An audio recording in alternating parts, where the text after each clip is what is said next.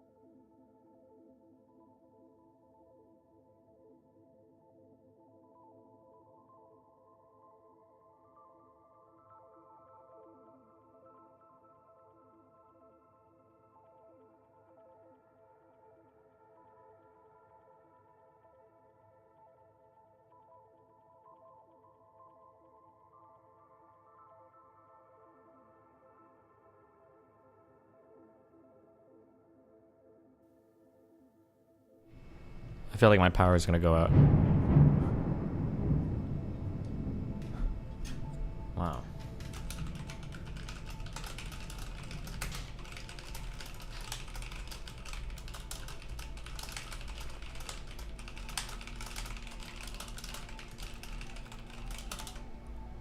Oh, Jesus. Hold on. Hey.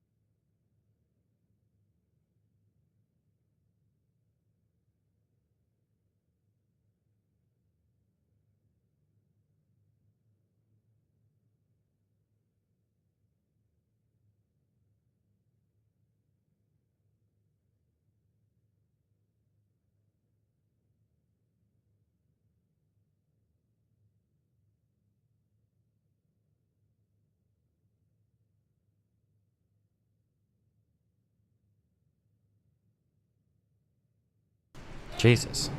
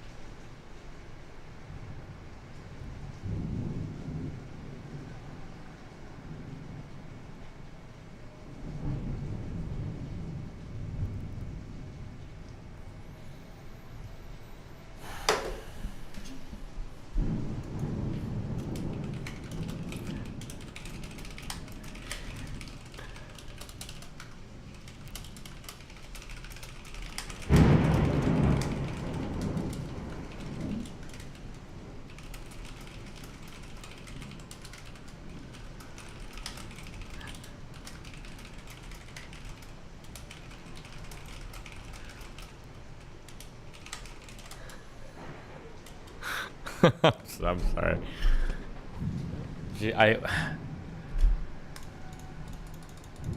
I'm supposed to have a hot chocolate. I'm waiting for it. It's supposed to be here.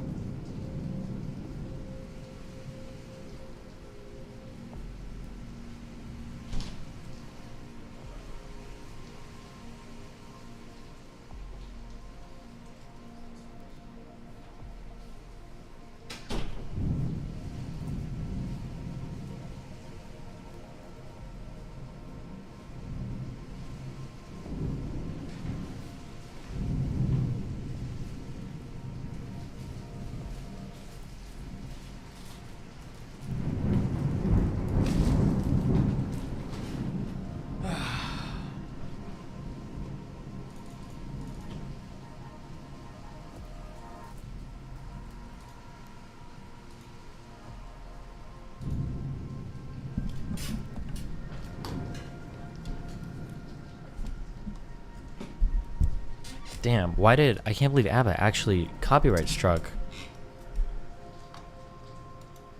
just pearly things.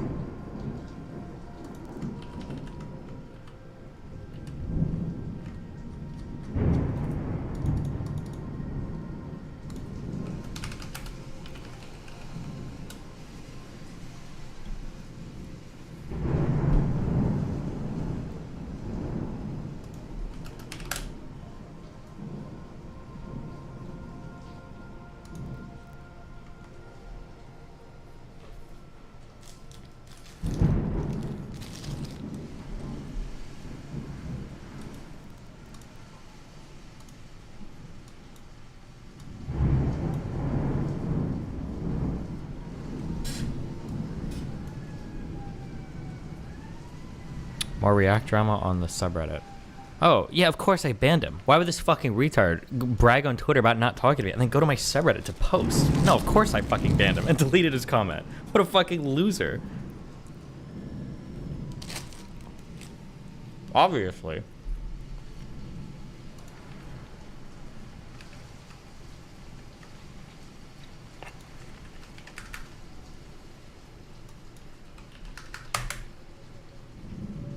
Runs through a cat in anger. Again, no real reason. I don't even remember what the argument was. I was just pissed off. So I picked up the nearest thing near me. Didn't see it as a living being. Just picked up my cat and threw it across the room. That cat was scared of me for the rest of its life. I once threw... What? Why?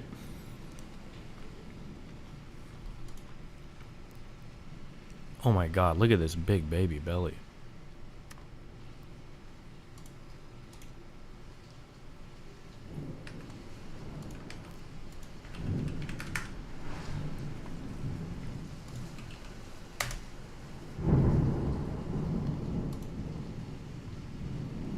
X went live and did normal stream and seemed unhinged today. Oh yeah, I watched last night. He was really unhinged.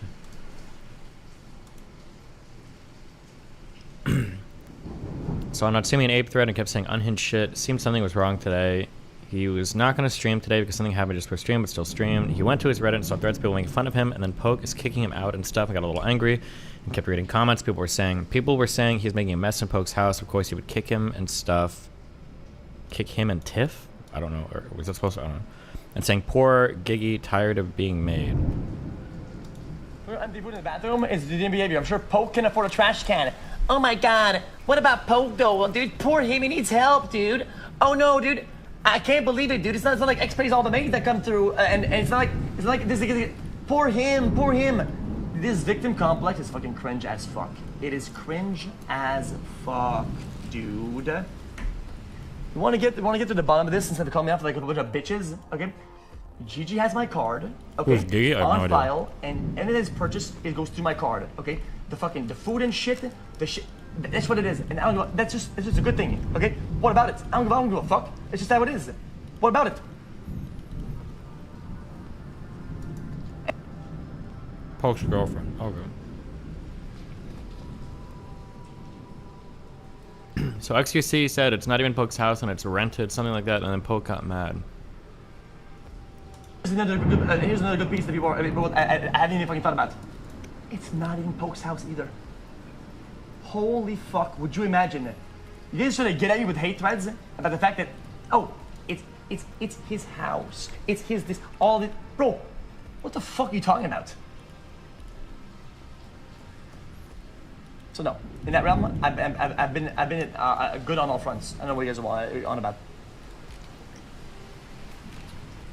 Okay.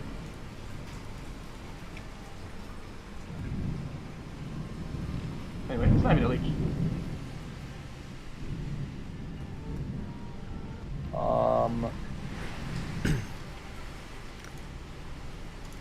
Poke can afford a trash can.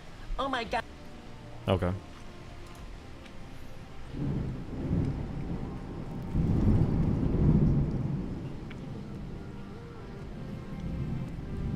Wait, guys, the judges on the internet, do not cancel me. Please, okay? I always mix up Peter Park and Babel Abe, okay? And wait, and I thought this whole ordeal was about Peter Park, and it broke my heart, okay? But I still love Babel Abe, okay? But I feel like me and Peter Park are much closer than I am with Abe, I think. Okay, so my heart's still broken, but, oh shit, I said too much! You're calling it easy people. You barely won 2 matches. That's great. You showed confidence. How are you? You lost. Stop talking. Just sit quiet. Tyler, in your you square, literally bro. last You game lost, said you man. could beat Hikaru. Where's this confidence coming from? I You don't won on a Magnus technicality. Carlsen, I don't. The Goliath Games guy. I don't care, bro. You guys have Dude, played this for guy- 30 years. If you're not This top guy- 10, why are you I still played for playing? 3 See, look, he's days. making me say things I don't mean. Look, see, Bro look. is misclicking vocally. You're calling me easy people. You barely won.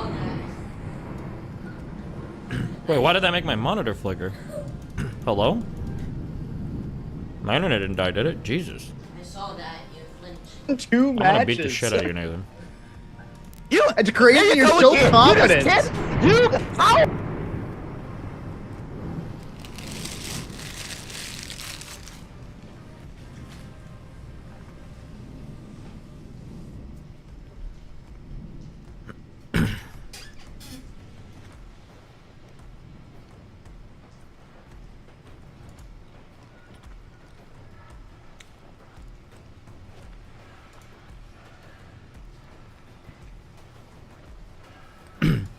What? Why does everybody think every court case is like hundreds of thousands of dollars?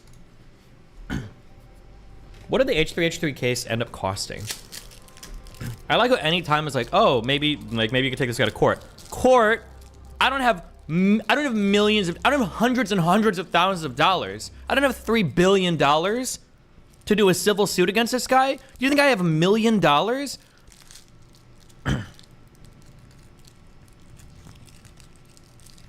170K, 20 people. Didn't they raise 170K? That was a huge suit too.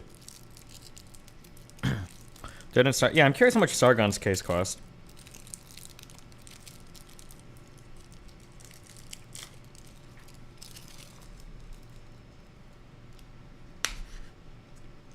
Got an apple juice box.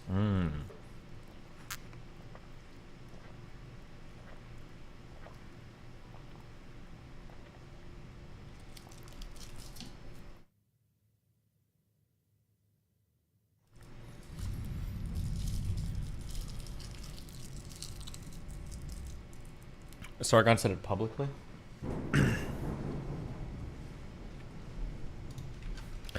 Didn't H3H3 use the video game lawyer dude who people say is super incompetent? I think they switched. I don't remember all of that. It's been a long time, okay. But I think they switched around a couple times.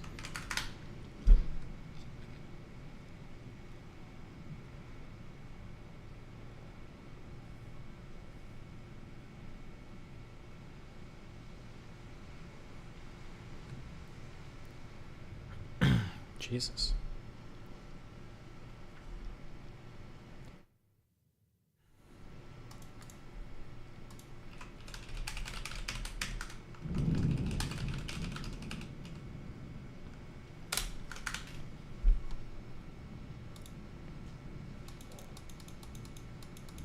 It's doing expensive. Why is it? And how do they figure out / determine the price? I imagine for copyright related stuff, there's probably a lot of like civil law built, like civil cases and everything built around, I would imagine.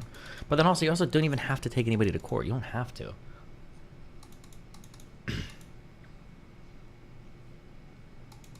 Some guy in my subreddit was saying something like, well, actually, if you try to falsely DMCA somebody, like, they could take you to court just for the DMCA claim. Like, I don't know. Destiny, the problem is most lawyers charge by the hour, and the hours add up. Sure, but what are we talking, like 150 to 350 an hour, maybe, for a case like this? Like,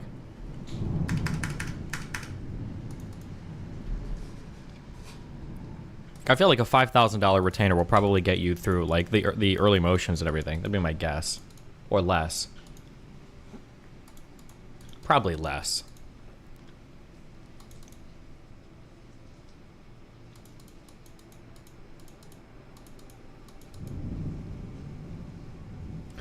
If you don't take them to court, then nothing will happen. You will claim, they will call your bluff, then it's over. I don't understand why. I don't. Never mind. It's because none of you guys have any fucking idea what you're talking about. That's why. Why am I surprised? The fact that you think that a streamer would be willing to gamble, or a YouTuber would be willing to gamble their entire career on counterclaiming something that is not like legitimate fair use is just like, it's so funny that you guys think that. Like, oh yeah, I'm just gonna counterclaim this guy and say, actually, I do own this just for shits and giggles, despite the fact that this might be the guy who goes public with this, and now my entire fucking career is destroyed for this one YouTube video. Let's do that and see what happens.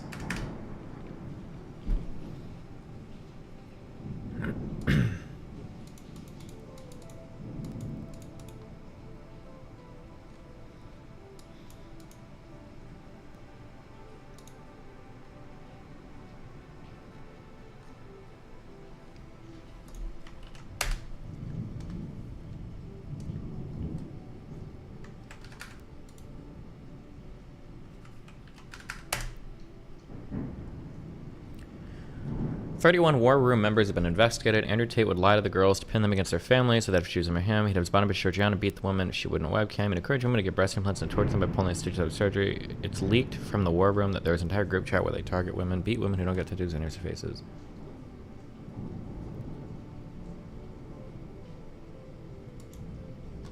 Lately, we've been covering...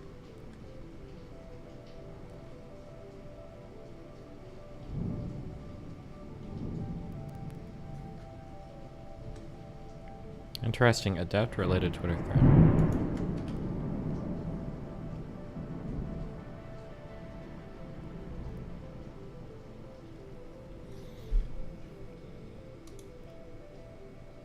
Holy boo, Jesus.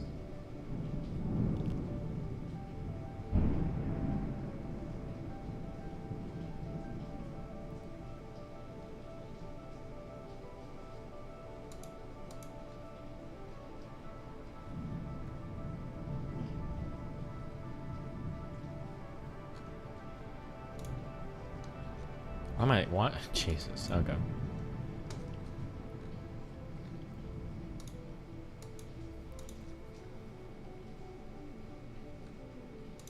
Mr. Beast is on your side for the React stuff. Oh, are YouTubers like taking sides? Jesus.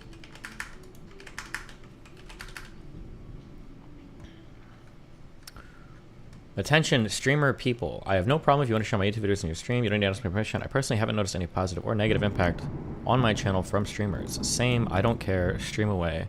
I thought I saw another couple YouTubers streaming earlier that they didn't want people. Are people like drawing sides? The great YouTuber React War of 2023. Oh no. Is that thunder in the back? No, I feel like I would just I just wanted to play some ambient noises per stream today, so.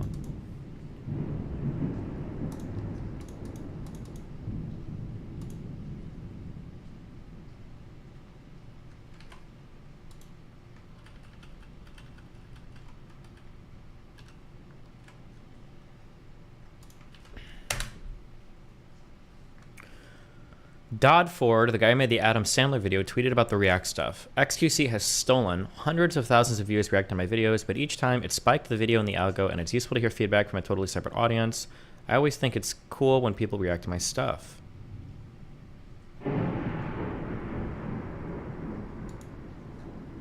Oh no. The Great War has begun.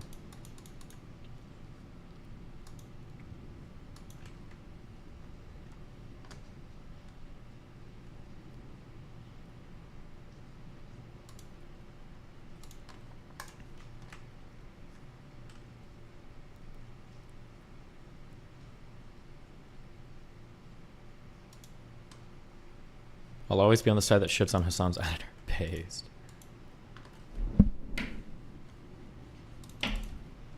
Neo explains. This video shows XQC reacting to my video. He leaves the room 5 seconds into the video, then returns 10 minutes later, making a mockery of the fact that he's not reacting. Some say that a streamer watching a video will lead to more views and promotion. The entire video, except the sponsor and that pays my bills, is shown on stream. You should react to the call of the Rift. I know you want to. And yes, I spelled Steven with PH, fuck you. On stream, so there is no need for people to look at my video after. Where in this graph do I find the XQC bump? Oh. Well, here he doesn't seem to benefit. But also, doesn't seem like it hurt him. But maybe, unless it was this here.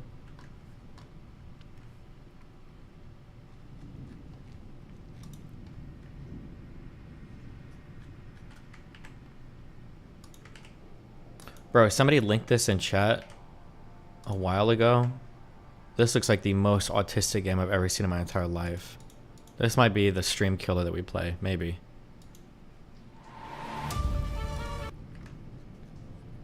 It's called Delta V, a physics-based mining sim. Do you think Abad was right to strike Pearl? Do you think he would win in court? And do you think since he's made a lot of videos against Pearl, it could be seen as malicious by a court of law? Also, since he allows YouTubers like these channel to react in full.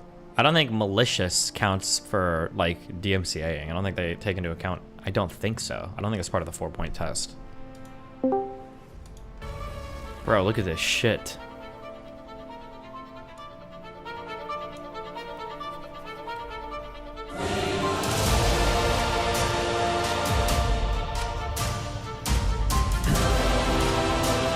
my god, he's going mining. We're gonna mine those rocks.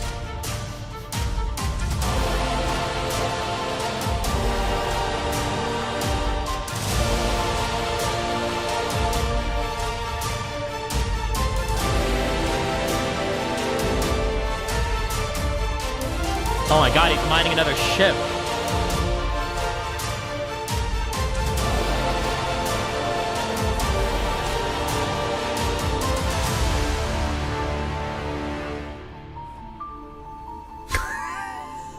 This looks so fucking autistic.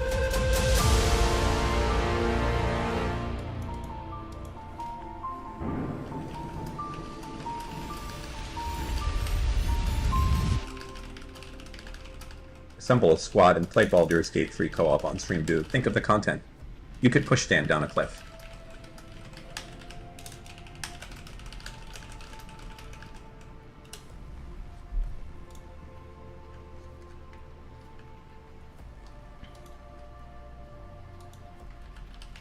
Did you happen to see the new charges against Trump? Now they have camera footage and evidence that he requested that footage be deleted. Okay.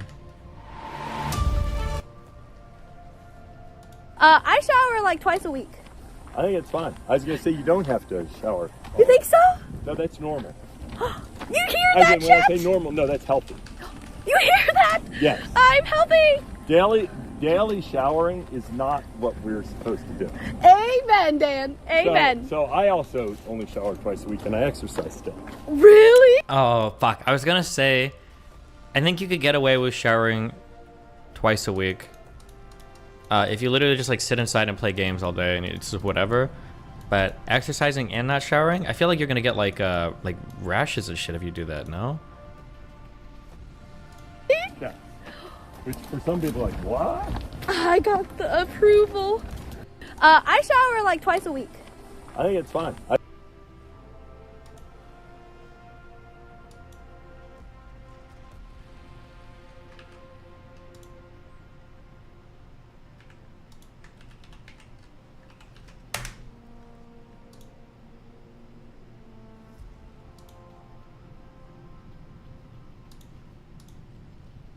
All right, so let's rate these guys. We just I don't even make your fucking bullshit ass list. Fuck you. Pyro, I gotta say, S tier. I don't know if there's anything better that he could have done. He reacted to the full video. He did commentary the whole way through. He did his own intro. He retitled it. He included my name and my video and where you could find it. This is like the benchmark for how Because you didn't content react? should be Wait, done. who is this guy? Did you react to him? I don't know. Oh, maybe I didn't. Oh, YouTuber called Goat. Whatever. Asmongold, I thought did a really great job. He brought, this Tarkov first-person shooter hacking situation to a more MMO audience. He was the only person who subscribed to me on stream and kind of pointed people towards my channel and wanted more follow-ups and kind of put that in people's minds, which is just a great thing to do to a content creator, especially a smaller content creator like myself. Charlie. He did okay. I feel like Charlie was like half asleep. He was one of the only creators that actually put like my name and my channel like in the video the entire time. Like his camera didn't like cover it up. I like Charlie. But he didn't really add a whole lot to it. He didn't hate watch my video, but he just seemed kind of half asleep. And you're not required to like my content if you react to it. I mean, so I don't really know how I feel about it. It's just kind of, it was okay. Hassan, on the other hand, I mean, like, dude. You're not being fair. Dark Viper AU full video essay countered your argument. I've watched some of his stuff. The guy's just not very smart. I don't think he understands the business very well. He might have some valuable shit to say, but I think everything that needed to be said yesterday was said. I think there are good ways to counter bad React content if you want to focus on that. The idea that React content harms any pre-existing content, that claim is nebulous at best, probably false. Yeah, and that's it. And if you want to be mad at people because it seems like sometimes people can be lazy and make a lot of money, I think that's fair too. But yeah, dude, you can't, like, first of all, watch it. Oh no. You know, it's just confusing when you skip around and like then you ask questions and you just kind of click out. You cannot get up in the middle of React content. I that's borderline criminal in my opinion. So I'm putting you down here in D to E category. XQC I think did a great job. Rings of Saturn was pretty bad. How do you like Ixion so far? Wait. The one, was that the super autism game? Wait, you thought this game was bad? But it looks so, there are so many numbers and so many things on the screen. Was it actually? I'd like this Ixion game so far. I think it's okay. I'm gonna give you a bonus and put you kind of creeping into S territory because he's the only creator of this group who reached out to me and asked if he could do React content and post it on YouTube. And I, of course, told him yes. I don't think there are any big surprises here. What do you guys think? I guess. This would be bad faith as fuck. But I thought about doing a massive Japan. It would be so bad faith and so stupid. Because ordinarily I'd never do this. But I thought about reaching out to a YouTuber and be like, hey, bro, can we work out something where I could show your videos on stream if I pay like $1,000 licensing fee for this month or whatever? And then I'd get the guy to agree with me behind the scenes. Like, yeah, okay, I'd ship him $1,000. And then for like the next week, I just like AFK play videos on stream and all of LSF, all of my subreddit, all of you fucking retards, everybody gets so riled up over it. And then at the end, I'd be like, bro, you guys don't know. Maybe I reach out to some people and I work out something in advance. You don't know that. And then I'd be like, bullshit, blah, blah, blah, blah. And then I could show our agreement like, look, see, I do actually. Maybe I do this for everybody. You have no idea. Gaslight. Gatekeep, gaslight, girl boss. Oh my god. People would be so fucking mad.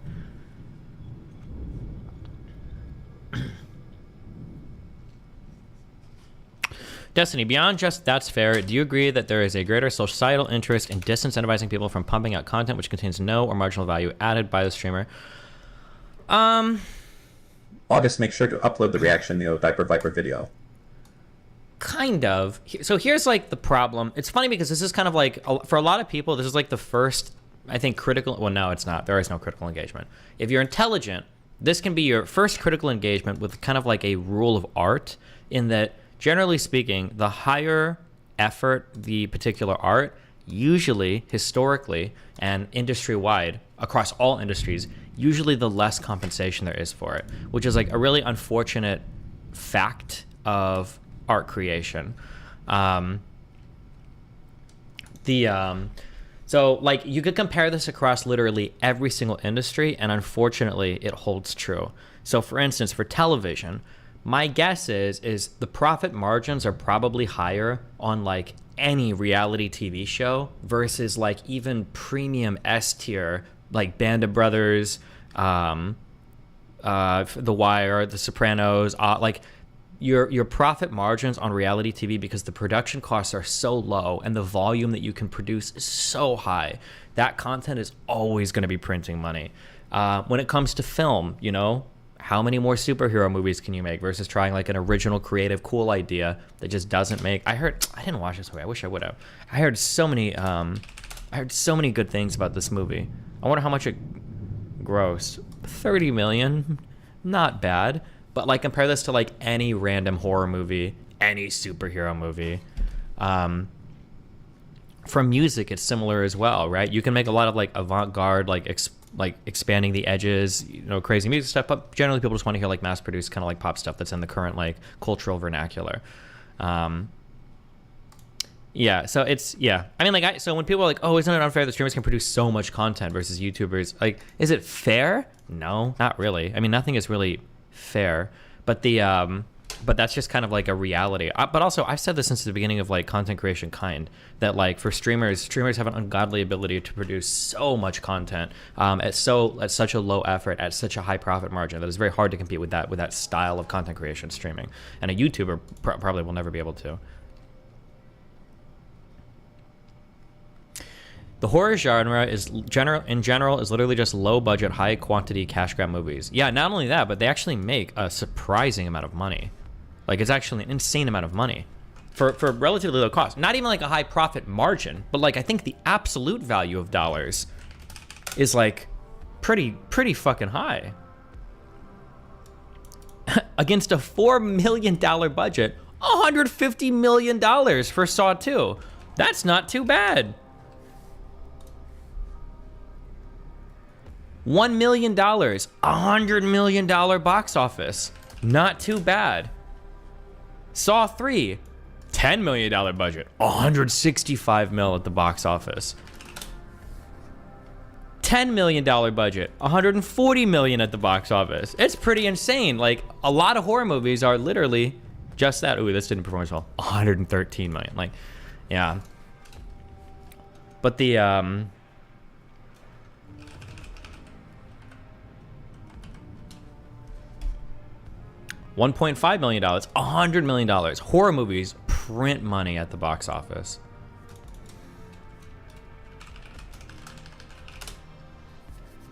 And then, yeah, and then look at a movie like The Green Knight. Super high quality, more artistic and like experimental film. Against a budget of 15 million, it grossed 19 million. I wonder what that one movie that my dream movie. Oh, this grossed 141 million. That's good. Against a budget of maybe 20 million.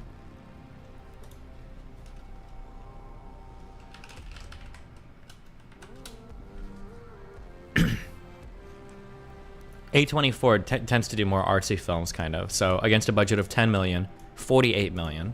Now, ooh, be really careful with this, okay? I'm not trying to make a value judgment on if art is good or bad, but in terms of like effort and maybe value to contribute to cultural,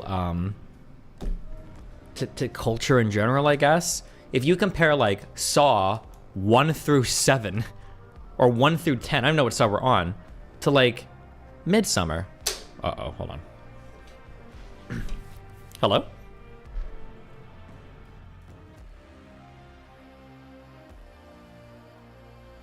Yeah, this is him.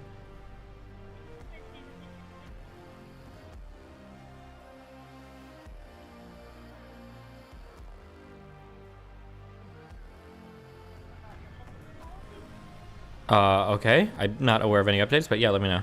Or what happened.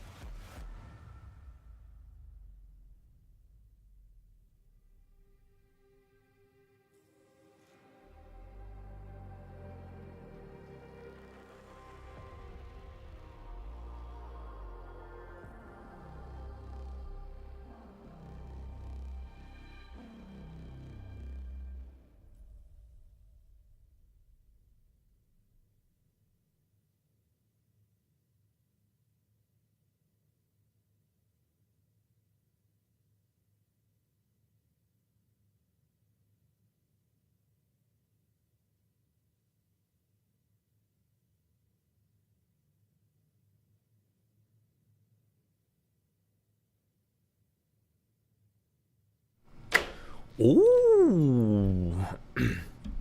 So like this, like why would you even bother making this movie, right? Why make Midsummer when you're only gonna make 50 million bucks when you could make Saw 42, you know?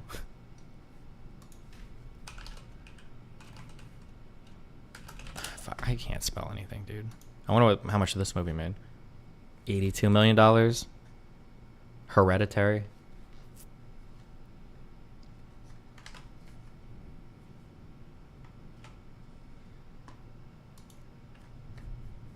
Check Iron Man 3.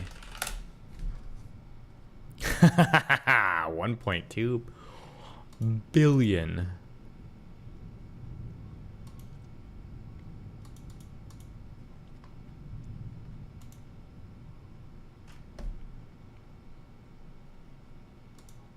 What's your favorite movie that flopped in the box office? I don't know if this flopped or not. I liked this movie. This was a very strange movie. It didn't do too well. 135 million box office against like $100 million budget. This is a very interesting movie. I don't really know how to explain it. I don't know why it felt the way that it did. It was a very interesting movie.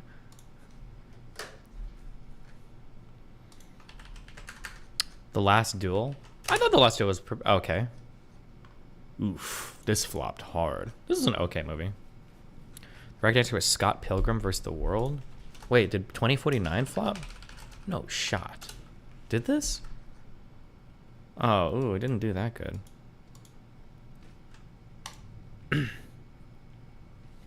We're diving into the new room temp superconductor LK99. Nope, don't know enough about physics to know anything about it.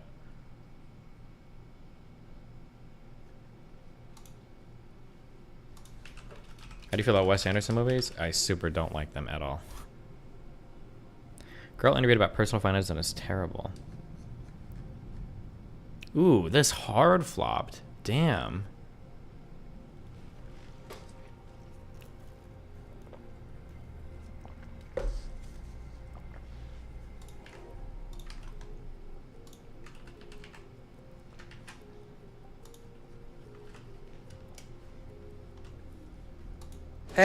Hey, how much money is in your bank account right now?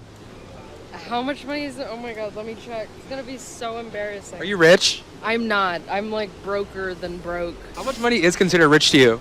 How much money is considered rich? I think if you had like 500K in the bank, then That's goals. That's goals. That's rich. But right now I have $188.49 in my checking and $4.17 in my savings. Let's go. What are you saving for? Law school. How much is that going to cost you? A whole lot of monies that I Are you don't gonna take out loans? Yeah. Oh yeah. What's the most amount of debt you've ever been in? The most amount of debt I've ever been in is right now I am in 18K. And how does that make you feel? Not great. What are you gonna do about That's not too bad. If she's if she's got her undergrad and she's about to go to law school and she's got 18K in debt but she's done with her 4-year, that's not too bad. I think that's probably about average actually. about it? Nothing. Absolutely nothing actually. I don't plan on paying that back. Don't tell the federal government I just said that. Oh yeah, they are student loans. So I wonder if she finished her, yeah.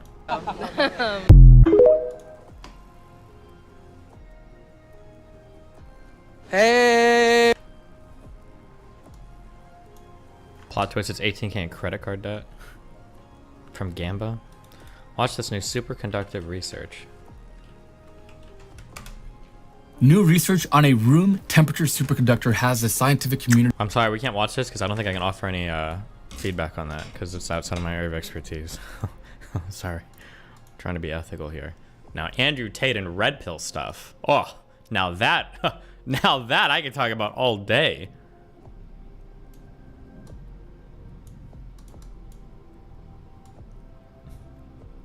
Why is it so fucked?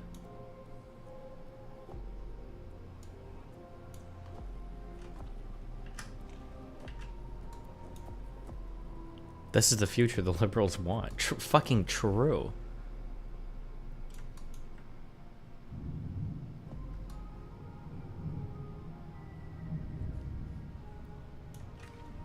You can compare XTM with other games you played. What would you compare it to? Oh, definitely Frostpunk. It's like a photocopy of Frostpunk. Are the bullets of that shotgun behind you on the shelf next to it? No, I keep it loaded at all times. I'm just waiting to wake up one day and hear somebody shoot my fucking shotgun.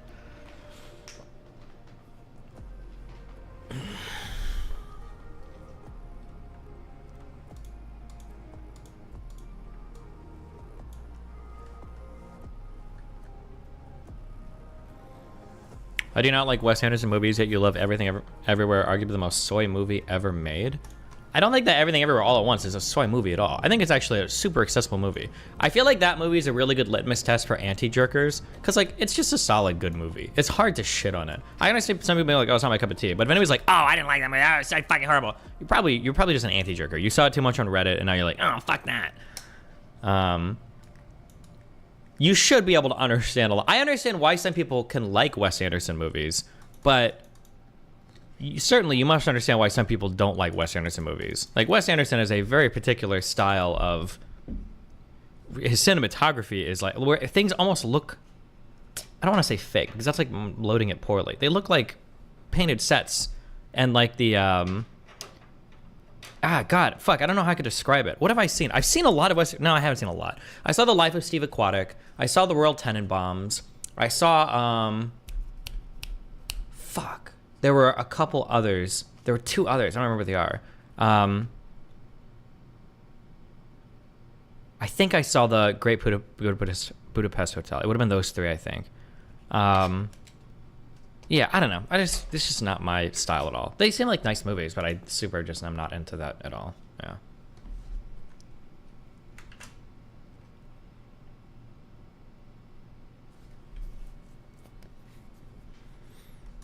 The Andrew Tate charges showing he's been selling classes on trafficking, money laundering, and even admitting to manipulating a 16-year-old into working for his cam business when he was 26 years old. But yes, even with all that, it somehow gets... Wait, that 16-year-old thing, is that Georgiana chick? That's pretty old, right? Wait, how old is this video? Oh, is this just like a compilation of his greatest hits? It's worse. The Tates have done nothing but lie and hide evidence saying that there are no charges or claims of abuse. Are they accusing you of using violence or? No. These are only some of the files and transcripts on the Tates. Does this look like no evidence? New evidence has emerged showing that the top members of the War Room are also trafficking women, with another one of them being charged as well. It quite literally is a cult, and I'm not using that word lightly. Chat logs from the War Room have leaked showing that he is still in the webcam business, explaining exactly how he manipulates women to fellow members, saying she's broke, can't go home, and can't leave the house. Man, I almost sound evil. They continue to lie to their fans, saying that they're only being charged for things that happened in 2021. We have been accused, like my brother said, of nothing prior to 2021 or 2022. So all of our old videos, old life had nothing to do with this. When the court documents are citing it, I like how Tucker Carlson just let him completely skirt by with that. Actually, every single person, PBD and Adam did as well. Every single person that's interviewed this guy, oh, I'm not even being charged with anything real. They just, like, nobody even read like a summary or even had their assistants read a summary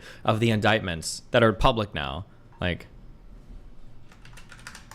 incidents from 2016, 2017, 2018, all the way up until they were arrested in 2022. He had seemingly tried to buy off a Romanian senator, calling her from jail, saying, so make it clear to them, you will get lots of votes when Tate says you took their side. He has a former Romanian police inspector, Luana, beat the woman when they wouldn't work. Maybe you're not listening because I'm killing you if we don't make money. Hit yourself in the mouth until I arrive because I'll give you another 10. He's been charged with rape, physically assaulting the woman. The prosecution claims he would torture the girls by having his bottom beat them in their newly acquired breast implants by lifting her arm to break the operation, after which she stated that she's not stupid enough to hit her and leave traces. And yes, I will repeat this just like I have in my past 2 Tate videos, it somehow gets worse, as they allegedly have Twitter and Instagram employees in their cult, banning and botting people who criticize them. I don't believe that at all. I don't believe that's true.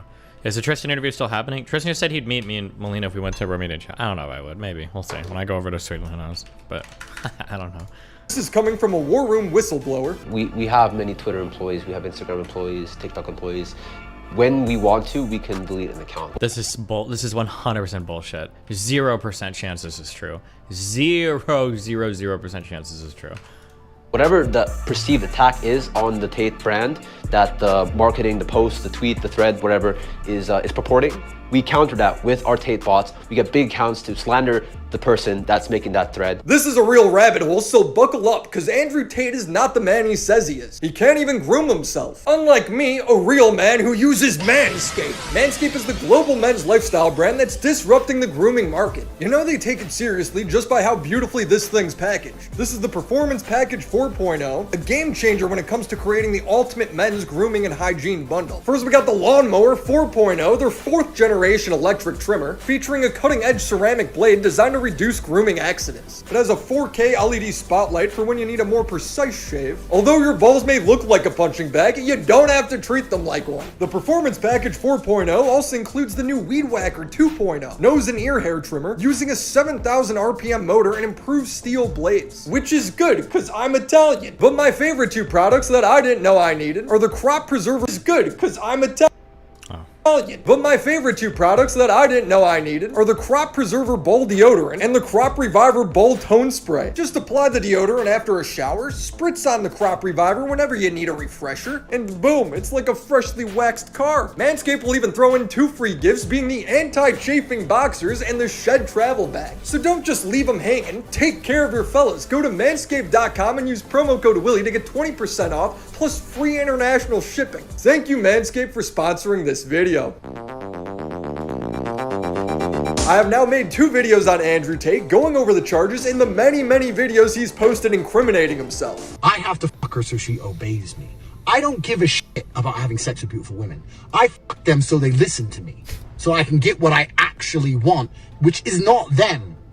It's a means to an end. Every single Bond girl was exploited. That's exactly what I do. Well, he's continued to incriminate himself in his War Room group chat where he teaches other people how to traffic women as well, leading to at least one other member being arrested and charged. So what is the War Room? It's Andrew Tate's cult of what he claims to be the most powerful non-governmental body in the world. He describes as the Illuminati, but cooler. War Room is kind of like the Illuminati, but cooler. Powerful is the network. I'm alive. Are we allowed to talk about anybody else who's in there? I will never tell you about any of the members, but let's put it this way. I'm still alive, right? So, I will never tell you about any of the members. Does the Vice documentary where he shows video of all the members of the War Room that go on the retreat. Okay. Serious attempts on my life. The War Room is the most powerful network on the face of the planet today, bar governments. Are you trying bar to keep a nation up? state? The War Room is bar a nation state wanting you dead. The War Room is the #1 enemy you wouldn't want you coming after you because they will get you. We are that good. Now, I used to think he was just being hyperbolic here, but it's not just a meme. It's dangerous, especially if you're a woman they target. Now, if you're a new member of the War Room, it's just another way for them to siphon. Vice had everyone blurred. Wait, did they?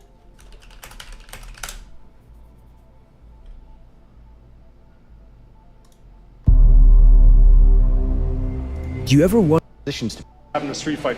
And oh, they did have everyone blurred. Never mind. $1,000 to have their man Well, do you think you could identify some of these guys on the back of their heads? had tested by the one they were? And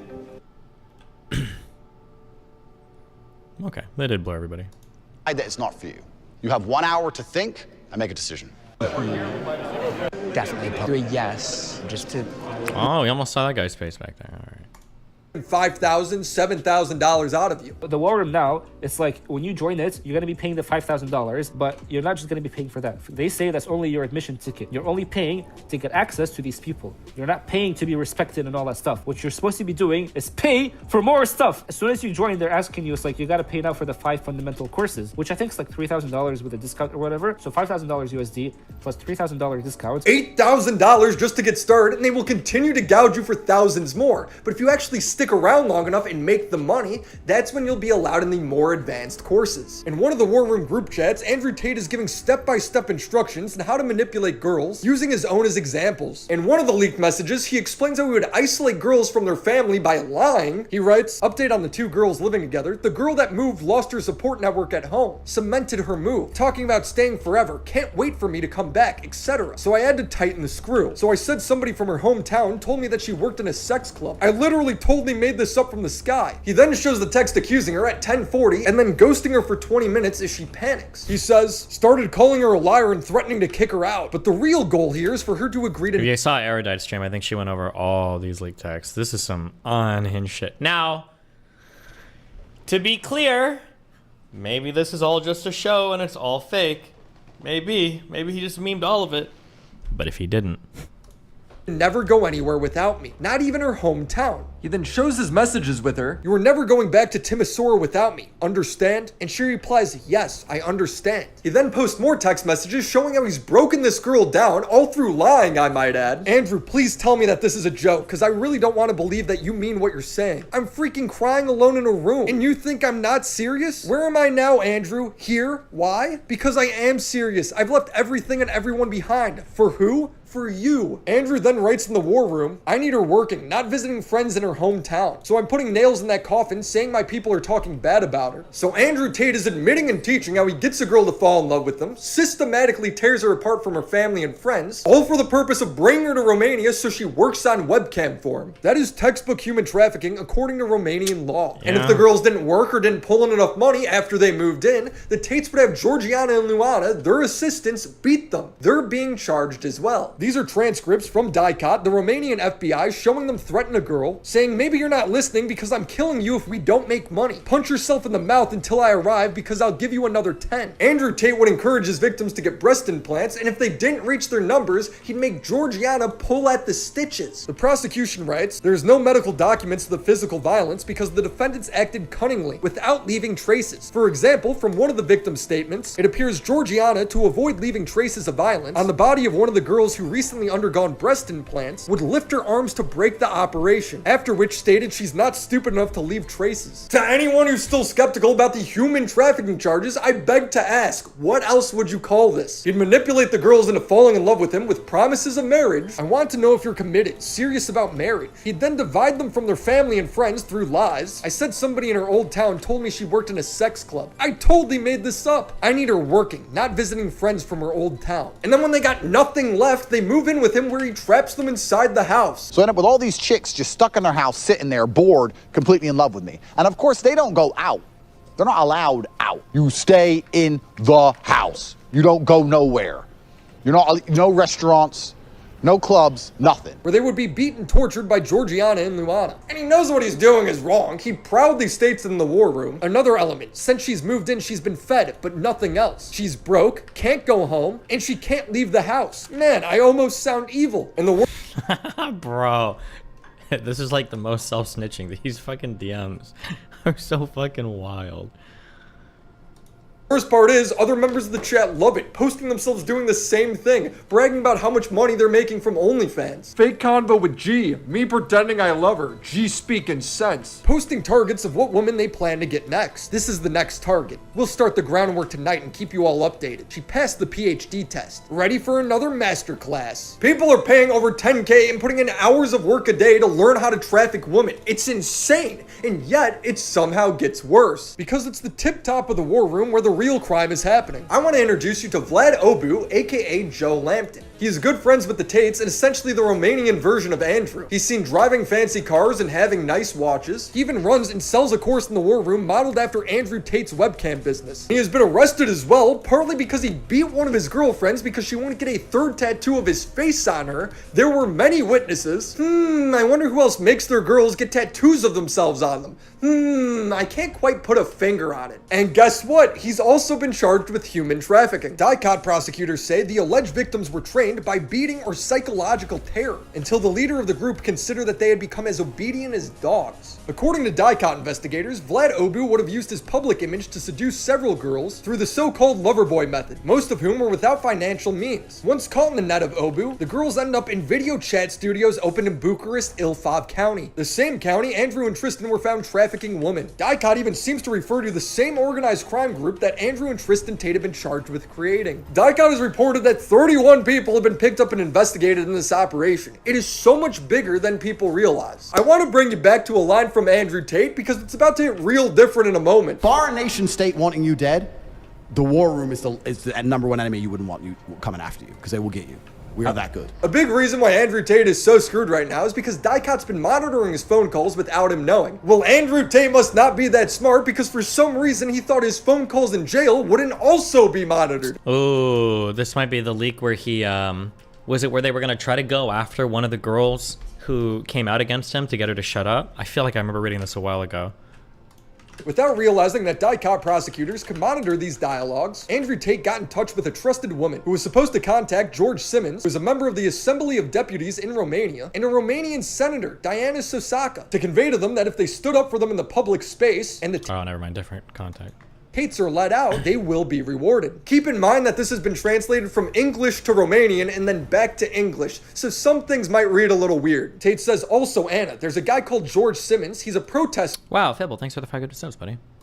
Or something. He's on Facebook and is always posting about stuff. She says, oh yes, I know. He says, talk to him and anyone else like him who doesn't like the corruption in Romania. And understand that if he helps us, he will be rewarded. Talk to him and tell him this case is shit. They're Americans. They're making Romania look bad. DICOT is corrupt. She says also Senator Sosaka. She's also a lawyer and she fought against the COVID restrictions. You remember her now? And Andrew replies, yes. Both. He then says put them in and tell them that Dicot is corrupt and that is very bad for Romania. It's very bad for the image. These guys are innocent. Look here, they're the victims. If you side with the boys, when the boys get let out, they'll make sure you're rewarded for telling the truth. In another wiretap to his cousin Luke, he says, make it clear to them. You're going to get a lot of votes when Tate says you were on his side. How insane is that? He felt comfortable openly saying that he was going to bribe Romanian politicians from a jail cell. Not only that, but a whistleblower has come forward claiming that they have Twitter and Instagram employees in the war room working for them. The interview was done by the news movement, and the whistleblower is the person who helped create and run CobraTate.com, as well as Andrew Tate's Twitter. He's proven that he was part of the war room by leaking messages. We have many Twitter employees, we have Instagram employees, TikTok employees.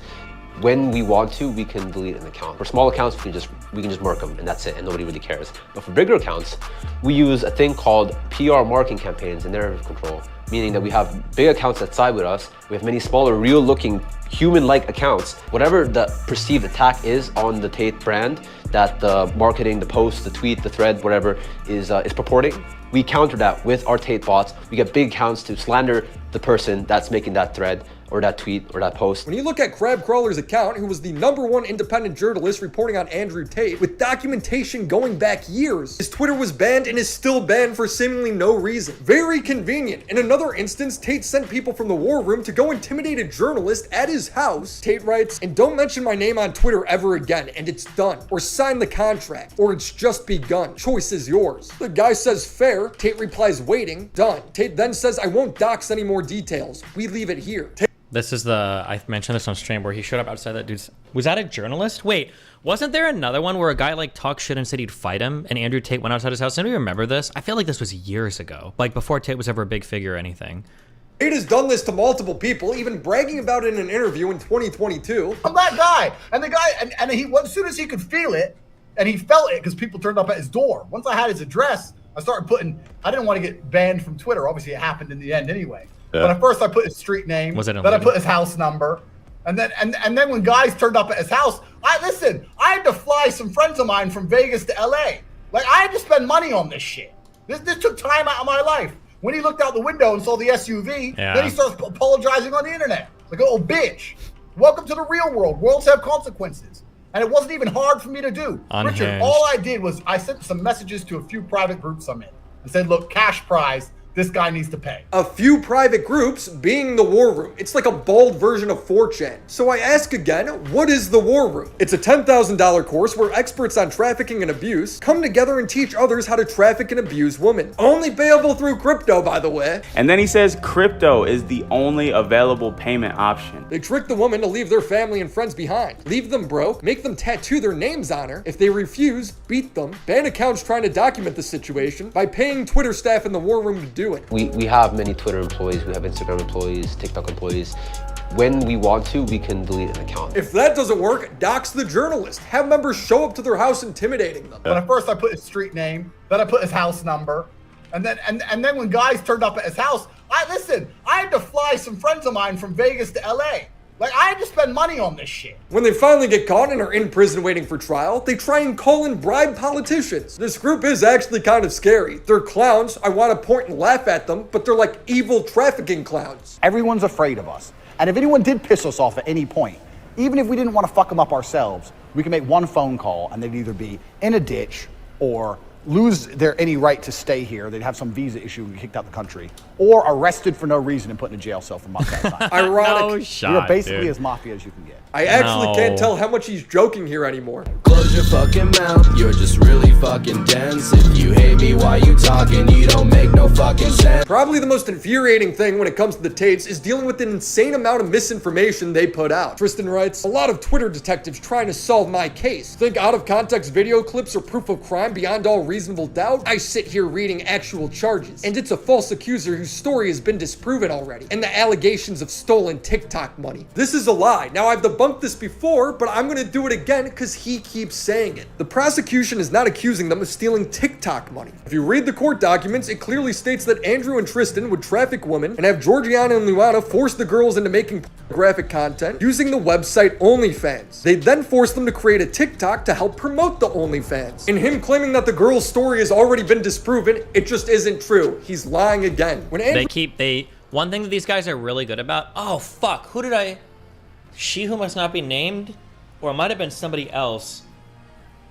Fuck, who do I debate that's like this? There's a drama Andy that does this where if you don't know the exact details of like what they're talking about, they'll run circles around you because they'll be like, oh, well, that didn't happen. Well, do you know that happened? Oh, well, did that happen though? But that didn't happen at that date. And then when you finally get them at the end, they're like, yeah, okay, who cares? Like, yeah, the Tates, I noticed the Tates do this a lot during interviews where they rely on the other person not really knowing 100% like everything that happened or what's going on. And then if they don't, then it's like, oh, well, that's been disproven. Oh, that's not true. Oh, that's blah, blah, blah. Yeah. Andrew and Tristan Tate were in jail. Messages were released by Dicot showing the two girls trying to escape his house earlier that year. We know this because he called them using the prison phone. There's transcripts. Yes, put them everywhere and say this girl says she's kidnapped when she is not kidnapped. Luke then asks, you're saying you want me to discredit them and have social media pull hard? And Tate responds, yes, screw them. Luke in the war room then posted a single TikTok of the girls dancing as if that proved anything. Yeah. It only fooled Sneeko. They're in the house the whole time. This is them.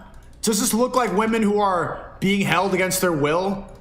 I hope that, please, for the love of God, I'm willing to shed half my fan base for this. For you guys to go and be permanent Red Pill fans, please do not let the guys that back these dudes up ever forget this. Because I can already see them all slinking away like, oh, we don't talk about the Tates anymore. They don't support Red Pill as much. We don't blah, blah, blah. Everybody in the Red Pill space stand for the Tates so fucking hard. Nico, the girls were forced to make TikToks. That's part of the trafficking. And because of Andrew Tate's bots, this news went wild. People still believe this argument. The Tate's war room would then take one snippet out of all of these released messages from Dicot and frame it as if the girls were making it all up to get a Netflix deal, when that's not what the messages are saying at all. So no, nothing in this statement is true. Nothing's been disproven. They're literally running a smear campaign, and it's only working because the court documents, as well as the articles exposing it, are in Romanian. The BBC is more focused on him being a misogynist than a human trafficker. Yep. Financial success Correct. with a Bugatti and a cigar, but it comes with a side order of misogyny. How does having a Bugatti and a cigar come with misogyny? What are we doing? The Tate's new tactic is to take their own content out of context and then frame it as if they were saying that they love and respect women the whole time. They add this sad music. They think that you can do it through fear, that you can scare girls, you can intimidate girls. If you're gonna scare a girl and put her on the street, she's just gonna walk off and leave. You're never gonna see her again. She has to respect you and love you and want to work with you. And that's done through PIMP, positively inspirational and motivating person. It's through positive energy. There's no negative energy in this business. He's teaching you the lover boy method of sex trafficking. That's what this video is about. I've already made a whole video breaking this down. It's not a video about teamwork or respecting women just because he adds some sad music. In that same video, he literally teaches you how to lie and scam them out of money. Tax is also another important element for controlling your woman. You're not going to pay anybody tax because you're getting paid in Bitcoin. So you don't need to pay tax to anybody. But you need to tell your girl that you're paying the tax. Because girls are lazy, and girls are stupid, and girls don't understand how taxes work. True. So the girl's working with you, and you're like, oh, okay, yeah, we've made this much money, but I'm going to pay the tax to make sure we don't get in trouble. She'll sit there and go, okay, okay. Now that allows you to do two things. One, it's another control element. If I work with him, my tax is not a problem. If I do it alone, I have to deal with taxes. Taxes are complicated. It's a control element. Secondly, it allows you to pay her a smaller percentage. Does this sound like the love and respect he talked about in his Twitter video? I would link you to the full video, but 2 days after I posted mine, it was mysteriously taken down. And as Sneeko says, I've always said this on my stream, if they hide it, then it's the truth. If they have to delete it, then it's the truth. They then posted a Twitter video that ends with Andrew saying, we would never keep you against your will, and then linking to freetopg.com. If at any point you want to leave, you decided you've had enough and you want to go or you want to leave, it's no problem. You can come to us and just say, these guys, I want to go. You can have a water taxi here in 20 minutes, take you in the water taxi, take you to the airport, you can leave anytime you want. So you're not trapped, you're not enclosed, you're very free to leave anytime you like. So just if you need to leave, any kind of emergency, you don't want to be here anymore, you gotta go tomorrow, just let Georgiana know your flights will be booked, it's all good. So you're not trapped, not enclosed. Totally normal thing to say. The website is just an email list where Andrew writes to you over and over again that he's innocent. No case files, no facts. It's beautifully ironic that the Tates will sit there and cry about things being taken out of context when they're the ones taking everything out of context. Remember what we said about short form content out of long form videos and ignoring all context? That's all you, bro. You're the one saying how it's about TikTok money when it's not. Here is the official story. Uh-oh. In 2021, 2 years ago, my brother and I formed an organized criminal gang with the intent of moving women to Romania so we could steal money from their TikTok accounts. When Dicot released the messages of the two girls who were trapped and escaped the Tates, Andrew, Tristan, and the War Room were the ones that took a small snippet of the messages out of context and posted them everywhere. For Christ's sake, they took their own video down and then took it out of context to try and make themselves look better. Here's some other annoying lies they've spread that I just have to point out. Are they accusing you of using violence or? No. They are. It's in the indictment. They're Yeah. accusing them of grape and Tucker. physical violence. The text says it quite plainly. The Tates also like to claim that the victims are on their side. Of the 7 alleged victims, many of which are totally on our side. And it's very interesting because the girls who they've identified to add to the file are saying that we're not victims of anything, and this isn't true. The two girls that are on their side are Georgiana and Luana, who are also being charged. Again, taking things out of context. Well, the fact that you're not accused of a sex crime or violence. Can I say it? Tucker's a retard and should stay far away from this case. He Yep. doesn't know what he's talking about. Well, the fact that you're not accused of a sex crime or violence, which I think most people don't really understand. Yep. And they can look it up. Tucker, you need to look it up. This Yeah. guy's an idiot. Jesus. I think Andrew and Tristan Tate are going out in a bit of a pathetic way. They now go on all these podcasts and interviews sniveling, acting all confused. It's so beta when less than a year ago they were proud, bragging about what they've done. He said, no, but you're a human trafficker via the lover boy method. I said, what's that? It's where you pretend to love them. So what, being nice? So I was nice to some girls 10 years ago? Is that my crime? Maybe I did love them. But we're not together anymore, so what? I pretended? Who said I pretended? Prove I pretended to love. And then what did I pretend to love them to achieve? I was all about trying to get paid. Like I used sex as a tool to make women love me so they'd obey me and live in my house and make me money. That's what I wanted. The case against me is that I pretended to love girls to make them do TikTok for money. I get called a pimp a lot, but and the reason I use the term is because I don't see it as a negative term. If you would have taken that deal and taken that money, you would have been happy for a week. But 2 months in, when you hear the story of some poor guy who lost his house from gambling, you feel like a piece of shit. I had these guys selling their houses, life savings, loans, all of it to me. Give me it all. So like, and it's basic shit, right? You'd have a guy. Feel bad or no? Fuck no. Give a solitary fuck. Did you tell like? I don't give a fuck. And so would I if I did this stuff. I have a conscience. That's the whole thing about this. They have to attack our morality on a level and destroy our to the point where we don't have a conscience. You have to have no conscience to sell your sanity. You have to be a bad person. I know you don't feel bad at all. Why the fuck would I care? I don't feel bad either. So thank you. So I never sold out. And if I had, I don't think any of this would happen. I think this is punishment for not selling my soul. I f them so they listen to me, so I can get what I actually want, which is not them. It's a means to an end. Every single Bond girl was exploited. That's exactly what I do. You're not a victim. Look how willingly he's able to cry, lie, manipulate to try and garner sympathy. It's pathetic. Tristan is out here bragging about making his kids' lives worse. You have the kid. She knows Tristan Tate doesn't take shit. And I had to, and this is actually good. I wouldn't, I guess, admit this on a live, but I had to downgrade one of the mothers of my kids from the house she was living in. I needed her to understand that you do not fuck with me. And she was living in a 4-bedroom rented house, and I was paying the rent and all the bills, and I pay everything. I said, okay, you know what? You want to fuck with me in that way? That's cool. You have 30 days to get out of that house. Here's your new apartment, 2 bedrooms. Well, what do you mean? Now your child doesn't have a garden to play in. Well, that's your fault. That is not my fault. Take her to the fucking park. I don't take shit. So it's never going to get to that level where they think, oh, well, let me call the U.S. Embassy, and because he's a citizen, maybe I can, because they know the consequence. It's not going to turn out good for them or me or anybody.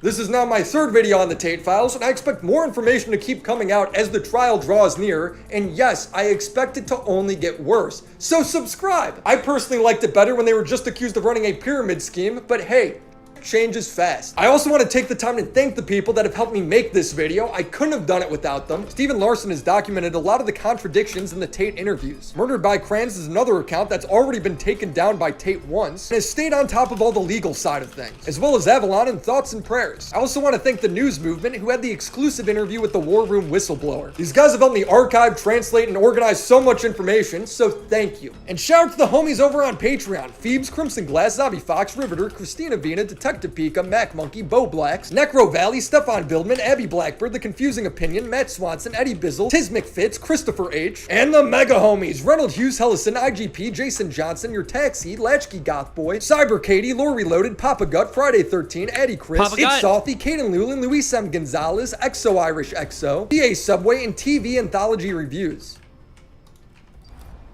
Wow. Okay, I think I'm doing a thing.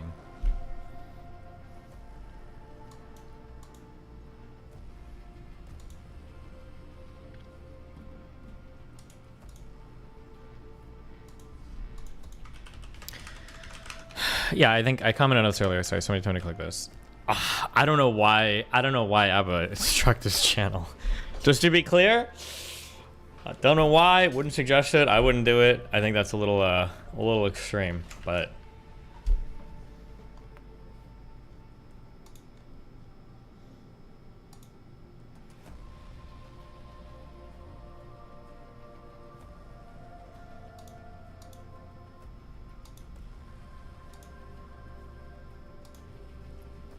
he did it live yesterday on stream. Yeah, I remember, but I thought he would do like the 7-day thing, or he would just like, I didn't know he would like do the whole.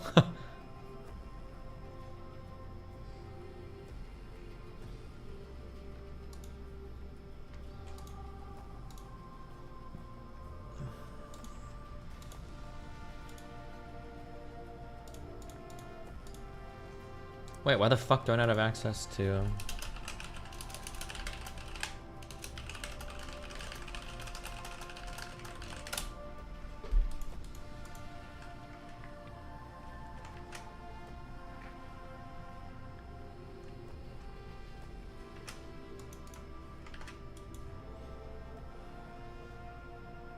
Ship lost?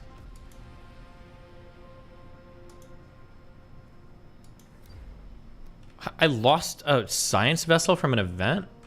Okay.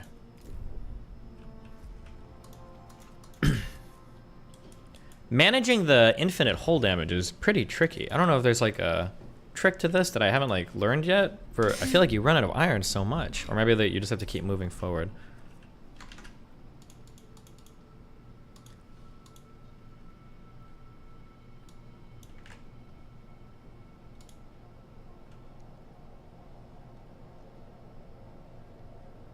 It might come back later.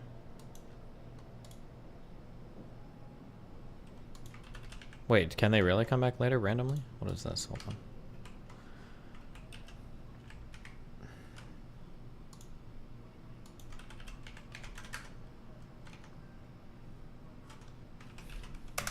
Somewhere. If Abba doesn't want Pearl to react to his videos, is it wrong to copyright claim that? Isn't that your prescription? I feel like I said, how many times yesterday did I say you could probably DM them or message them first? Was it more or less than 10 times? Can somebody tell me? I have to figure out if I want to permaban this person or just ban them for a month. We'll just ban them for a month. I don't know why I even bother talking on my stream. No, I'm not sure. I don't even know why I bother saying anything.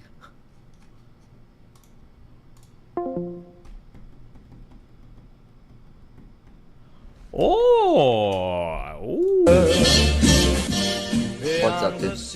Hold on one sec. Watching a streamable. My lover stands on golden sand and watches the ships that go sailing somewhere beyond the sea. She's there watching for me.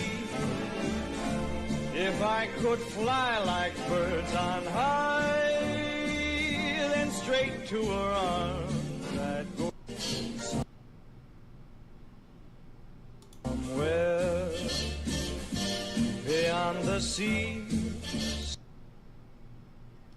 Oh, he dug a trench to a, what is that, like a lake? To To the beach? Or I'm so confused what's happening here.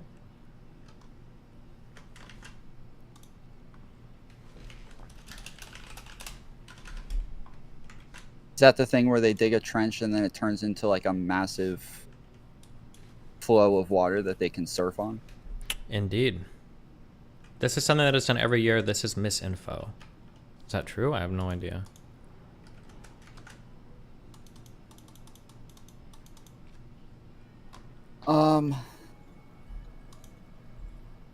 So we're waiting on one more person. Cool. There were 2 other guys that were supposed to come, but one of them's able to make it now. Okay.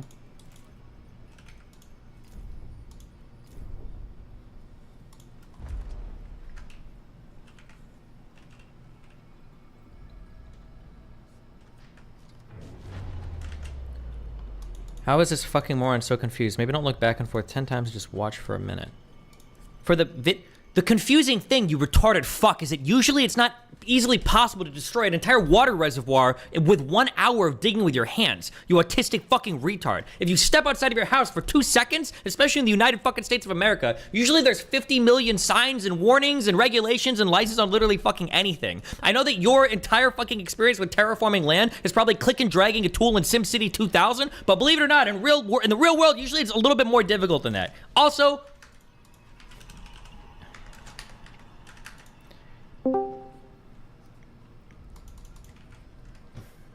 hello. Yep. Your mic's Hey. quiet. Oh, my mic's quiet. Actually, that's okay. It's better. Hey, are you sure? Is everything fine? I'll turn. Right, that's whoops. great. Hold on. How did he get in here? It's gonna be a vegan debate. Oh god. Yeah, thanks for the invite, man. I really appreciate it. Yeah, I think Steven's screaming and yelling at his audience right now. Sorry, hold on. Some guy Oh. about digging trenches. They take their trenches very seriously in that community. There's a lot of trench digging extravagance going on at the minute, isn't there, with Wagner and Ukraine and all that anyway, so. True. So yeah, well, thank you for the conversation. Really quite unexpected. I'm happy to have the opportunity.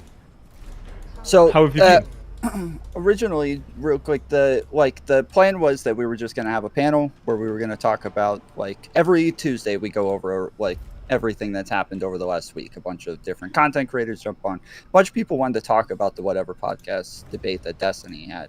So that was scheduled for 9 o'clock tonight. I invited Destiny to come on and have the conversation as well, but he wasn't able to make it. Wanted to make it earlier, and so this is who all could make it earlier today. It turns out to be a little bit odd when, I guess, I'm pro-life. He's a freaking vegan. Destiny's very pro-choice and bases that off of consciousness. So I figured we could at least like start talking about the consciousness part first, and then maybe just see where it goes from there. Because I feel like you two are pro-choice, so I feel like I'm gonna be the odd man out here. So I'm not pro-choice. I'm not. Oh, you're not pro-choice. Oh no. No. If anything, I'm closer to pro-life. But like, I'm a sentientist, so I'm somewhere in between, really. So. Yeah, I think we're actually kind of a good mix because we probably represent the entire spectrum in a way which is characteristic of various viewpoints. So, I mean, obviously you've got your sort of you two on the far extremes, and then I would call for a severely lessened, like a lower barrier to abortion, or rather lower cutoff for abortion. Maybe even as low as 8 weeks, depending on where research goes. But 13 weeks, 11 to 13 weeks. 11 to 13 weeks, damn. Okay, yeah, I'm like end of first trimester. Like I base it off of being human and being alive, having a heartbeat and brain function is when we consider you dead. or if you don't have a heartbeat and brain function, we consider you dead. So I think once you have a heartbeat and brain function, we consider you alive. So as long as you're human and alive, I think that we give you that value. So mine's like, first trimester, end of first trimester. And then Destiny, what was yours again? Mine is as soon as I think you have a conscious experience. And that happens between 18 to 22 weeks? Between 20 to 28 weeks, so I just say stop at 20 weeks. Because I think the main difference is how we're even approaching what consciousness is, and I think that's probably the best way to see how this is like, how we're categorizing it. I think Destiny, if I'm correct, like I don't. Is it better I call you Stephen or Destiny? By the way, I still don't know whether to. Either one is fine. Okay, Stephen's fine. Either one's fine. Okay. So I think Stephen wants to say that it is cortex development, that the sort of right parts of the brain start communicating, and now we have the first emergence of human consciousness. The question is, would you say that it was conscious before that and it wasn't a human like level of consciousness, or is it like, because I think you want to say that it just wasn't conscious and then it becomes conscious, right? Yeah, it wasn't conscious and then it becomes conscious. Right. Like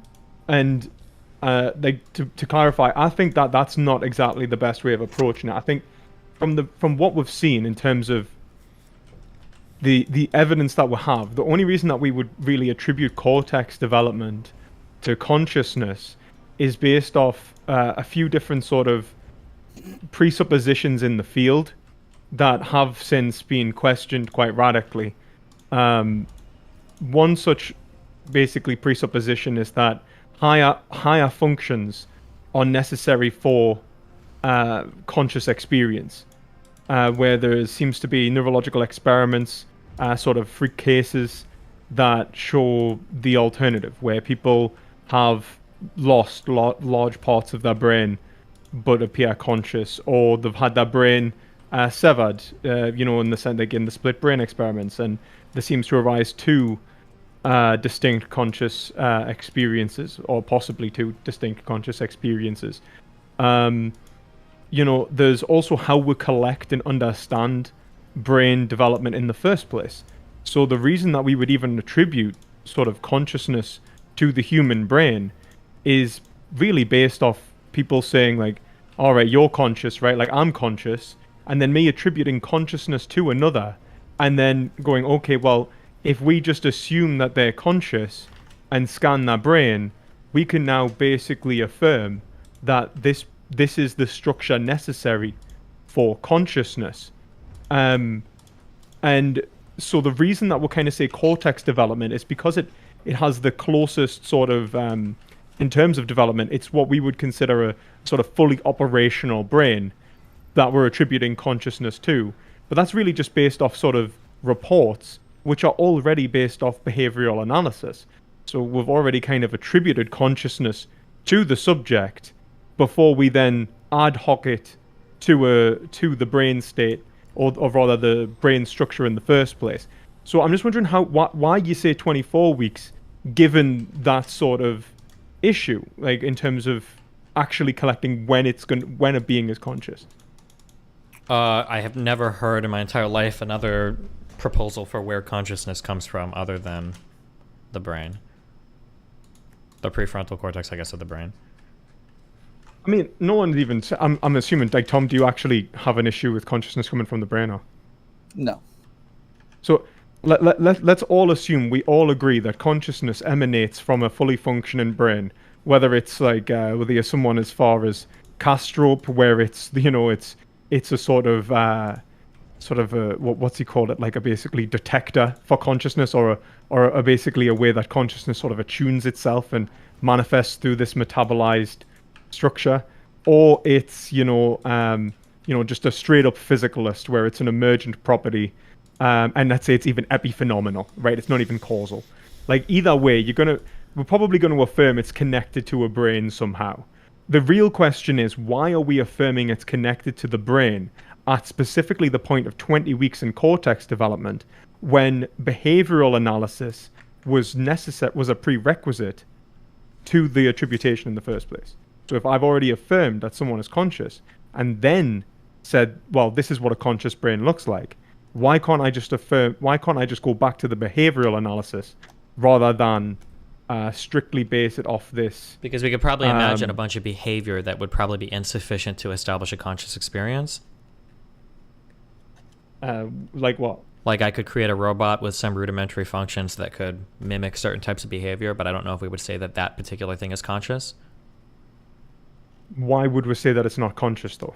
Because the faculty needed to process all of the higher order things, all of the abstract emergent things that are happening in a conscious experience aren't there. It's just a couple of rudimentary processes that are moving a thing from point A to point B. Unless for you that's enough to say it's a conscious thing because it can move something.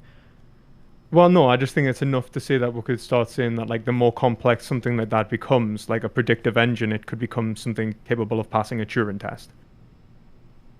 Do you think that all consciousness is the same? Or I don't think a Turing test has anything to do with consciousness. And then just because something is complicated, I don't know if we would say it's conscious. Like we can probably think of a lot of complicated things that aren't conscious. Like a rock rolling down a hill can take a million different potential paths. Or like we can think of a lot of things that are complicated or chaotic that aren't conscious, I would imagine, no?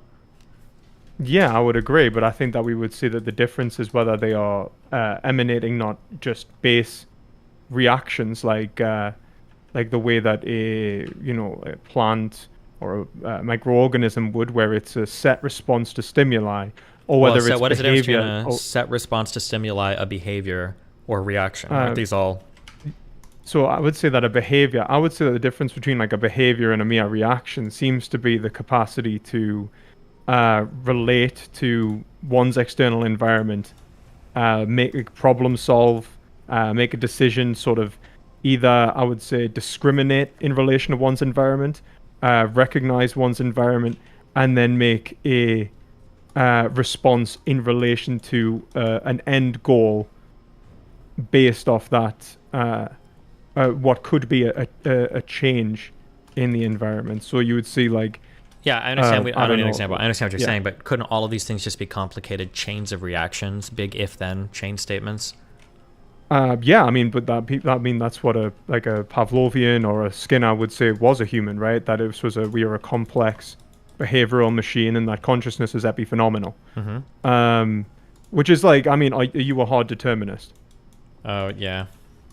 Yeah, and I noticed you brought this up last time in the vegan gains debate, in terms of you said like a dog could just be having a Pavlovian response versus a human having like the semantic understanding, meaning the qualitative response. But if you're a hard determinist, one, I don't know why that would matter, and two, it seems that it seems to be beyond the point. It doesn't, like, the whole point of Father Pavlovian isn't to say that these beings aren't conscious. It's just to say that consciousness as a emergent property would be just essentially a complicated if-then, a sort of pattern recognition system, responding to value structures that were given to it by nature. It seems difficult to build consciousness out of if-then statements, the experience of consciousness out of just if-then statements. Like, how is my experience right now, my meta-reflection of myself, how is that just if-then statements? That seems hard to... Well, I would agree. I mean, I'm not the... I would say I'm not a Pavlovian or like a Skinner in the first place, but I think that what they're essentially arguing is that through the relation of external stimuli. So if it's like for example, like, what about would your experience would you say would be too complex for a sophisticated predictive engine? Let's say something far exceeding ChatGPT, right? Let's say like an order of 100 of something like ChatGPT. Couldn't essentially project an environment and then react to it based off reserving memory and like a memory reserve, a memory bank of like previous responses, and then building up the complexity of those responses into a lived experience, which would, I mean, surely you could imagine that you would have everything from a psychological continuity, that you could have a relationship to environment, that you would learn from that relationship to the environment, that your predictions may I understand what you're manifest saying, but visceral- everything you're yeah. doing is a behavioral analysis. I don't think that, like I said, we can create a sufficiently complicated script on a computer to have behavior, but I don't think people would ever feel like a conscious experience arises from the behavior. I mean, I would agree. I would agree that we would say that we would want to say that language and even behavior itself indicates something other than itself that is sort of a deeper level, which I think you would call a qualia. I just want to know why you would say that a being which is like I'd rather that why we would even say that all of that wouldn't why the qualia wouldn't come from that anyway. Like it's like for you it seems like this is a very physicalist approach. This is like a very behavioralist form of analysis in which there's no like sort of spirit or sort of anything I other guess, than hold on, just to simplify this down, I don't understand. It sounds like you're saying that, like, why can't a bunch of behaviors just be called consciousness? That sounds like the simplified version of what you're saying, right? No, I'm just saying, like, why can't consciousness emerge from behaviors? Like, since we seem to Because basically it just rely doesn't. upon behavior. That doesn't seem to be possible. I can't imagine that without some immaterial thing. Again, I can create rudimentary behaviors with a script that's 30 lines long, but it seems hard to imagine that there's a conscious experience happening there. I don't know what I just think it's sort of like ruling it out in the sense of like we're just saying it's not an intuitive based on the fact that we are having an experience. But if that experience is essentially just like a behavioral, like I'm not an epiphenomenalist. I just want to point out that even if we did say that dogs are pure Pavlovian, that like we go the absolute like hard materialist Pavlovian way of going about things, I'm just wondering why this is like a dog is just this scripted engine with consciousness, because you said they were conscious, I think. Mhm. We just said they didn't have our kind of consciousness. And then you have our kind of consciousness. And I'm just trying to work out what that difference is, how it relates to the structure of the brain, and also cannot be detected through a form of behavioral analysis. Because really, that's what we'll have to say. Because otherwise, Wait, what do we could have to attribute say it- this for? Yeah, what are you attributing it for? Yeah, because otherwise, at 20 weeks, we could say that before 20 weeks, there is significant behaviors that we could start to attribute consciousness to either a non-human or a human level, in your sort of vernacular, and if it's not the behaviors, then the question is why are we even attributing it to these structures in the first place, since our recognition of behaviors is how we recognize consciousness in fully formed adults. Which we've I then don't think we're recognizing used to- behaviors. I think we're also recognizing like the brain structure like functioning, right? Like for instance, the behavior Yeah. of a sleeping person on its face might look similar to the behavior of a dead person. Let's assume we can make the dead person breathe, but we can like hook machines up to a brain and look at like electrical signals and say, oh, it looks like there's activity here, so it's different.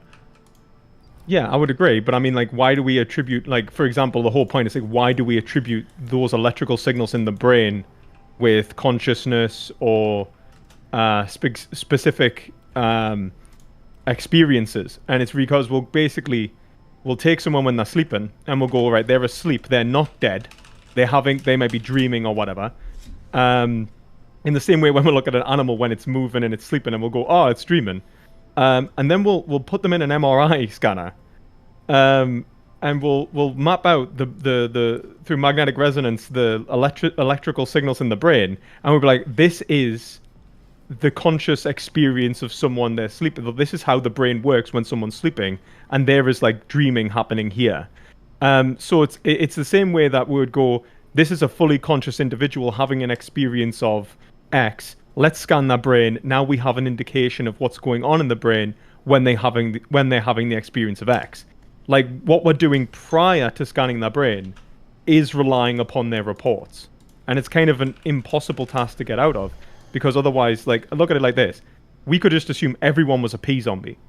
Everyone but yourself is a P zombie, a predictive engine which has evolved complex social behaviors in order to survive. They're willing to tell you they're conscious. You scan their brain, you gain the exact same information. Like, you just have to trust the report. It's because it's basically the hard problem of consciousness.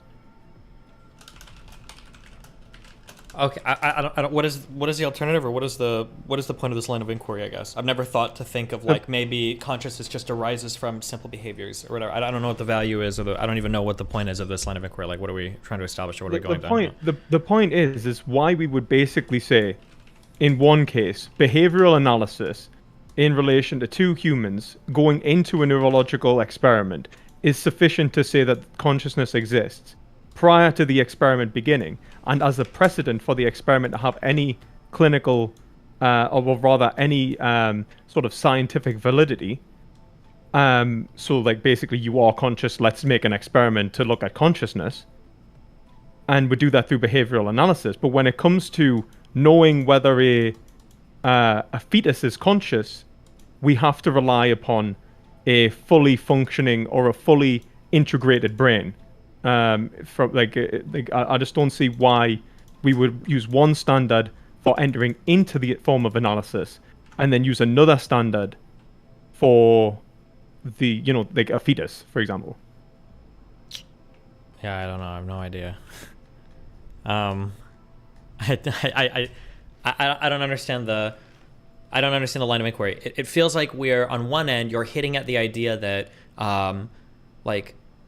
it feels like you're asking me this question. If I see a person in public and they talk like a man, they look like a man, they act like a man, and then you say, isn't it strange that you determine that that person's a man, but at birth you have to see their dick? Isn't that hypocritical? That sounds like what you're saying. Like, for a normal person, I'm assuming they're conscious based on a set of behaviors, but I'm assuming that those behaviors are proxying something happening in the brain. If I were to later find out that the underlying brain things didn't exist, I might feel differently about the behaviors, like they're a doppelganger or a robot or something. But just because I'm able to ascertain whether or not I think somebody's having a conscious experience because I'm using behaviors as a proxy for brain activity, I don't think that that necessarily means that all of consciousness is ad hoc to brain activity, and now when I'm analyzing brain activity in the womb, it's somehow some arbitrary thing and I should be still looking at behaviors. I just don't understand the line of inquiry. I don't understand that. I'm not saying that brain activity is entirely arbitrary.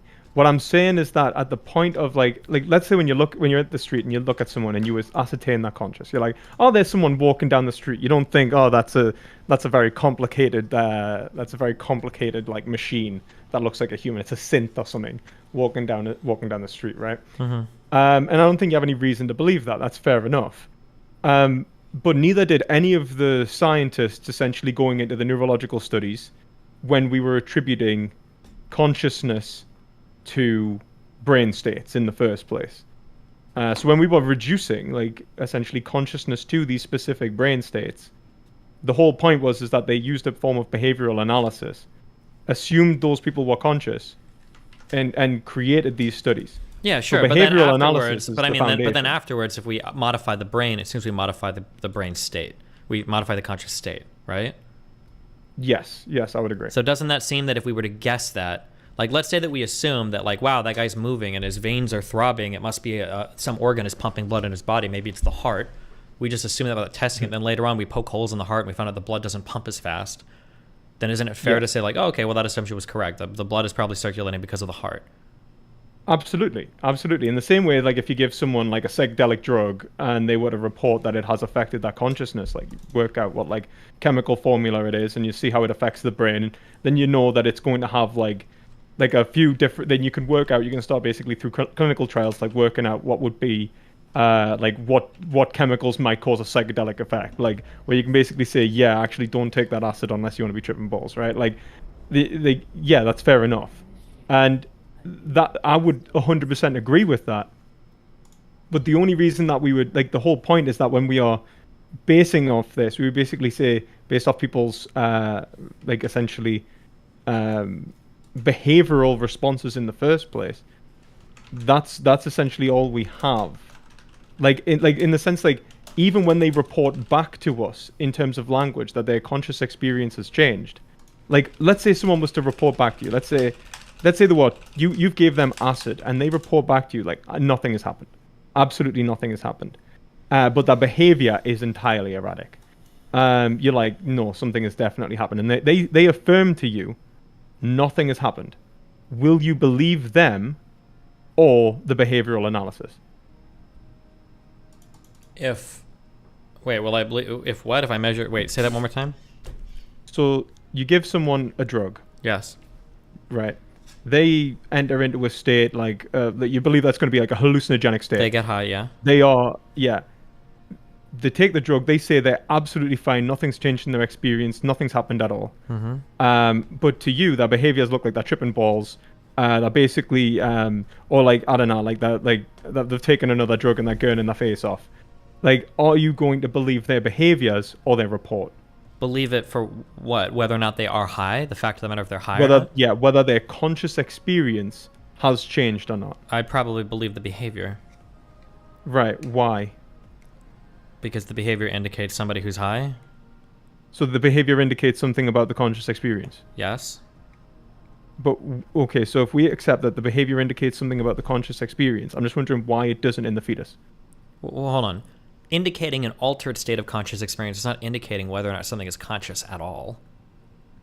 No, but it indicates like a causative effect upon consciousness, where we can say that an external stimuli has had an effect upon a being, and their altered behavior shows that sure, a but the conscious causative experience effect has changed. to do with a drug that is interacting with a part of the brain, right? And I'm looking at a fetus, Yeah. I would be looking at that exact same part of the brain developing, no? But I just don't understand, like look at it like this. The whole point of you saying that the part of the brain is the part that has consciousness is because we first had these reports and we've basically indicated, okay, Wait, people hold on. When who you say have reports, consciousness- we're talking about different things here. Somebody self-reporting whether or not they're high is not relying on a self-report that somebody's conscious, right? I mean, it's the same thing. It's in terms of behavioral analysis or reporting. It does not matter. I don't It think really we does not matter. require We're like somebody reporting to themselves saying, yes, I am conscious. I don't think we rely on that, no? No, in terms of a neurological experiment, we absolutely do. Like, it would be saying, what kind of conscious experience are you having? Or what kind of like, how you neurological feel. experience are you? I'm pretty sure that most of these are going to be measured with just, is it an EEG that you stick the electrodes on the head? I don't think we rely on the person to self-report their... You can't measure a phenomenal experience with an EEG though, mate. Like, if I was to ask you, like what is the experience of red like? You can't give, and you know, she just show someone. Oh, sure, an I understand experience- that. Yeah, I guess I'm just not sure what kind of neurological experience you're talking about, I guess.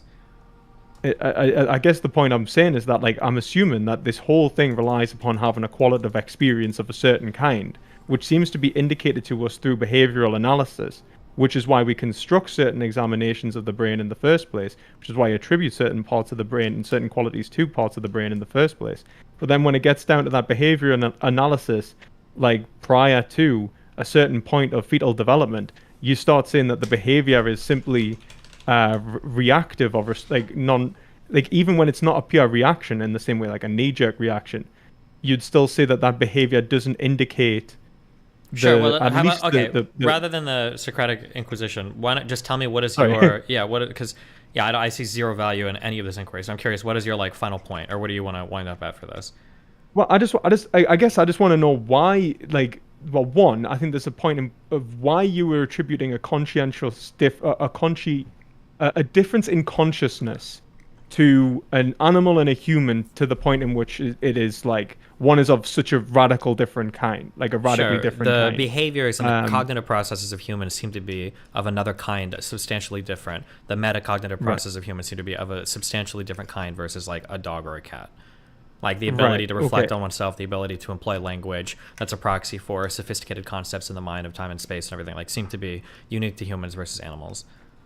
Right, and you're saying that none of that, and specifically none of that is there, like the specific human consciousness is there prior to 20 weeks.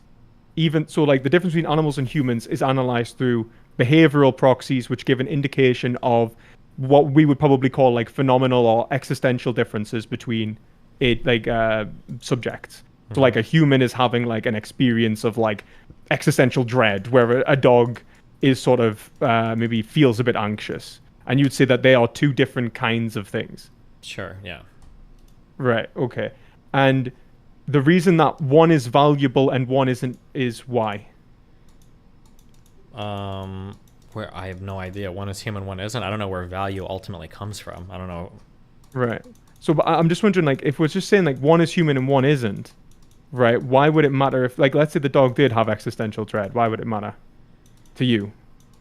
I don't know, because there's probably going to end up being some metacognitive process that allows us to. I don't know. I'd have to think about it a lot. I'm not sure. They don't, so I don't think about it.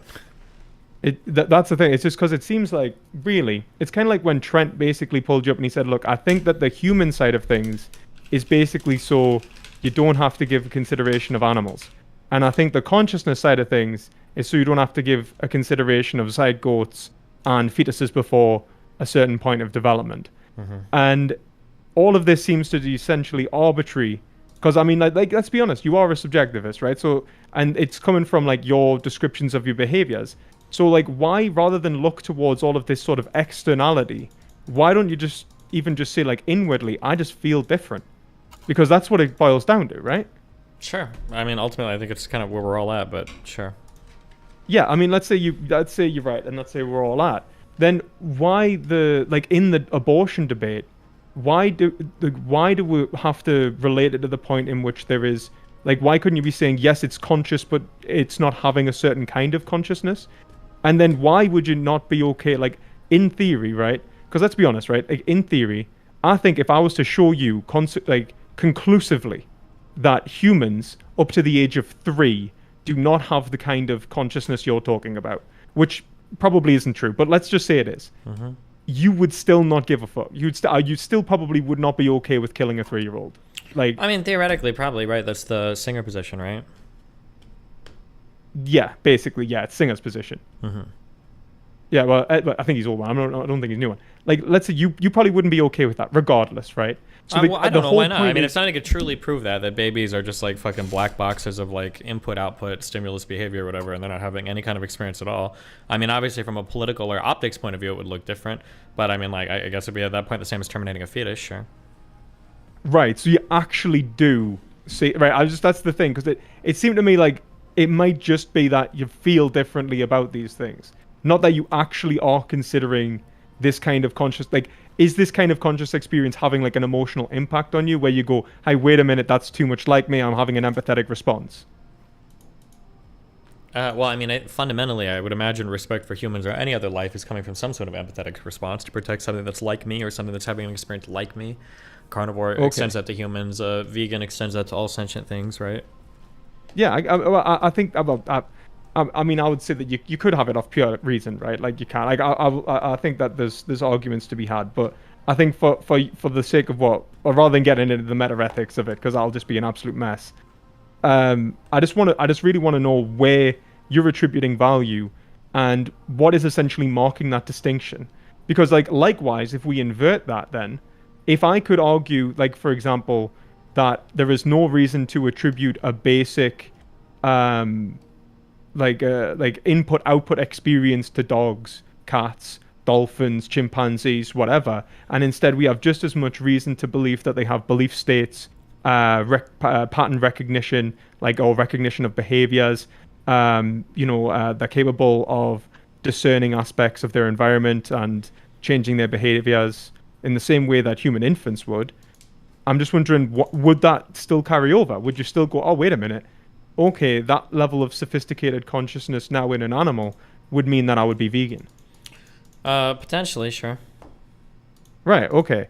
So let's just talk about, well, why would you say that the dog, cat, chicken, pig, whatever, specifically, doesn't have this level of consciousness? They don't exceed, or they don't seem to have any of the proxies that I would use to measure for it, like unable to employ language. They don't seem to be self-reflective. Like, there's just no way for me to see that type of conscious experience that they're having. So you're saying, like, in terms of the consciousness experience they're having, there's no way for you to perceive it, right? How would you perceive the conscious experience of an adult or a human, like an adult human? Well, I mean, I would assume if we have all the same brain structures, that their experience is probably identical to mine. Right. I mean, one, why? And then two... Well, why is because I would imagine the same emergent thing would come from the same underlying structures.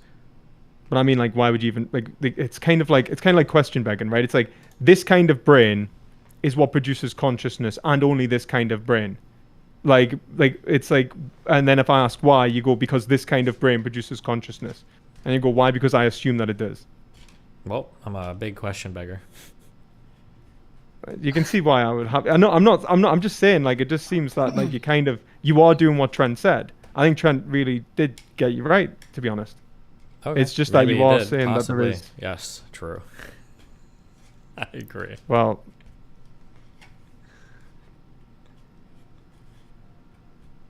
I don't know what to say, man. I mean, this is literally why I say that we just value humans, because I don't think that we can explain why we value human consciousness or anything else like that, except for that it's just human, and we're social animals, so we value other humans. At least the ones around us. We don't value all humans, but the ones What that do you we mean do by that, value, Tom? we want everybody else to value them. Huh? What kind of humans don't you value, Tom? I don't value any of the ones that I don't know. Yikes. But I value my family and my friends, and I want everybody else to value them and the government to value them and give them rights so that they can continue to exist. I'm a little confused, though, perspective philosophy. You're saying that you're not an epiphenomenalist, but it sounds like you're making an epiphenomenal argument where it's like intelligence, consciousness, memory determined by qualia. But if that's not what you believe, what do you believe then? I'm actually a Catholic. So you believe in a soul? I believe in a soul. Yeah, I mean, I'm an Aristotelian, so I'd say that the unifying principle of a human being, or sentient being, a sentient creature, is they're having a psyche. So, like, your psychological experience is part of what it means to essentially have a unified experience of your environment. Like for example, I don't see a reason to distinguish between a human consciousness and an animal consciousness in terms of basic awareness, like qualia, like Destiny said. I don't see a reason why we would do that. We might have different ways of engaging with the environment, like Thomas Nagel's point, like, I don't know what it's like to be a bat. But that doesn't mean that I don't think that the bat doesn't have a conscious experience that's analogous to the conscious experience of a dolphin, a chicken, a pig, a human.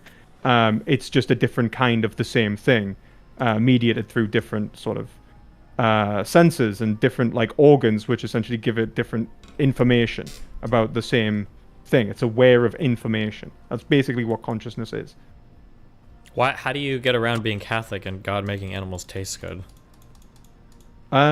Because he also allows us to be tempted and tells us that we shouldn't be bad boys.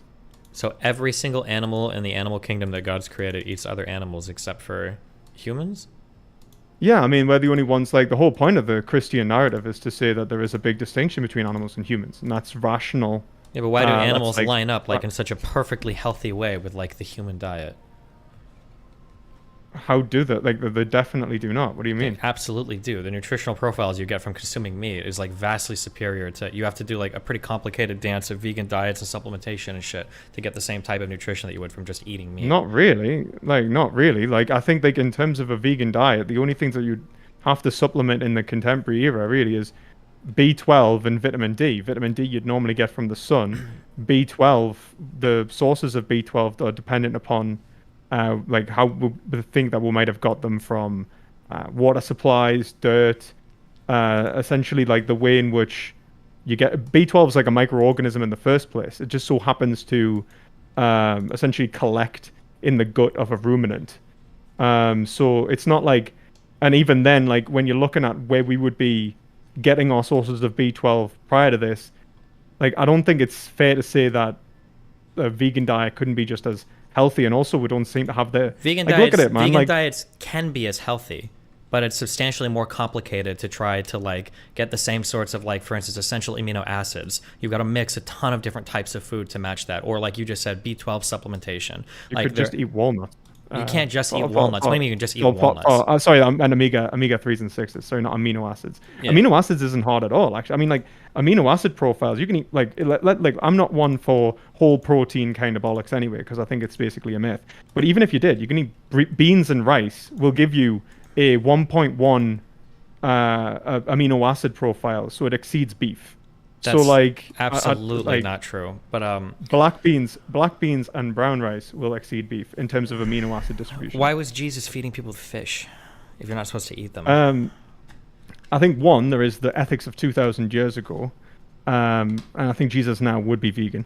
And two, I would say that there is the there's loads of stuff. I mean, there's like depending on how you understand what was going on in the Bible, like Jesus never said anything about slavery. Yet most Christians would say slavery was wrong, wouldn't we?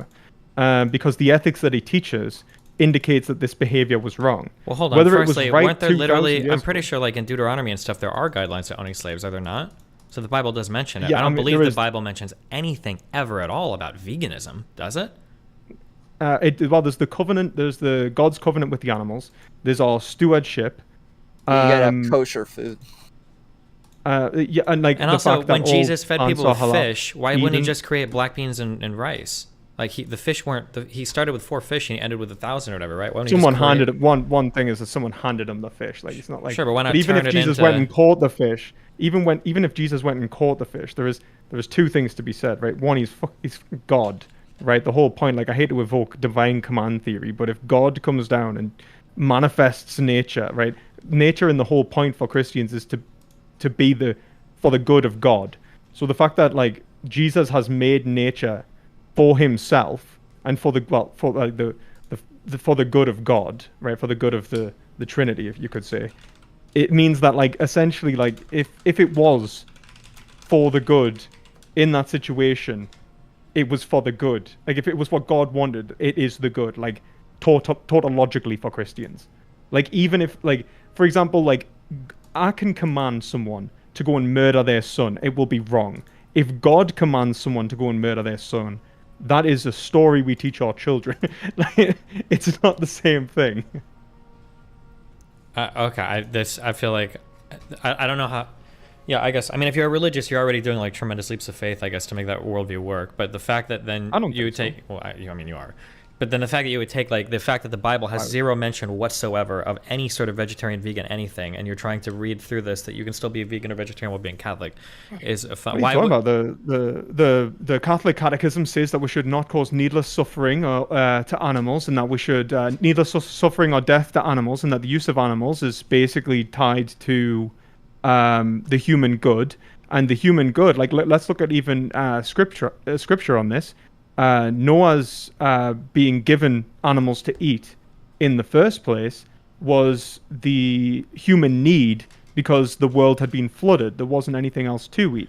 And even how you interpret that, it might be even more limited, that only certain things like eggs and stuff were actually meant to be consumed at that point. But it depends upon translation. So like the way in which scripture works in towards animals, like animals have been made with a manifest end goal, which we could see through a consideration of natural law. They have a telos, and God said that is good, and he gave us the role to consider that good in our day-to-day lives. So like, don't pollute rivers, don't fucking destroy the rainforest and the ocean and that. It's the only reason that we're in this situation is because essentially like the Protestant reformers, many like interpret it very harshly in the first place with the cultural mandate, but it sort of got polluted over time. It got like diluted over time, where like it's just Why, do what the fuck you why want would in the nature Pope for not human just come good. out and make a statement on this, and then clear it all up? Well, then? I mean, like I don't think I'm not saying that I'm the standard doctrine in terms of Catholicism. I'd say I'm heterodoxical. I'm not the norm. I don't think the average Catholic is going to affirm. Hold on, wait. I might be a veganism, but I total think- idiot. Can you be a heterodox Catholic? Yeah. What does that mean? So, like, do you not believe It that just when the means that, Pope like- is making statements on matters of biblical scholarship or matters of like divine command or whatever, that the Pope is not infallible? Or Well, it's not to say that there's how we understand the infallibility of the Pope, but also there's basically what makes you a Catholic is your affirmation is like 4 pillars of Catholicism. There's like the creed, there's the Our Father, there's the I'm trying to remember them off the top of my head now. There's the creed, there's the Our Father, fake Catholic. Oh shit, that's just like totally evading us. Creed, the Our Father. faith, There's, sacraments, life in Christ, and prayer. Yeah, sacraments, and yeah, basically. And as long as you affirm all of those in the same way, that would be like for example, you affirm like the Catholic Trinity, the Apostolic Creed, you affirm, the sacraments, and you affirm these sort of basic structures, then you're a Catholic. And then there's a wide variety. There's huge amounts of debate within the Catholic Church. I mean, it's a huge, huge religion. There was remember, like, there's the scholastics were like some of the largest like debate bros in the fucking world ever. Like there's like whole manuals on how to debate. So like we can have our own ideas. So you do believe in like evolution, though, right? Yeah, 100% believe in evolution. Yeah, I'm not a fucking idiot. Yeah. Do you deny that like we? Wait, what our is it? Hold on, bodies wait. are like made to eat meat? Yeah, wait, what is throughout this? evolution? Genesis 9:3. Okay, I'm just reading Bible verses now. Every moving thing that liveth shall be meat for you, even as the green herb have I given you all things. Every moving thing, yeah. That's the story of Noah, which I brought up before, which was essentially contextual to the specific point in which he was. Why would he give him animals to eat if that's unethical? Can't God just make more vegetables? God, like, I think like when we're talking about, you could basically say this with the problem of evil in general. Like, why doesn't God just solve all of the fucking problems in the world? Like, there are certain things which are morally acceptable in certain circumstances, which God has outlined, and then there are things which are not. Hold and on, remember, wait, I'm a real Catholic. quick on that. I think Is there any other example where God has like put forth, just like told somebody to go commit sin? Well, yeah. I mean, he said, like, for example, we would normally outline that you shouldn't go to war. God has commanded war. Wait, but aren't those wars righteously justified? Are you talking about like the Israelites and shit, or where, like, which? Yeah, but in the same way that the killing of animals, right, in this situation is righteously justified. Well, how is it justified when God could just provide you with vegetables? Like, that's different in war. Well, why is it justified when God could have just not made those people? Like, what are you talking about? Like, because my understanding is that sin on the planet comes from humans turning their back on God, essentially. That you ate the apple, you got the knowledge, and now humans make choices on the planet where they turn their back from God, and that's where the sin cometh from. But that's different than God just giving you something and saying, go sin. There's a difference between like one man raping a woman and God giving you a Playboy magazine. If God gives you a Playboy, and I would say, well, why would God give you a Playboy? Isn't masturbation sinful? And then for you to say, well, don't men rape women? Like, that's sinful too, right? Well, that's different. In one, you've got two humans making poor decisions, which is where evil comes from. But then in the other, the source of the evil is God itself. That doesn't make any sense to me from a Catholic point of view. But I'm not saying that. I'm saying that in one instance it's a sin, in one instance it's not, and that's based on contexts which God has outlined, which is. But you haven't given me the context of why God wouldn't just give him corn. Well, it's like the same reason why God just doesn't intervene divinely and give the Jews Israel.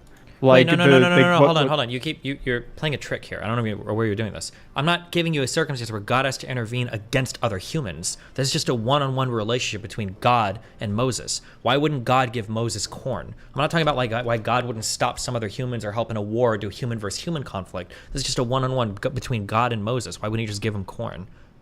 But what I don't understand is if we're talking about essentially what is a supernatural intervention, right? Like, God can intervene and do whatever the fuck he wants, right? That's the whole point, right? Yeah. He can manifest nature in any way, shape, or form that would as to conform with his will. Then the whole point is that there must be a reason he's not intervening here. Now, I'm saying that he's not intervening for the same reason, which is human free will. Essentially. Hold on, no, wait. You're obfuscating so much. No, this isn't about human free will or intervention. God could have given Moses corn, right? Why would he just not give Moses corn? This isn't about like Moses surviving in the wilderness or whatever. This is just things that God could give Moses. Why couldn't he just give him a ton of vegetables? I think, I hope you understand that I don't think this is literal. Like, I'm not a fundamentalist. I don't think the Bible is literal. I think this is allegory. Okay, well, hold on. If it's allegorical, that hurts your argument even more, because in an allegory, would it not make more sense for God to give him vegetables to show the goodness in eating from the lands and having a kind dominion over animals? God provided Moses with two of every animal so that mankind got a peaceful dominion over animal and then gave him vegetable to eat from?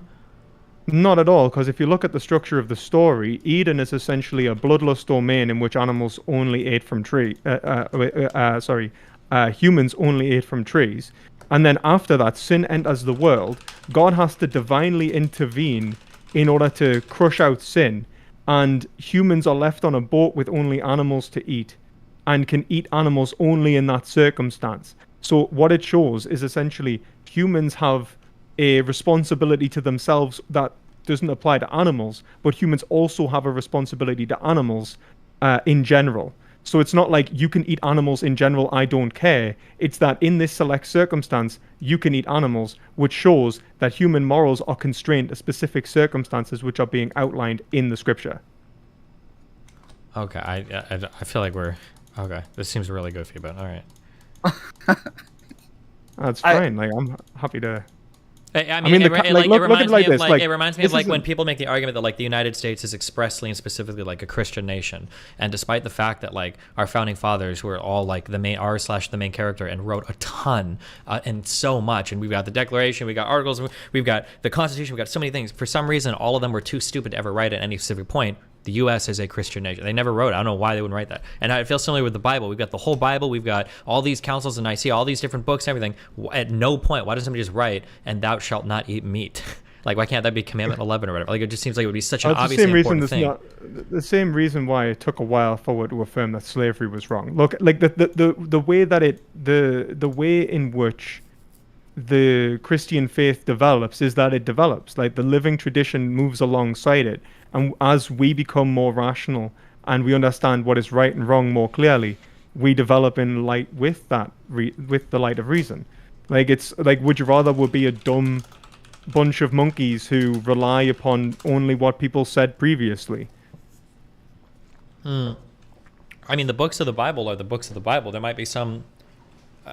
I mean, we might reinterpret to make it fit our modern day life, but not eating animals is a pretty big thing. If that was supposed to be like in the original patch So's not having slaves. So's not having slaves, yet it wasn't like written, don't have slaves. I feel like slavery was something that was explicitly allowed in the Old Testament. Were there guidelines for treating slaves? Am I wrong about that? Yeah, but one of the biggest points is to say that like slavery would be wrong according to most Christians now against Christianity. Like, in terms of how we understand Christianity, we'd say that Christian ethics forbids having slaves. Okay. And you know, in relation to the America being Christian, kind of. I mean, there was like America, like the whole point is that the founding fathers were liberals, right? Let's be frank. Well, mostly liberals, but they were liberal Christians. They believed that you had to come to Christ through your own reason, and so relied upon the reasoning of everyone. So they couldn't command someone be a Christian for one. The liberal doctrine that they affirmed does rely upon a creator God. You know, we what is it that we take these rights to be self-evident, you know, as given by a creator God. So it's not like as if like your country wasn't essentially the product of a Christian form of development. It was just that that they were rational enough to see that a Christian nationalism is an oxymoron. That it's like you're forcing someone to try and accept God into their hearts, Christ in their hearts, which is actually un-Christian. So I would say that, like, you know, your nation was and is a Christian nation in custom, in constitution, but not in terms of command. I think that would be fucking moronic. Gotcha. But yeah. So I mean, yeah. I mean, I wanted to kind of take this back because I Destiny, I assume you don't actually think that you are begging the question, and that you do still have a reason for why you would value human consciousness, right? Yeah, I think human consciousness of a kind, but I mean, like, it's at some point, if we go fundamental enough, it's going to be question begging, probably, right? But I mean, I would argue that all things are at some fundamental level. So, wouldn't that mean that you are just valuing humans then, though? Like, if that's the case, like you just... that we do just happen to value humans. Sure, but if we get down to some really fundamental level, like, why do you value humans? Why do you value why do you value happiness over suffering? Why do you value long life over short life? Why do you value fulfillment over, like, I mean, at some point it's going to get incredibly arbitrary. Like, I'm not going to have a good reason for any of this. It's just going to be almost like axiomatic. And I'm just going to appeal to, like, the common feelings of, like, every other human, basically. Like, to say it's axiomatic implies a rationality that's not present, right? Like, you're saying that's self-evident, right? Or that it's rational to be presumed. But really, you're saying it's arbitrary, right? You're just saying that it comes from your passions. Like, that's all you're saying. Like, it's emotional. Sure. You just feel a certain way. But I just don't see why you even go into these debates, man. Why are you even going into these debates, telling the people how you feel? Like, I feel this way about abortion. Why? Because I like to think of consciousness in this way. Why do you think of it this way? Because I feel this emotion about it.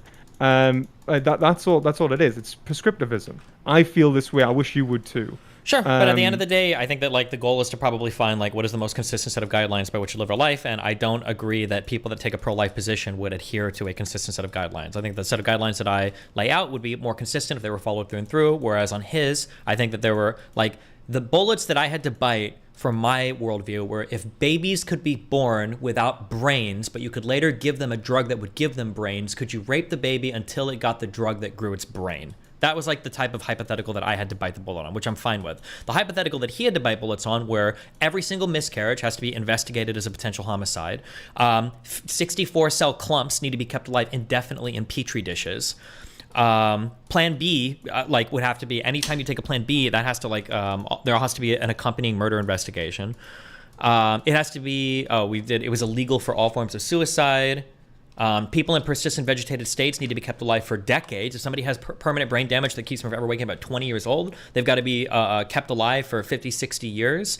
Yeah, I think that I feel like the system of prescriptions that I'm making, we're going to be a lot more consistent than the system of prescriptions that he would have. I would have been totally completely misrepresented Trent. I think you've totally misrepresented Trent there, because I think Trent was fair enough to say that he would value like all forms of human life, but in terms of investigating every instance of a miscarriage, it's fine for, he even indicated that it depends upon things like resource distribution, reasonable these are cop-outs. Reasonable suspicion. Yeah. These are all cop-outs. These are all cop-outs. These are all cop-outs. How is that a cop-out? Like, because everything you're saying applies to every single homicide investigation, obviously. Yes, it does. But giving these types of qualifiers is because he's trying to cop out from the obvious optics of it looking really bad, that if a woman has a miscarriage at 3 weeks, which is obviously like a traumatic and unfortunate thing, that there probably needs to be at least some light investigation accompanying that to make sure that she wasn't conducting herself in a way that was causing the miscarriage.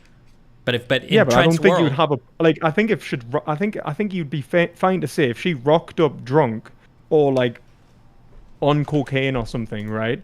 And you had visible reasons to believe, like you had a reasonable suspicion, then an investigation would take place. But what he was saying is that essentially, that in this situation, that it's not reasonable to investigate every single miscarriage, because we don't have reason to believe that these women are not just miscarrying, because it is a dangerous time for developing humans, right? Sure, and there are sometimes there's a thing called SIDS, sudden infant death syndrome, right? Sometimes for reasons that I don't think we've figured out yet, sometimes babies just die. It's incredibly tragic and it happens, but I'm pretty sure you would say that all of those are probably worth some light investigation as well, correct?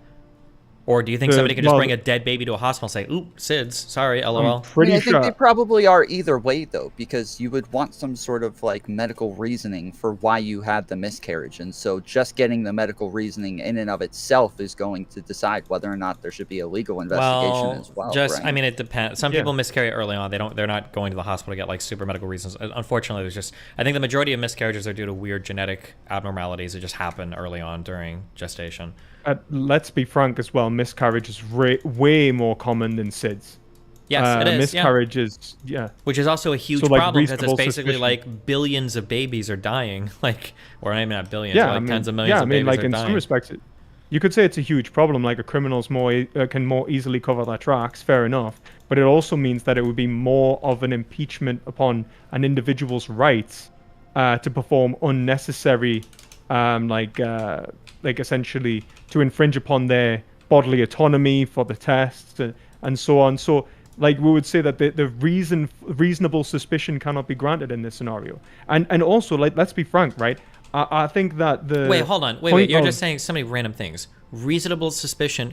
Every time you say something like this, I feel like intuitively what you're striking at is you actually don't see the 64 cells as a baby, because none of these other statements would apply if we were talking about like an 8-month fetus or an actual born child. They're like, ooh, it's really inconvenient to investigate, or ooh, are we going to assume that they did something bad to the baby? If it was a born child, the answer would be yes, 11 out of 10 times. But because it's a fetus, you're like, oh, really? I feel like you're intuitively hitting at the same point that a pro-choicer does. Not at all. Not at all. What I'm saying, one, I believe in soul starts at the point of sentience, right? I'm a sentientist. We've been through this. But two, in relation to Trent's position, which I'm sort of standing here, it's the fact that there is the reasonable suspicion in relation to what is a highly risky, highly probabilistic explanation is like, it has to be considered. Like, we'll have to consider that, okay, is someone reasonably likely to have deliberately terminated this pregnancy, or in fact going through a highly traumatic event right now? And does this justify us impeaching or imposing or trespassing on their rights to perform an intensive investigation, which is likely going to prove, or at least, 99 times out of 100, going to prove that it is actually just a miscarriage? And that's even if we could prove it in the first place. So you just wouldn't investigate? You don't think it's worth investigating to see people are murdering babies? Because some people might be uncomfortable with the investigation? I don't think that's... No, I think that what I've said is that I would be wanting reasonable suspicion. Like reasonable suspicion, where it's like, okay, why do we believe this isn't an ordinary miscarriage? So a woman goes into a hospital and she's like a little bit intoxicated and she's having severe stomach cramps, and then she finds out that she wasn't pregnant and she miscarried. Are we getting like a manslaughter charge here, or if she finds out she wasn't pregnant and she miscarried, or find out she was pregnant and she miscarried? Yeah, if she was unaware that she was pregnant, I don't think that anyone is going to be wanting to charge them. Why? Because like for the same reason that if you knock someone over in a car on a road because you didn't see them round the corner and you had no way to see them round the corner or no reason to predict that they were going to be there, and you're following all the rules of the road, you're not getting a manslaughter charge. Because I'm almost positive you almost are always getting a manslaughter charge, because they'll say you were driving too fast for conditions, or you didn't have your headlights on, or something else. Right? No, I'm saying let's just assume you are driving at a reasonable speed. You had your headlights on. Yep. But you couldn't see them, right? There was no way you saw them. Like they walked in front of the car. Like whatever, it happens, right? Accidents happen. That's the same thing. I think it would depend on the exact circumstances. Like I can imagine in some cases where you're correct, but for the woman, like the woman is being negligent because she's had sex, so it's possible that she could be pregnant, right? Like there's a reasonable chance that you could be pregnant if you're having sex. Yes, I mean, if you were to say like, was the woman on birth control and stuff like that? Even if you're on birth control, we're talking about. Remember, this is your position. We're talking about. It's not my position. This is Trent's position. This is Trent's position. We're talking about murdering babies or killing babies, right? And in all those involuntary manslaughter charges that you're bringing up, you better believe there's a full investigation every time. You wouldn't be able to just tell the police, "Oh my God, the guy just popped out. I didn't see him," and they wouldn't go, "Oh, okay, that's chill. We're not going to investigate. That's fine." Like there's going to be a full investigation every single time. I think if we're talking, but the whole point is that if we're talking at like the rates and like, what do you think our infant mortality rate would have to be to match the rate of miscarriages in like just generally? Like it would. I've seen anywhere from 15 to 50% of pregnancies miscarry, depending on the numbers. Yeah, like there's a huge difference. Like we not only do pragmatically can we afford to put these resources in, but we have a much greater reason to believe that there was essentially foul play, and that's even with SIDS. Yeah, I don't disagree. I'm just saying that if you truly believe these are real babies dying, then we need to treat it with the gravity of a real baby dying. Every crime is serious, but reasonable suspicion is applied in every single case. And I don't think that you're not giving the same gravity. Yeah, but I'm just saying that like all deaths aren't investigated. Yeah, I know, but I'm just saying that like of all the grand total of all the things happening in the universe right now, a pro-lifer's number one thing shouldn't even be to stop abortions. It should probably be to find ways to combat miscarriages. That should be like the most important thing, because that is the greatest loss of life that's happening on the planet right now. It's not genocide, it's not abortion, it's miscarriages. And then I've seen up to 40% of miscarriages could be prevented as well. That people involved in like heavy lifting, some sort of alcoholic consumption, because just things that women do, I think even staying up late was a predictor, things that women do because they just don't know they're pregnant, and the very early stages of pregnancy can be predictive of miscarriages. But that should be like the number one you can't health even issue. You can't even detect pregnancy. There's a really easy way to detect pregnancy, and that's if a dick has been inside of you and is ejaculating. If you know that's happening, then there are probably some not with precautions. birth control. Like that's the sure, thing. Like, even with birth control, it eliminates 99.9%. 99. What if I told you that you were engaged in an accident? There's a 0.1% chance of murdering a child? Do you think you'd just be like blasé about it? No, but like, You're we'll laughing see, because like, it's funny, what but do I you think agree the it is race to- funny. But it is funny because you don't really consider that fetus to be a baby the same way. Because if this is a baby, then you would be treating it as the gravity situation. But it's funny because like it's a fucking 2-cell petri dish fetus. Of course it's funny, which I agree it is funny, but. I think that it's not even just that. Like, look at it like this. Like, if I was to go and drive a car on the road, there is a certain percentage that I'm going to be in a serious accident, or even just an accident, and I should take all of those accidents seriously. But that wouldn't stop me driving a car because we'd say that there's reasonable risk. Now, I'm not one of those people that's going to say that sex should only be for reproduction. I don't think that's the case. Maybe that, you know, Trent or some other Catholic is going to actually affirm that sex only has the purpose of reproduction. I think that it has more than the purpose of reproduction. I think pleasure and I think, well, specifically love is essentially the overall, the unity of two people in terms of their desires. I think that's a lovely thing. I don't know why we'd want to get rid of that, right? Now, let's take that you've got someone on contraceptive. They're engaging in this action. There's very, very small chance to believe that they're actually going to be impregnated. They don't realize that they're pregnant until after the miscarriage. I think that that we could say that this person did not have any of the prerequisites necessary for committing a crime. Something like the guilty mind, like mens rea. Were they intentionally or committing this action that was like essentially hold on. Mens rea doesn't mean that you intended to harm somebody. The mens rea could just be that you were being reckless, right? Like the mens rea for involuntary manslaughter is not I was trying to kill somebody and it happened lightly, right? It could just be you're engaged in a negligent behavior. Yes. So are you saying that all like under Trent's view, you're saying that all sex with protection would still be reckless if you want taking high precautions, or taking precautions. Yeah. Right. Because you're in like you're in like murder baby mode essentially. Yeah. You might kill a child. Right. That's a really big deal, I think. Do you think I feel like that. I feel like killing children is a really big deal. Yeah. I mean, I would agree killing children is a really big deal. I just don't know whether they would affirm that this is because it is the percentage, right? It depends on it depends on what protection you're using. Like if you're using the pull-out method, then yeah, I think most people are going to say lock them the fuck up. You know, your pull-out game was too weak, you're going to jail. But I think the alternative is also that they were using like a highly effective form of contraception. Let's say even multiple forms of contraception, and yet there is this freak accident.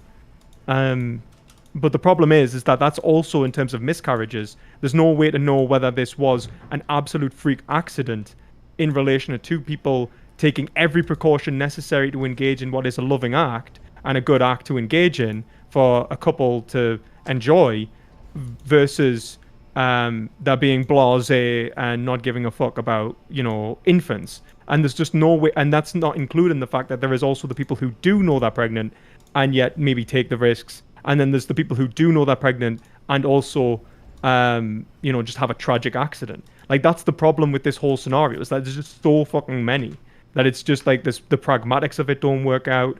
And even the reasonable suspicion is going to be you're going to have some sort of tangible like you've done something fucking dodgy for me to be willing to investigate. It's like look when an old person dies. We don't make sure that they weren't smothered every fucking time, right? Or like someone like you know didn't slip them a pill.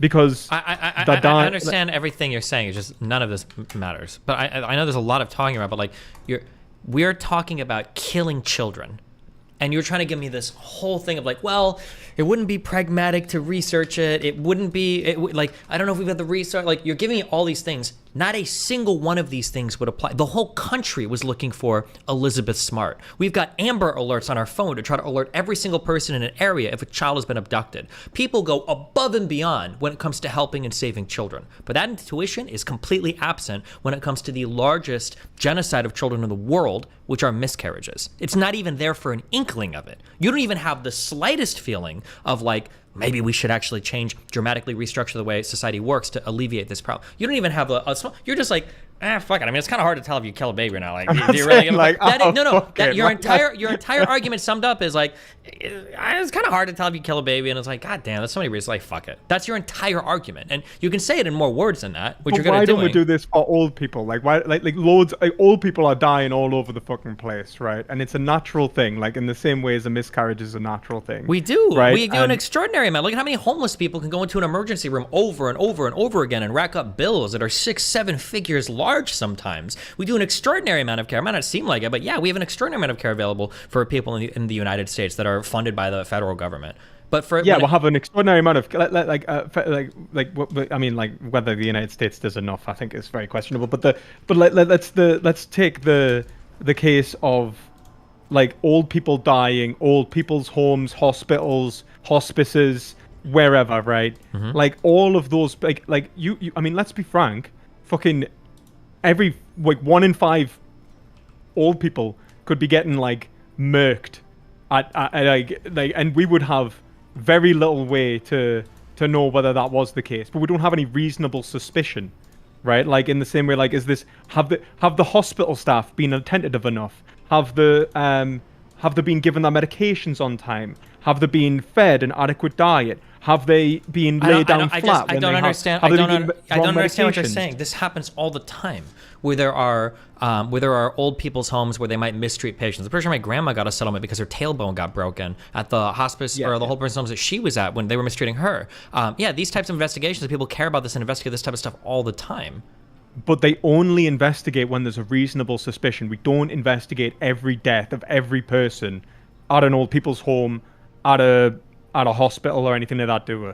No, like, but that's even though usually, we would all consider it incredibly serious by your own standard. Yeah, but that's because the cause of death. Serious. Once people are at that stage in life, the cause of death is usually like they're at the same stage, inverted, a miscarriage is the most likely cause of death, and so it's the same reasoning. Then let's say that is the same reasoning. Then why do you care about an abortion at like 6 weeks, 8 weeks? It was almost likely to die anyway. Is an abortion actually bad at this point then? There's a very big difference between it happening because of a natural cause and me causing it to happen. Like Hurricane Katrina annihilating New Orleans, tragic. Wish it didn't happen. Maybe we could have done something about it. Not, I'm gonna drop a nuke and just fucking flood New Orleans. Like, there's a big fucking difference there. I don't know if there is. If you're telling me that like you'd assume that it's gonna die anyway. Because that seems like what you're saying for like a fetus. The assumption is you're probably going to miscarry. Probably you just want to nuke Florida. You're just wanting to nuke Florida. I can see it. I can feel it in your voice. Like it's like, come on, man. Of course, there's a big difference there. It's not that it's going to die anyway. If there's such an assumption of a fetus that there's a decent chance of it miscarrying anyway, who cares if someone has an abortion? There's a decent chance that there's going to be a Category 4 or 5 hurricane hit Florida at some point. It doesn't mean that we should be trying to hurry the process along. Correct, but on the contrary, what happens when those hurricanes happen? People take every single precaution. We don't just say, nobody would say, Cat 4 hurricane? Some people are probably going to die, good luck. No, FEMA comes in, people evacuate cities, people get food in advance, people do everything they can to preserve life. 100%. You go to an emergency room, you but say, in your world, I need progesterone. In your world, a Cat 4 hurricane comes by and you're like, half are probably going to die anyway, good luck. Keep working. I think I don't think that this makes sense, right? Because I think that, look, we're saying that these are highly risky scenarios, right? And we'll not investigate every single scenario. That doesn't translate to fuck it, kill them anyway. I don't see how that. I don't see how that follows. Because it sounds to me like you're basically, if you're at a point where you expect most of them to die, and if it does die, most of the time we're not even going to investigate because they're probably going to die anyway, then you've essentially fabricated the right of like, if people want to kill it that early, like, who cares? Most of them are going to die anyway. We're not going to bother investigating most of it. Like, why not? It feels like that's essentially the world that you've constructed. Well, that's the same thing as old people. Like, if fuck it, if we're not going to kill them at that point anyway, like, who's going to, like, no, we're like, if we have reasonable suspicion, we're going to investigate because it's wrong. It's just that, unfortunately, nature's a bit of a bitch at times. We don't treat old people that way, though. I don't know why you keep saying that. We do everything we can to preserve the life of those older people. Cause of death is generally known. If an old person goes into an old person's house and they die in 3 days, nobody's just saying like, old person, they died. There'd probably be an investigation there. Well, yeah. Well, I mean, like, if you mean like if there was like there will only be an investigation if there wasn't reason to believe they died of a natural cause in a natural way. Like that's why we would say the circumstances are not suspicious, and then there's no investigation, right? Like, yeah, but there's probably some sort of like post-mortem done or something generally. I don't think so. Like, I think there's a cause of death that's attributed, but like, I don't think that given like full autopsies. Not to like every a old full person. autopsy, but you'll know. Like if somebody has Alzheimer's disease and develops like pneumonia and starts dying from complications of that, you're not going to cut into them. But like the whole like thing is kind of laid out. Yeah. So if someone has so if there's a miscarriage and it's a really high likelihood, in the same way that there were like a 70 or 8, well, like an 89-year-old gets pneumonia or she's been coughing for 3 days and then falls down dead. It's like, yeah, she could have, like, it's very possible someone came in with a fucking pillow and Yeah, but if smothered somebody her. falls down Like- dead in a house, you would investigate that. Same way if somebody comes in with a miscarriage, you should probably also investigate that as well, I think.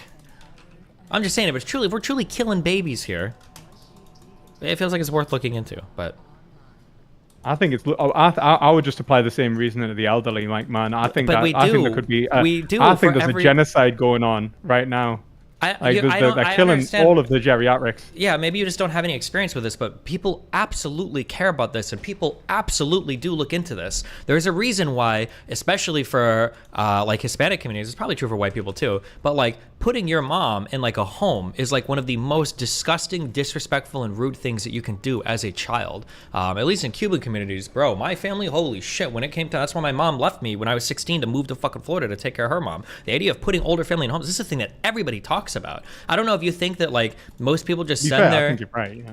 yeah, so I don't know where you come to this thing like, oh, like, well, when we start taking older people dying seriously, like people do take older people dying seriously. It's a really serious thing. It's not blasé at all. I agree, but from this standard, do you think that, like, from your standard, which is essentially like, if we were to consider this a human, like in terms of the miscarriage, we should be doing a full investigation simply because this is a negative scenario? Why wouldn't we do that with old people? Like, in every time an old person dies, full autopsy. Because you have the no, fucking you're not you can obfuscate as much as you want. I know it's funny to obfuscate, but you're only obfuscating. We don't do it with old people because they're already in a medical environment where they've got a medical history, and the cause of death is more often than not known. If you want to make this an accurate comparison, stop comparing to old people in homes, compare it to an old person dying at their house and then police being called or 911 coming and finding a body, because that's what a miscarriage is. Miscarriages don't often happen where you're in a hospital in a monitored environment, doctors keep it happening, and then you have a miscarriage, right? If you want to talk about like a miscarriage in a hospital, that's a more equivalent comparison here. But right now we're talking about a dead baby is brought from a house to a hospital, and every time there's going to be an investigation. That's what a miscarriage is to you. If you're in the pro-life position, or to Trent, a dead baby is brought from a house to a hospital.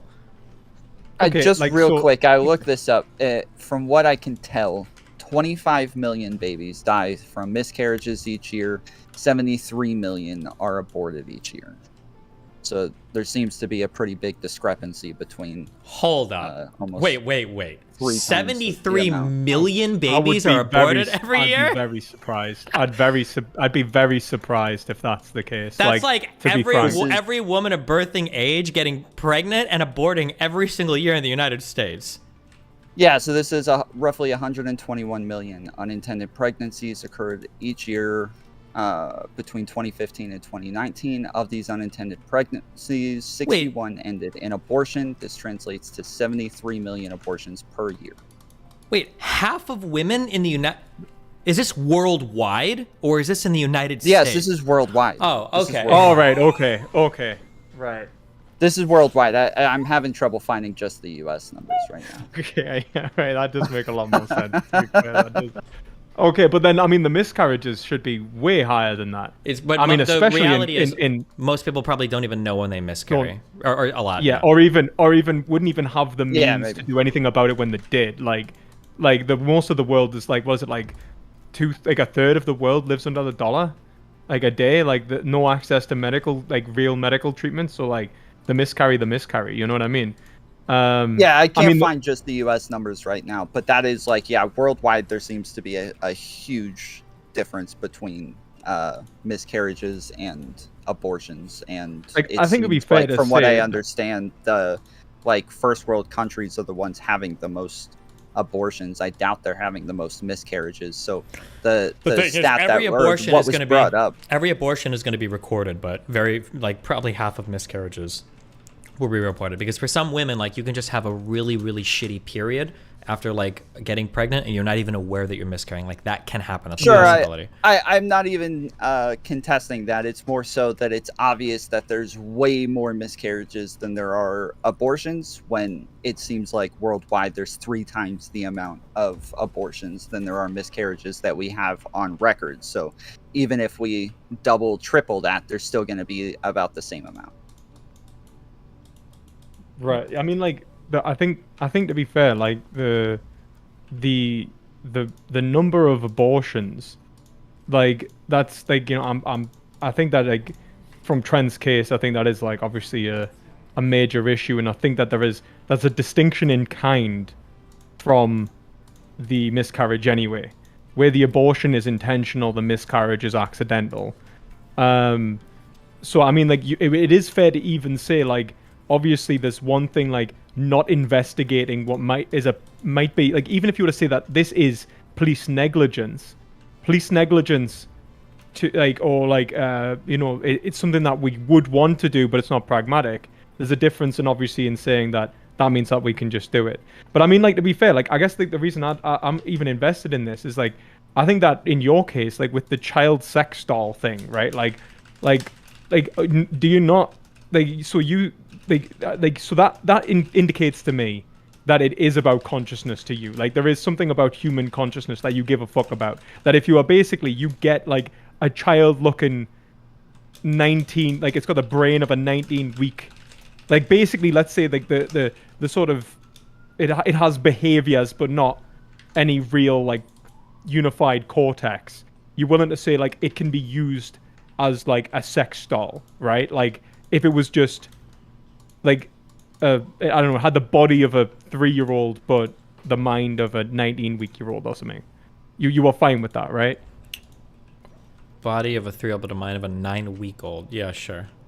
Yeah, like, well, 19-week or whatever, like, 19 before, weeks, yeah, sure. like, yeah, so it just why? like surely even extrinsically, man, you would be like, that's just going to propagate a lot of horrible fucking human beings, right? Like yeah, there's but going to that's be a people totally different that, thing. My position on animal torture would be the same. That, like, people that Right, torture okay. animals are more often than not going to be horrible human beings. It's probably a really big predictor Right. of it.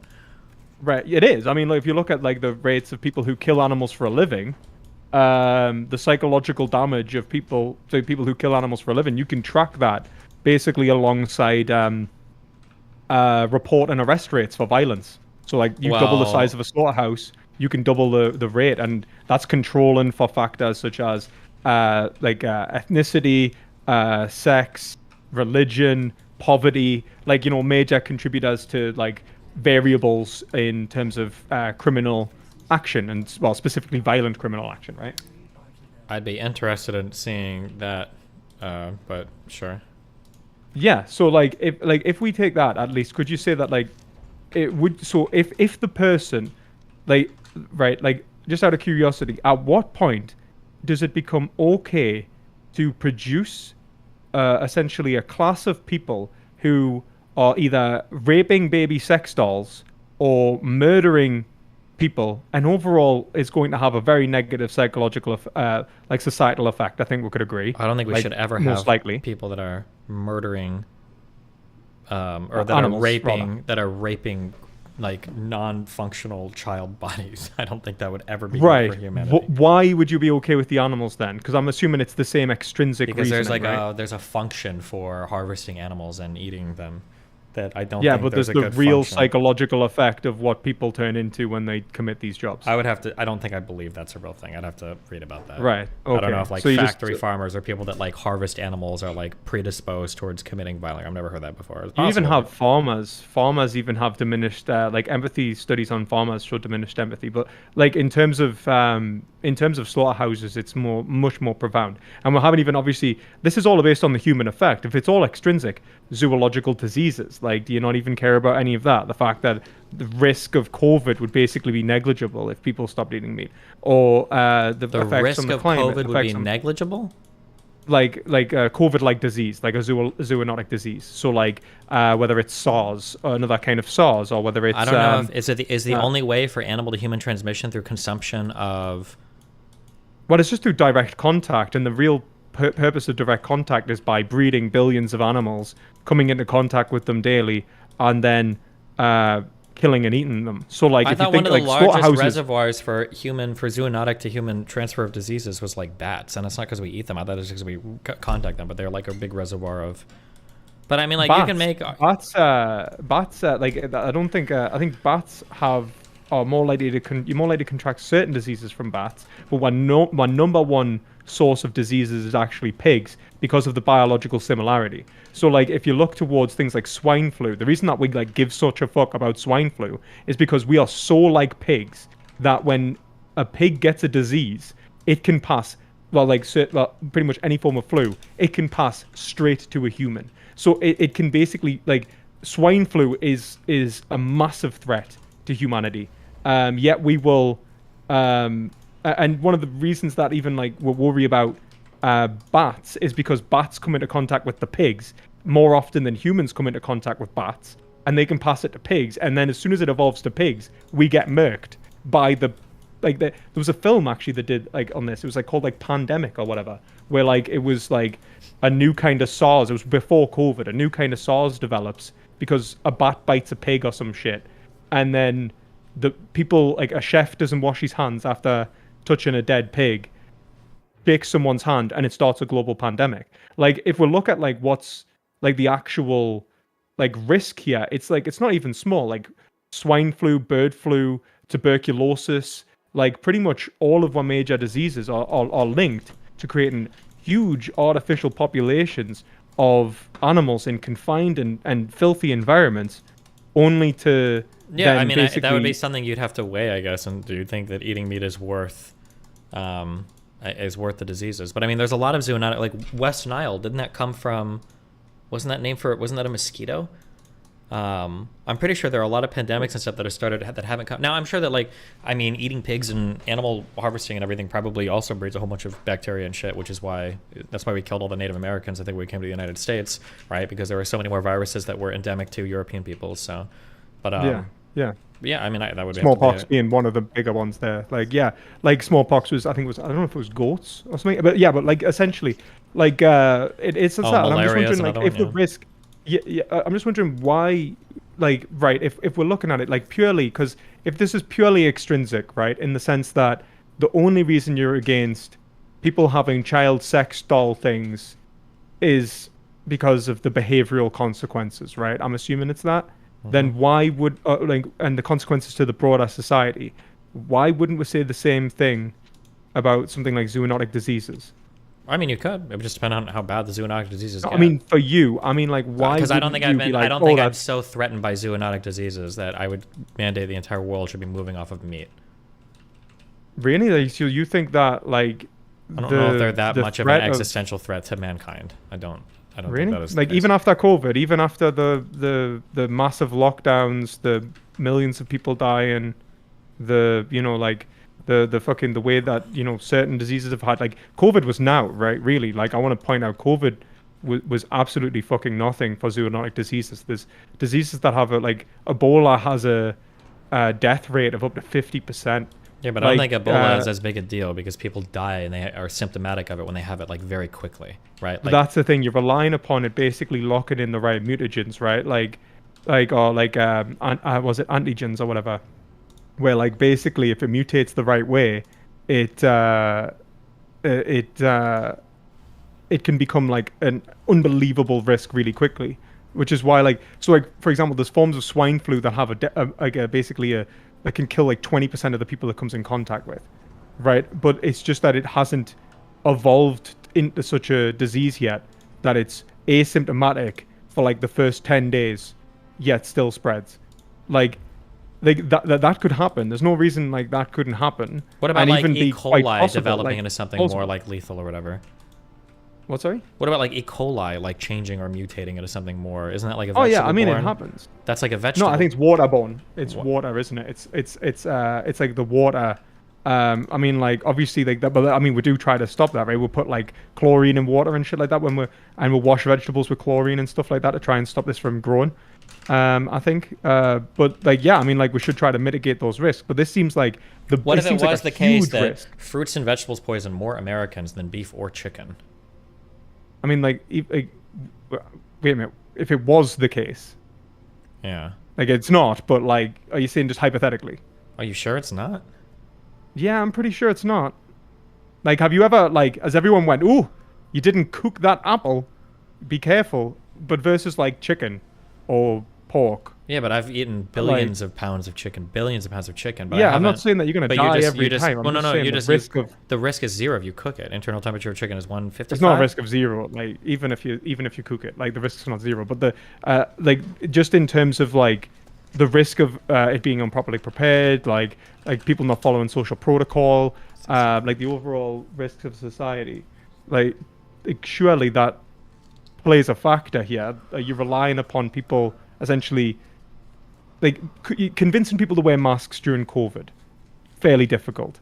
Convincing people to wash their hands, as like I see all the time, like at my local bakery, people, I've seen it at least twice, 3 times, they've touched like bacon, raw bacon, and then they'll touch something else without washing their hands, like a door or some other part of the like sort of preparation area that if the now is kind of contaminated, right? If they go and then touch that again and then serve a customer, if there was a disease present, it could spread something.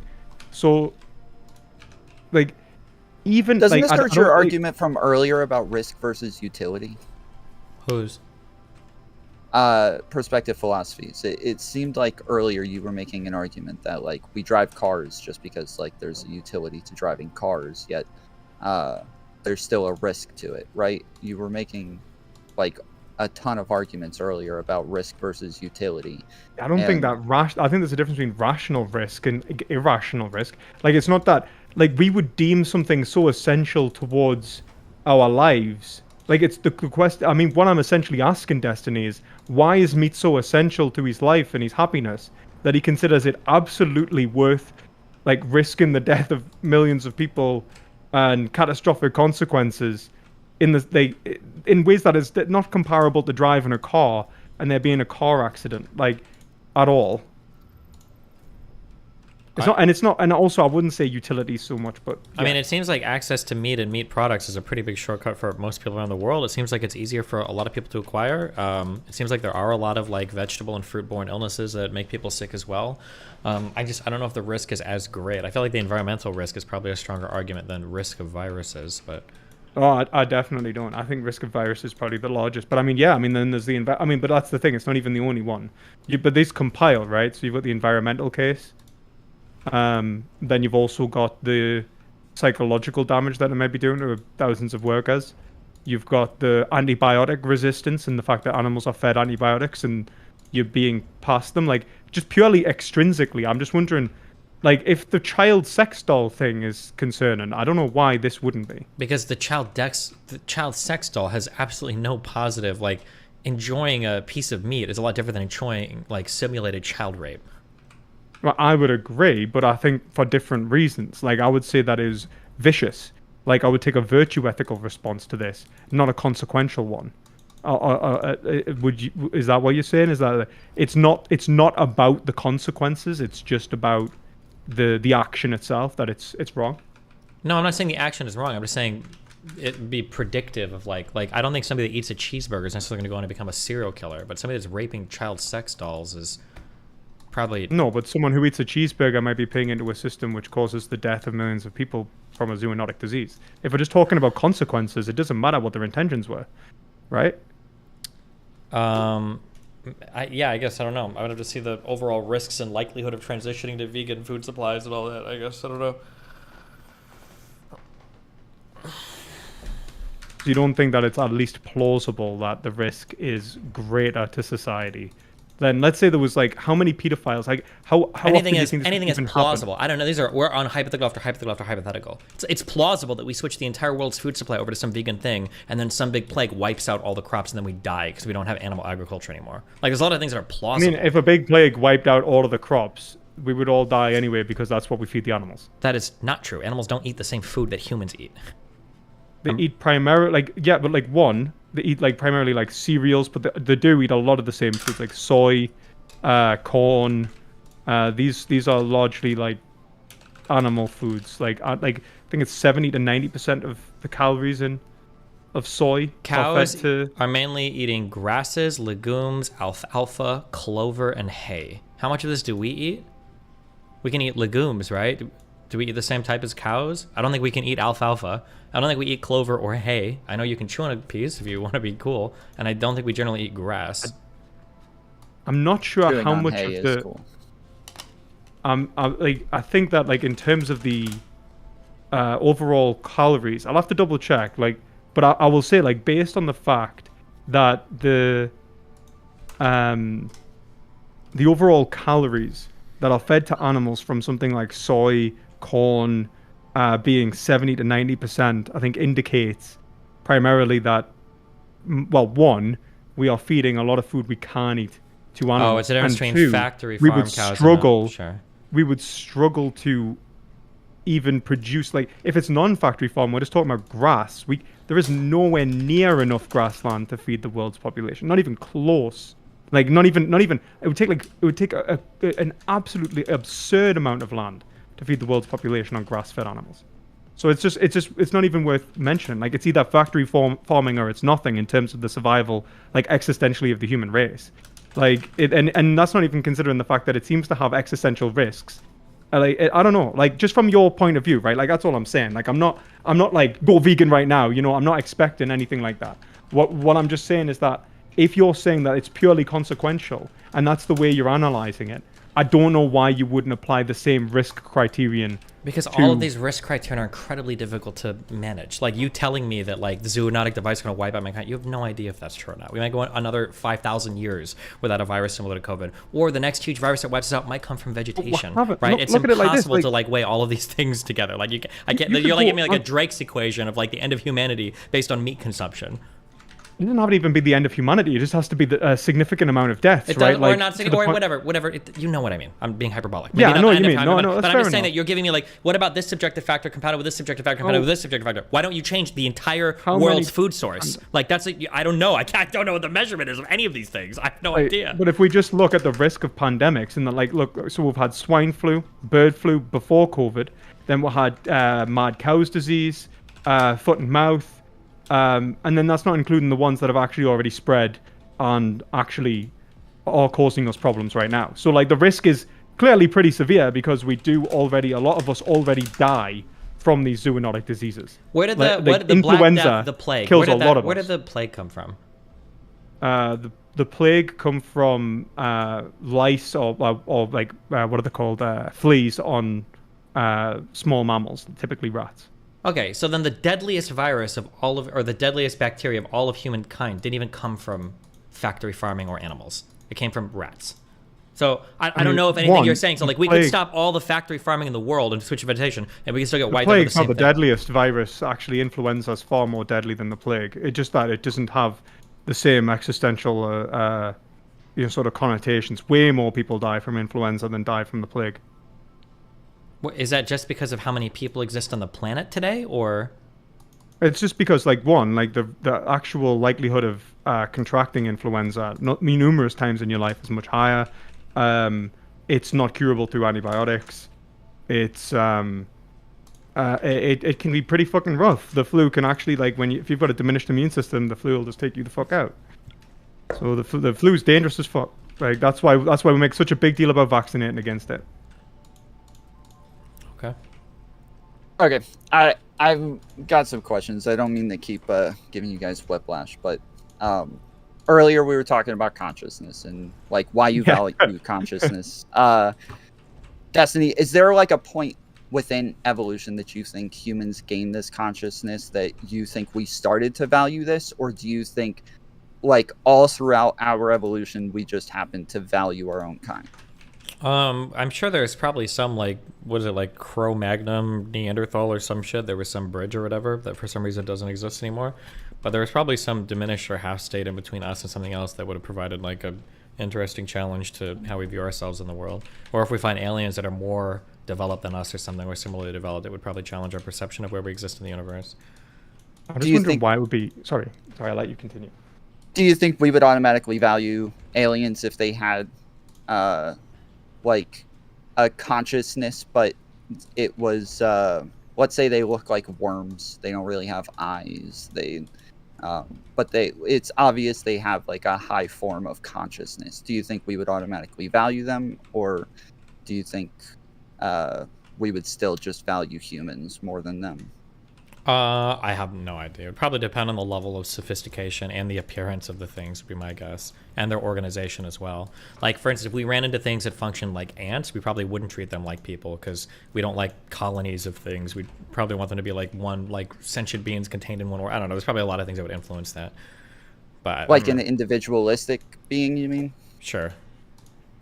Like humans are like self-contained sentient creatures that have all their shit. Like an ant colony is like different, right? Yeah. So with consciousness, like you're saying that it's intuitive at some point or subjective, but it does seem like every time you still kind of come back to it just being about humans. Like it's just about humans being alive, that's what we value. And did you change on this? I never heard you talk about like intuition when talking about moral a little bit, like but I just until... usually don't bounce around these topics because in my opinion it's a total waste of time. Abortion and veganism are usually the two that I just don't dip into much because it's the highest effort to the lowest like reward and possible like value at ever discussing. So there are other things I usually prefer to talk about. Can I just ask though, like, because like one, you have been talking about it a lot recently, which is basically, I mean, I've been watching your debates with Vegan Gains, Trent. You were on with those girls. Those pro-lifers and stuff. So it's kind of something that you've been doing a lot of, right? Which is why it sort of sparked my interest, why obviously Tom's doing this panel, or wanted to do the panel, and obviously it didn't sort of actualize in the way that would have been ideal for the environment. But the point is that obviously it's something you've been engaged a lot in, and it's sparked quite a lot of conversation around your position. So if you think that it's all like, because like from what I can tell, to be honest, I'm very unsure as to whether you are valuing a specific kind of consciousness or if it's just an abstract category of human consciousness and it's just sort of pulling a lot of ethical weight for it. Do you know what I mean? Yeah, so if you're not ways interested to in the reason why I don't dive much into it is because it's just going to be a needless circle jerk of vegan debate servers and then maybe like pro-life people like trying to like insert their opinion of what is the objectively correct answer on all this, and the real life policy and even moral implications are so unbelievably infinitesimally small that it's like I wouldn't even bother to waste there's a million other things I'd rather be talking about, researching, investigating, or arguing than trying to figure out like what is the moment of the beginning of like human life, or what is the measurable material or immaterial difference between animal and human consciousness. There are like so many more interesting things to talk about in my opinion. I mean, it's more of like the fact, like, I mean, that's fair enough. It's just one of the things that it's basically, why have you been doing it if you're so because I got, the first one was he said that he wanted me to go down a debate. I was already doing a bunch of other podcasts and I was fine. And I assumed that we were going to have a conversation about that. And then I was going to pivot into like other things relating to what that podcast normally talks about. I didn't know it was going to be a 5-hour debate on abortion. I had no idea it was literally going to be. There's no way that I would agree to there's literally a joke in my community that abortion and veganism are the two topics that I just don't debate that much because they're so obnoxious to me. I wouldn't have gone if it was that. But then it ended up being that, and of course, obviously, there are other people that want to debate, and it's like usually one debate like leads to other debates, and I'll do it. But it's not like, okay, I can't wait to make abortion and veganism like mainstays of like my debate platform for the next like few months. Right. It was just a thing that I mean, look, that's fair. That's fair enough. I mean, I will say that it has obviously sparked a lot of, I think, controversy in terms of people like the pro-lifers obviously getting mad. I think vegans, I think vegans are more confused at your position. I think, like, I will say, like, from my experience with the vegan community, it's more of the fact, like, in the vegan gains conversation in the first one, you'll say something like semantic and understanding, and by that you meant qualia. Yeah, I understand. And then I understand. There's a whole bunch of like terminology and verbiage that I could clarify. I don't care to. I don't care for the conversation. I don't care to. Some of my positions might even seem inconsistent or whatever, and they might be. If I were to take like some weeks to like measure out, like and finitely detail, like these are the exact blah, blah, blah, then I could probably do that, have a more consistent or clear stance. But I just don't care. I have zero care whatsoever. There's probably people who hear me talk about computer science and get triggered when I say something's wrong. They're probably like, there's a ton of topics like that I don't know everything about. This is just a topic that I super do not give a fuck, like spending a whole bunch of time like investigating and weeding out like all my thoughts on, because I just don't care that much about it. And I'm sure there are a ton of vegans that feel a certain type of way about it, and that's totally fine, but I don't. I mean, like, look, I get it. I will say this, right? I think that in some respects, it seemed like from my position of watching like the abortion debates, and sometimes when you're debating vegans, it seems like you care a lot. And then I think that there's other times when it's convenient not to care. Well, I know. And what do you mean I care a times, lot? When do I care? Like, you're invested. I mean, like, I'm invested. If somebody gets on the server and starts like shouting at me or whatever, I'll care whatever. But I'm not like invested. Like, guys, we're gonna spend a lot of time like contemplating veganism and abortion. No, I don't think I've ever done like a full research stream on like abortion or veganism before. I don't think in my entire life. It seems like you care about the consequences of people living their lives in relation to these two ethical dilemmas. Like, if someone is if pro-life was to proliferate across the United States, it sounds like you would care about it, right? Yeah, probably. But none of these conversations about people that are pro-life or pro-choice are getting to this level of depth ever for policy discussion. Well, I mean, like, Trent got pretty deep, I think. Trent is not an average person. Trent has a master's in philosophy, biology, and Catholic theology. Okay, that's fair. I mean, to be fair, that is fair enough. So is that the only reason that you would say, so like in relation to this, it's more of the fact that you think that this could be resolved, like normally resolved at a more shallow level, and you can't be fucked to go deeper? Yeah. Right. And you don't see that as maybe as a little, like, it's just more of the fact that it's just like a total convenience thing, like. Yeah, there's only so much time I have to do certain things, and this is just not how I want to spend my time doing on this particular. I understand that. Like, obviously, like, you know, I'm sure there's things that I could care more about, but I don't. You know, like, I'm not really invested in, I don't know, like NATO spending or something, right? You know what I mean? But I'm pretty sure it's important. You know, so I get that. Like, it just comes to the point of, like, I'm not saying don't do the debates, but I'm saying if you're taking such a fervent stance against someone who, like, for example, you believe is knowledgeable, or like even against like vegan gains, where it's about something that you've even admitted to be super complex and intricate, why take such a hard stance? Like with me, you've went, I don't know, I don't give a fuck.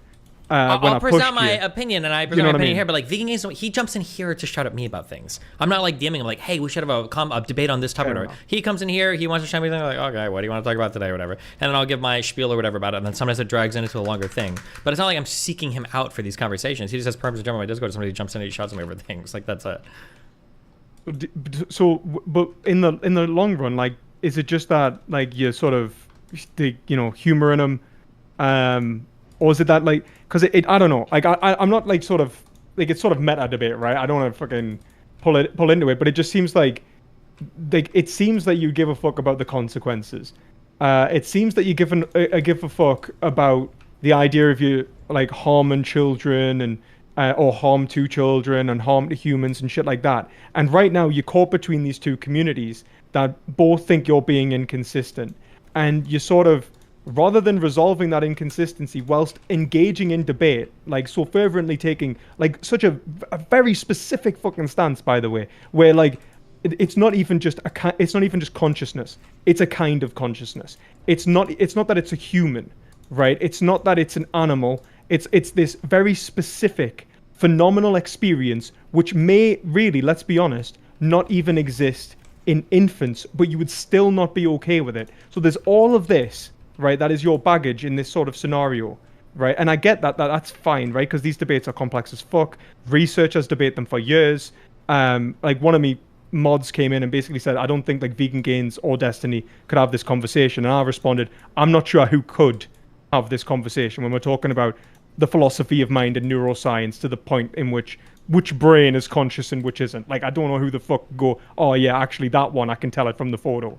Like, so I get that this is complex as fuck, but then why not just go, actually, I don't know why I hold this position. I maybe need to introspect some more. maybe look Because into it. I think that my position is good for 99% of conversations. But if somebody wants to argue like the hardcore intricacies of like veganism, probably not going to get there. But for 99% of people I talk to, I think that my positions are perfectly coherent. I think they're perfectly consistent. I think they get it. The meat of like that particular conversation for abortion, like just fine. Like, is it going to do good enough for like professional like vegan debates? Probably not. But 99% of humanity is not at that point, so I don't care about it. It's not.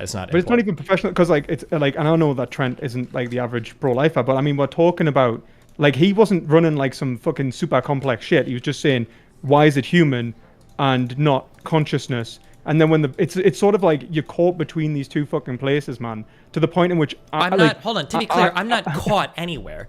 I might be caught in servers where people are copy pasting 72 million like name the trait arguments or the 52,000 genetic fallacies that like sure. Okay, I'm just saying that like I'm not caught anywhere. I think for the vast majority of people, I can have the conversation will be fine. I'm sure there are hardcore analysis debate servers where people are hardcore teasing out the meta-ethical positions of why veganism is like commanded by, you know, God in the Bible and whatnot. That's fine. I'm sure those positions exist. That would be but only I don't think me, but yes. I don't think most people, I don't think I'm running into these problems most. If I start running into issues everywhere where people are like, oh, well, what about veganism? Then fine. Fuck, maybe I need to go back and reanalyze it. That's really going to be the position that most people are going to take. I'd be surprised if that was the case. But then maybe I would go back there. But I don't think that's going to be the case. I think, well, okay. I'll just explicate what I think that my issue is then, and I'll just leave it be, right? I think that in terms of the category of human, and you've seen the category of consciousness, is essentially just, it's like, the reason you're saying consciousness is because you want to say that there is a value experience, and I get that. But when we talk about even like when Tom mentioned, let's say the evolution of the brain, where does sort of this human level of experience begin? Why is this experience valuable and that experience not valuable? That's where it all starts to like get so messy. Where I don't think, to be frank, I don't know where you're saying the value comes from. Vegan gains can go, well, all dogs have the same structures of the brain. You're saying it's still not having the same consciousness. Where does the value? Where does the value for sentience come from? I would say from the experience of like value. I think it is a value experience. Why? That's what it is. But why? Why would you value them in anything? It's you one can't of the say by factors, definition because you literally just said earlier my definition was circular. You're literally giving me a tautology right now. I define it as valuable, therefore it's valuable. Well, no, I'm not saying I'm defining it as valuable. I'm saying that sentience is the value experience, because that's what it is. That's what it's feeling something, right? So? Why is the feeling that you have over a thing in your brain any different than the feeling of a plant that searches for the sun? Like leaves will grow towards sunlight. Plants don't have a feeling. Plants aren't How do you know? What do you mean? They don't have. What do you mean? They don't have. We have absolutely zero reason to believe that plants are conscious. Why? Earlier you just said that like we can look at behaviors. The behavior of like a cat moving towards the sun seems like it wants to be like warm. What about the behavior of plants growing towards sunlight, looking for energy? Plants grow towards sunlight in a way that's autonomous. An animal makes a behavioral distinction based upon competing values. You have no idea if that's true for a cat or dog. It could be literally just the same, like this stimulus produces this effect. We have exactly the same reason to believe it's true for a cat or dog as we do for another human. No, you don't. That's my whole point. What do you mean? Yes, we do. Why? What's the difference? The difference is they're cats and dogs and we're humans. Right. Oh, okay. So, like, what's the difference between a cat and a dog? Like a category, like a fucking word. Like, what does that mean? Like, biologically, they're the structures of their bodies and the thoughts that they're capable of producing and the way that they're capable of socializing with each other are completely, totally different.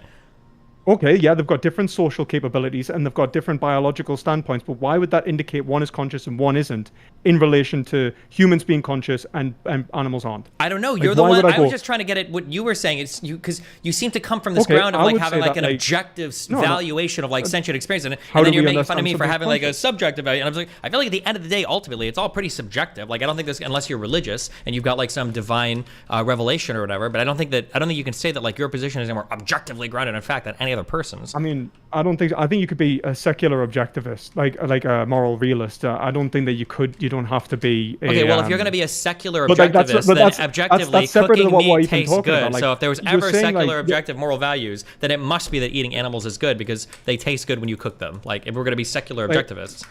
No, that's not how that would work. Like you could say, because like rape might feel good. That doesn't mean everyone should do it. Like the thing is that like when we look at the we would say that a human is conscious and a dog is conscious or not conscious, and then a plant is like not conscious. And we'll look at like behavioral distinctions. And like when neuroscientists do this in the first place, they'll do it with these distinct categories in mind. The fact that they'll go, okay, this seems to have an internal experience which is mediating its environment, which seems to be like indicating problem-solving capabilities, which seems to be reacting to external stimuli, and then learning from previous stimuli and moving towards new and more better scenarios, Would or you say avoiding that, like, our pain, fungus? like a cat. Yeah, would you say that a fungus is like conscious using that definition? Fungus can Fungus solve. doesn't have. Fungus can solve problems. Yes. How? Isn't there isn't there like a decent bit of research that like I want to say the comparison that was if you put fungus in certain types of environments that they can actually grow to solve for pathfinding in algorithmic ways that I don't even know if we have computer systems that can do it yet. Fungus are incredibly huge, complicated organisms that are capable of doing a lot of. There's like Are capable of essentially modifying their behavior based upon non-reactive responses, where it's not just increased stimuli, path of easiest resistance, and instead shows like a consideration of various alternatives. When you say consideration, you're normatively loading stuff that might just happen normally. Like a rock might choose to flow one way or roll down a hill one way versus another, but it's just gravity acting upon it. The same way that a cat or a dog might choose to eat one piece of food over another, but just because there are neurons in their brain that are like driving them in that direction. It's all causal at the end of the day. No. I mean, you can change. You can even control this. You can. There's psychological experiments on animals which change certain neurological conditions, which, for example, pain receptivity, where they inhibit pain receptivity to demonstrate that an animal does experience pain. So you give an animal essentially something which would stop pain receptivity, and they stop responding to that stimuli and will continue to eat food even when it would normally be painful, or they'll be more willing to take certain actions in relation to, like, for example, I know Jordan Peterson loves to talk about this sort of weird shit where they'll give like essentially an animal a drug, and it'll become more like a lobster a drug or some shit. All you're and they'll become talking more about confident it feels like all you're talking about are changing the inputs of the equation here. So pushing in the rock same to the way left that or you right. could, the exact same way that you could say with a human. We're talking about a central nervous system. We're talking about it modifying its behavior in relation to an environment, in relation to a collective I'm not goal. asking like you it's to an compare the difference organism. between animals and humans. I'm just trying to figure out where does this objective value for animals come No, from I'm saying over like, animals over like rocks or plants, because you're the one that's telling me that there's some objectively different answer. No, but what I'm saying is that in terms of behavioral analysis for consciousness, we have exactly the same reason to say that an animal and a plant, an animal and a human is conscious. Like, we have nothing. You said there is absolutely no difference. I'm just saying what would indicate the difference and where is it? Because all of language, for example, is going to be based on behavioral analysis. Like, it's all going to be like, are you indicating a certain belief state within your actions in terms of its development? Like, that's like a proposition is just a belief in which you're aware of. Like, you've become aware of your own beliefs. So it's like a level of self-awareness. So the belief had to pre-exist to form the linguistic structure in the first place, where you'd indicate, this is where like Wittgenstein would say, like, you start indicating like slab, and the other person goes slab, and you just have the shared goal of like building something, and we'll start talking about semantics and shit. But for all of that semantics to even happen, you had to have a goal. You had to essentially have a belief state in relation to that goal. And then you're essentially engaged in a form of communication. So I'm just wondering why the fuck you'd go, oh, this animal here, this dog, cat, dolphin, chimpanzee, these are very complex social animals engaged in highly communicative behavior, seem to respond to their environment that shows problem-solving skills. And neuroscientists almost unanimously all say animals are conscious and having an experience. But then you'll go, not that experience, that's not the same kind, and you'll make this hard fucking distinction between them and us. Why do you and think it it's just sounds like reasonable to it's assume- pseudo-religious. Okay, It's like a human soul, right? Sure. Like honestly, like a Christian will do it. They'll go, oh well, the lack of human soul, made in the image of God. Like, that's like, do you know what I mean? That's how it seems to me. Okay, maybe I'm making my way back to Catholicism then, No, I'm not saying you are. Like, I'm just wondering, like, because that's how I'm approaching it. Because, like, it seems to me that normally, if I was to give an evolutionary case, like 9 times out of 10, a neuroscientist or an evolutionary psychologist, an evolutionary biologist, they think we're the same thing as animals to a higher degree. It's not that there is this massive categorical distinction. Yet you want to make out like, no, ethics starts here because there is this massive categorical distinction. And I want to know why. I don't know, man. Just seems like humans are a thing. Where else do we want to go with this?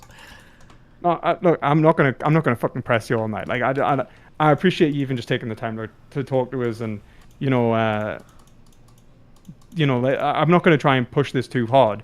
But it does just, all I would ask is that you reflect on why you consider one category valuable and the other category not, and whether this approach even aligns with an evolutionary biological take in the first place. Because it seems like this approach to me seems evolutionarily counterintuitive.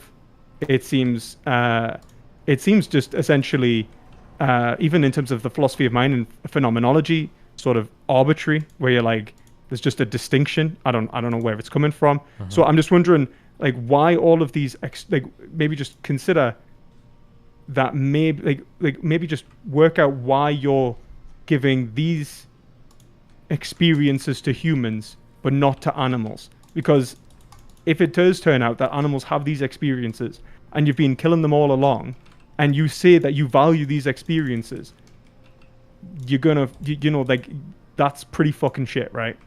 True. Okay. Well, thank you for chatting with us anyways. No problem. Tom, what do you got for us? I mean, I still would like to understand it. Like, just take my position, okay?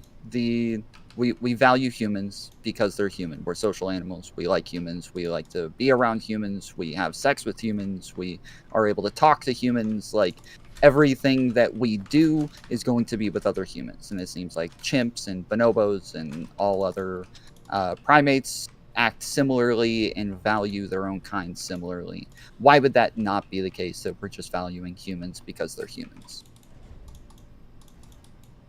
Wait, are you asking perspective philosophy or me? You. Sorry, repeat that again. Why aren't we just valuing humans because they're human? Like, we talk to humans, we have sex with humans, we engage with humans, we work with them. Bonobos, chimpanzees, so like all other primates seem to value their own kind just because it's their own kind. Why aren't we valuing our own kind just because it's our own kind? I mean, fundamentally, maybe that is the argument, right? You're valuing humans value human conscious experience because we're humans that have conscious experiences like humans. That might be the case, maybe. Sure. I have trouble with consciousness because I just don't even know if maybe I just don't understand it enough. But I feel like the fact that we build things and like we can build buildings and talk and move our mouths completely different than any other animal. It seems like our consciousness is completely different from any other animal. Do you not believe that? Or perspective philosophy, how do you separate our consciousness from our intelligence?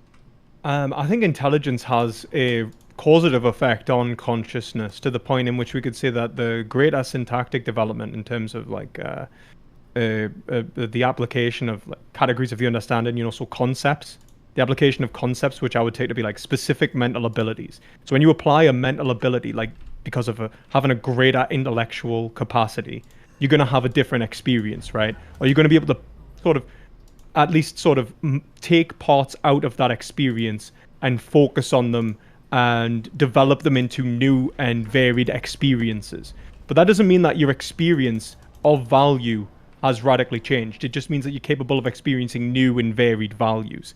Like, you already had the valuation to then create these new categories in the first place. These are just different values, where I do think humans have a richer, more complex, sophisticated experience than animals, typically. Maybe not dolphins and primates massively. I think they have pretty sophisticated experiences, but I think humans can, have infinite, almost conceptual development meant by it being structured a certain way. It was already being valued, which is why it is now structured that way, and why we're looking for these richer, more complex and sophisticated systems, which is why, as Christians or as Aristotelians, whatever, you could be an Aristotelian atheist, I don't really care, you would say that you're looking for flourishing, right? You're looking for this sort of eudaimonic, rich, developed experience of maybe something like a million higher pleasure, where it's like actually like the experience of Shakespeare gave me an experience of beauty. Like it's an artistic experience which is amazing, but it's only because of our animalistic nature that we're capable of developing to these heights in the first place. Reason is important, but it can't do it alone. Consciousness plays a vital role in this, and without the category of animality, humans can't be understood. The genus of animality contains the species of humanity, and so there's no reason to think that we would have any understanding of human consciousness without first attributing base animalistic indications of pleasure, pain in relation to really narrow or really sort of simple categories of categorical relationships to our environment, like heat, sensitivity, all of the Sure, the but that doesn't make sense because we can actually experience the things, like more things than animals. It's not just like the understanding of it. Like understanding the thing is part of the experience, like being able to understand science, the fact that we can even like know where Earth came from and how it got here. We can understand evolution, like that is part of the experience. I don't think that you can completely separate the intelligence from I don't think it's part of the I don't think it's not part of the experience. Like, of course not. Like, I think what makes us human is having this rational capacity. And that's like when Destiny, for example, talks about this idea of human consciousness. I don't actually think he even means human quote unquote consciousness. I think he means rational consciousness. And I think, for example, if we were to come into contact with an alien who was very similar to us, I doubt Destiny's going to be like, that doesn't matter. It does matter to him because he's saying that it has this sort of rich conscious experience. What I'm calling into question is, where does the value of this rich conscious experience come from? Or why are we even seeking these rich experiences? They're not for their own sake, they're for our sake as essentially a united being. It's because we care about our experiences. It's not that we care about a specific experience of beauty or redness or whatever, because it doesn't even make sense unless it's placed into the sort of life of an animal. Like, unless I go like, actually, I'm having a conscious experience of the world, and during that conscious experience, one thing feels good, one thing feels bad, and now we can sort of put these things together in more and more complex ways, and we have, Mozart or some shit. Like, that's essentially what a human experience is. It's just a more complicated animal experience. The value was already present. We're just expressing the value in a different way. Well, the value is subjective, though. I don't know what you mean about the value. Like, the subject is the value. It's like, there's a guy called Tom Regan, and he argues that, and he's a Kantian, right? How do we understand the value of a specific end? Like, an end is, or like, let's say pleasure, pain, whatever. It's in relation to a goal, essentially like end setting.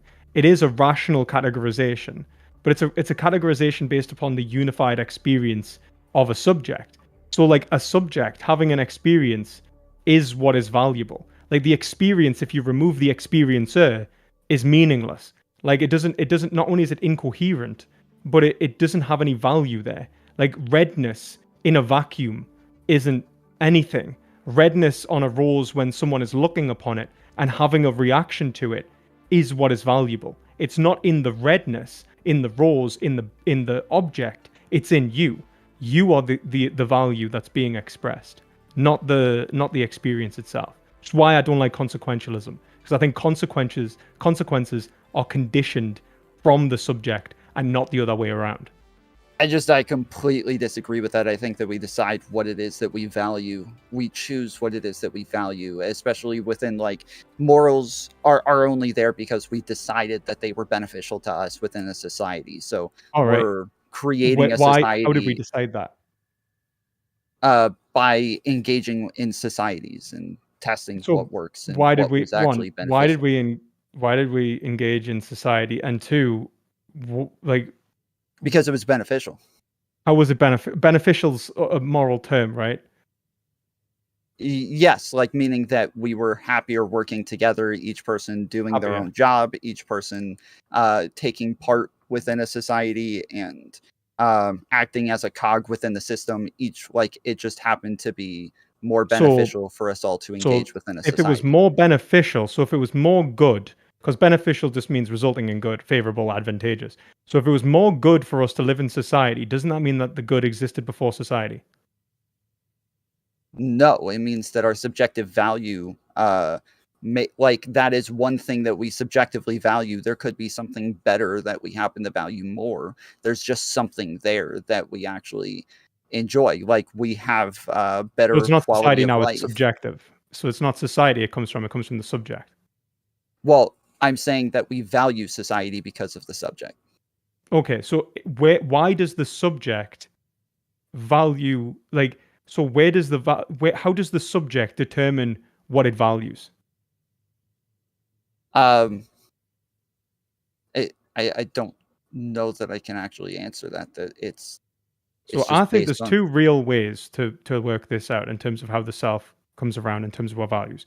I think you can take a Humean way of going around it and saying it's from the passions, that we are given values based on non-cognitive natural stimuli, right? Sure, the values are there. Well, so that is what I would say, is that there is something within our brain that is stimulated based on certain circumstances, and so we just happen to value those things because our brains are stimulated. But that doesn't mean that there's not something else that would stimulate our brains more.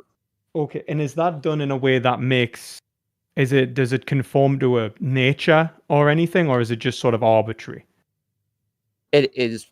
Well, our brains are natural, so it would be nature. So one, we're not choosing our values now; we are being given them by nature. I'd like to point out, and two, if they aren't arbitrary, and like they're not just sort of random, then they have a specific end, which means that all subjects have a specific. I don't like end. the way you said that. Like I can choose to eat a steak or macaroni and cheese. Both of them are going to stimulate my brain, but that doesn't mean that both of them have the same value to me. Like I can like one at times, and I can like the other at times. There's not this objective value to either one of them. But the objective value is whether you're like, this is the distinction between egoism and psychological egoism and subjectivism. A subjectivist is going to say that the value is based on either like a non-cognitive expression which pre-exists, which is sort of either arbitrary or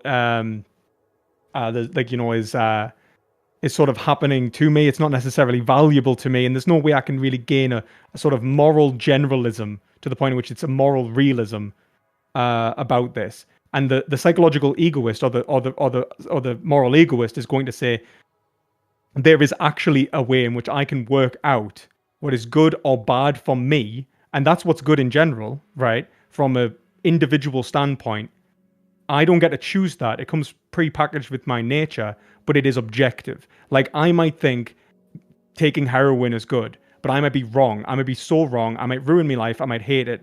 That's but why do we allow you to make a decision as an individual?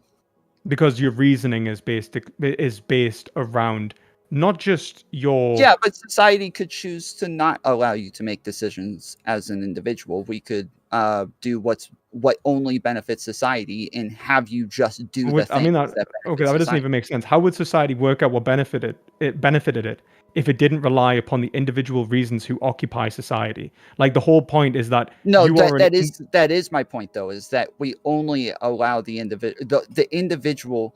Let's see. It is beneficial to society to grade things on an individualistic level. So, like grading each person on individualistic actions and saying whether or not they are doing something right or wrong, that is beneficial to society. That's why we do it on an individualistic level. I think there is a value to the individual. Like I'm not arguing against the value to the individual. What I'm arguing against is one, subjectivism, which I've killed at this point, and now I'm arguing against moral egoism. And the moral egoistic standpoint relies upon not just the individual, because really you could turn this around, right? And this is what I will do. But the moral egoist basically affirms that they have an intimate and already pre-exposed conception of themselves. Like, they know what is good for them and they have access to it. Now, likewise, I would say, are there times when an individual is wrong in relation to themselves, like that heroin addict, and has not acted in such a way as to reflect their own good? Yeah, I'm not sure. I don't even feel like you engaged with what I just said. Like, there's movies where they show people all being told exactly what they do, what their jobs are going to be, exactly where to go and how to act, what to eat. Like, they could don't make want all of people these to decisions be- for them. I don't want Yeah, that either, I don't- but that's the I point, don't is that think that we makes sense. do happen to do this based on an individualistic level because we think of ourselves as individuals. Look, I'm an individualist, right? And I think that the human reason necessarily includes, like, the consideration of the collective reasoning includes the individual, as in the and this is basically the point of going, like, when I make a judgment about myself and others, does it have value? If it doesn't have value, then this is a tyranny. And in a tyrannical situation, then we're relying upon the reasoning of one person, which is not also more likely to be flawed, but is essentially going to be based around and alienating all of the evidence and value of another person's experience. And so it is necessarily going to be irrational. That's why I don't like tyrannies, because they're irrational. If you could imagine there was a system of governance which stepped in only when you did something necessarily irrational, and it was 100% accurate every time.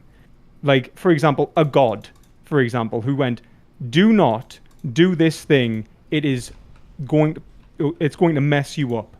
And in this specific instance, like, he's told you time and time again, do not do this thing, it's going to mess you up. Now, he can either let you do it, or he can stop you. Now, if, let's say, you're doing it not because you're, like, willfully disobedient, or it's because you just don't understand what you're doing, right? Should he correct your behavior? Should he, I don't know, send someone, hypothetically, to correct your behavior, tell you you're doing the wrong thing, explain that it's wrong, and try to convince you otherwise? Or impede, or even, like, more drastically, impede upon your free will in a situation, well, impede upon your volition to reflect your free will, to reflect your reasoning. Do you think that would be justified? No, I would, but I've already explained why I think that we engage as individuals. It's not, I don't think it's just because of the ego, but because that's what's, like, beneficial to society. Like, it's... You say beneficial to society, but you think that's the ego, mate. So I don't know... No, I'm saying that we have egos. Just because we have an ego doesn't mean that that's necessarily why society decides to grade things as an individual. Like that, So, a lot of this came through, like, liberalism and the Enlightenment period and crap like that. Like, it wasn't like we always, looked at things the way that we do today. I mean, yeah, but I mean, like, look at the egoism from the whole point of the egoism from the Enlightenment period was to boil us down to animals making decisions in relation to a passionate nature. So, like, the egoists are, like, the closest allies you're going to have, apart from the subjectivists. But you argued against subjectivism before. You said, like, no, there is a nature. So if there's a nature, then it's, and I'm assuming you're saying it's particular, then you're an egoist. Like, that's, I don't know what to tell you. Like, I didn't, because I explained that, like, I can, sometimes I want steak, sometimes I want macaroni. Like, both are going to give me stimulus, but that doesn't mean that, like, if one gives me more stimulus, it's objectively better, because I'll still choose to eat macaroni other times. Like, it's not I don't think that there's this, like, objective good in one or the other, because I can still make the decision between both of them. Why are you making the decision? Because I'm assuming we're boiling this down to the passions. It's going to end up being passions are making the decision, right? So why are you making the decision? It depends on the moment. Sometimes I'll choose one thing, sometimes I'll choose the other. Like, I don't know. It is just subjective. Like, I don't know that I can boil it down any more than that. Because from what you're saying, it's as though I'm going to choose steak literally every time. I'm going to choose steak literally every time because it gives me more stimulus. I think you're going to ask yourself the question. You're going to go, all right, I ate steak like twice this week. I'm not really feeling it right now in relation to what I've already ate or what I'm fancying. And so you're making a rational decision and you're ordering your desires in relation to reason, right? And I would like to point out, this isn't, I haven't even, there's a point of going that not only would none of these desires be, if we just say that they're irrationally prepackaged and you just sort of feel you're not making a decision, it just happens. And you remove all human volition. So I'm assuming that you are going to make some sort of rational decision in relation to what you feel, and that's going to be based around a holistic experience of a human life.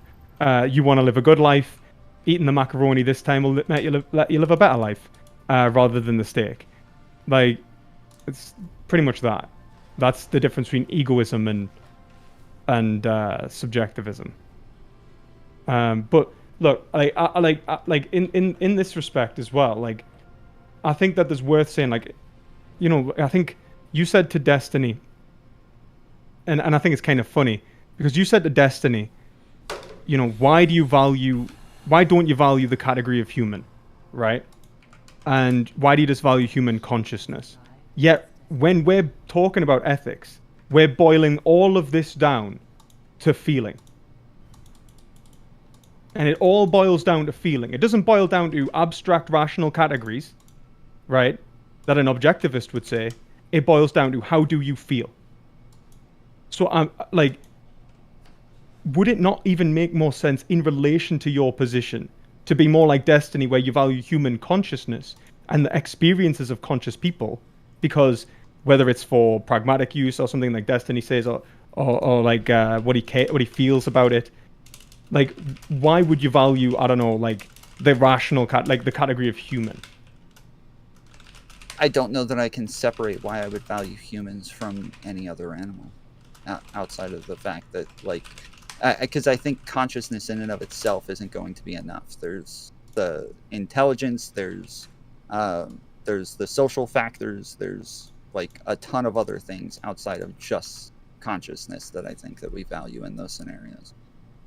I think that in relation to your system, there is only one thing you value, and that's your experiences. And that all of this is built up of a complex, sophisticated attribution of how you think you're going to feel about something, right? So all of this, it's not that you value humans, it's not that you value any specific category, it's that it would make you feel a certain way. And that's what it boils down to. So that's unless you're saying it doesn't, unless you're saying there is something else, there is some other reason as to why one should value a category of human, or why you even think you could value that category. The only thing I'm getting from you is that you have a passionate response. That passionate response relates to how you feel, and ultimately you feel a certain way about a zygote. And Destiny doesn't. So when you say why does he feel that way about human consciousness? Because for the same reason that you don't feel that way towards animals, but you feel it about that collection of cells, he doesn't feel it in relation to a human zygote, but does to a conscious experiential agent. Well, real quick, Steven, I know you got to go soon, so I'm not going to make you sit through this. I appreciate you coming on, man. Yeah, what's up? I was saying if you need to go, you can hop out. I probably got 5 or 10 more minutes, so yeah, go for it. Okay. Okay. So like I said, I think it's going to be too complicated. I think it's going to be I think it's going to be something essential to just being human, that we value other humans just as I don't think we could explain exactly why a chimpanzee values other chimpanzees or why they hang around other chimpanzees. I don't think that we would put it down to their consciousness. I think that would be a little bit too simplistic. There's something that automatically makes them engage with one another as soon as they're born. So I think you're oversimplifying it to just say that it's only the consciousness. Is that to me or to Destiny? Yeah, you're the one who's saying that that's what I Right, ought okay. to value, and so I'm explaining like why I wouldn't. I think think that- that because even just like rationalizing things as well, like I think that there. I think that's that yeah, going but to change. like look, the whole point is that what you're saying is that in terms of your rationalizing, it's just based off how you feel about your passions. So like chimpanzees do the same thing, right? Like in terms of building communities, like in terms of rationally categorizing, like these categories are that you're building are just categories of how you feel. In the same way, like don't get me wrong, I think that like I'll happily argue for a moral realist stance. I just don't think that your stance can call Destiny into question at all. That's what I'm pointing out. So like I like Destiny, I think Brent's stance probably could, because Brent was basically arguing for a Catholic stance, which means his thinking of what something is right or wrong is beside the point. One, it's objective, even secularly, or two, it's God. So like the way that he's going to approach it is objective. Like there isn't like there is a right and wrong. It's not about how you feel. What I'm saying is that if this is all about how you feel, this is all a complex bullshit game. In which we essentially... Are you doing the like it's subjective, therefore like it can just be anything? I'm saying it's subjective, so it's subjective. Like you have one subject and you have another, and if they feel differently, then they feel differently, right? And I don't even think it works out in the end. I think subjectivism falls apart. I think that the subject... But we can rationalize and make arguments for one over the other. Like just because it's subjective doesn't mean that it's all exactly the the same. rationalizing is ad hoc based on your own already preconceived preferences, based on things which you can't control. That's definitionally non-cognitive. Or it's something you can control, and you have to explain to me where it comes from. And you just said your passions. No. I don't think that I can explain. Why we value something is different than me trying to explain why we value that thing. Like, one way or the other, Destiny and I both value humans. We're both just trying to rationalize why one values, or why one believes we value them differently than the other. Yes, it is all post hoc, obviously, but that doesn't mean that we're valuing different things. We're just trying to explain why we value. You are valuing different things, because it's not that you actually value the thing, you value your experience of a thing. That's the whole subjectivist spiel. It's an expression of your own emotional states. It's necessarily separate to him. And also it was it's Trent, not Brent. I'm sorry, I did that. But like his emotions are separate to your emotions. If you're saying that you're a moral subjectivist or even an egoist, he can basically just tell you to fuck off. That's basically that's the end of it. The only thing that you could do otherwise is appeal to his specific emotional states, where you go, well, don't you think you feel this way, maybe? Or would it not be advantageous for you to agree with me? Because anything else is essentially you just trying to impose what you consider valuable onto another subject, which is either going to be a category error for a subjectivist, or well, actually, yeah, it's just a category error. Or a form of prescriptivism, where you're actually trying to psychologically manipulate them in order to gain your own end. And so you're just using Destiny as a way to try and forward your own emotional states. That's kind of it, right? That's it. So yeah. And we're both looking, we're not just talking about ourselves though. Like you're talking about it in terms of egoism, as though we're saying, I value this and I'm trying to explain why I value this. Whereas we're not. We're talking about why humans value humans. Well, I don't think that Destiny, do you talk about all humans valuing humans when you talk about why you value human consciousness? I'm usually just trying to get at where our moral intuitions pointing, and why do we value the things we do? Like where do they point to, basically? Yeah, not the whys. Yeah, that's we the just same do. thing. I don't think there is a why. But...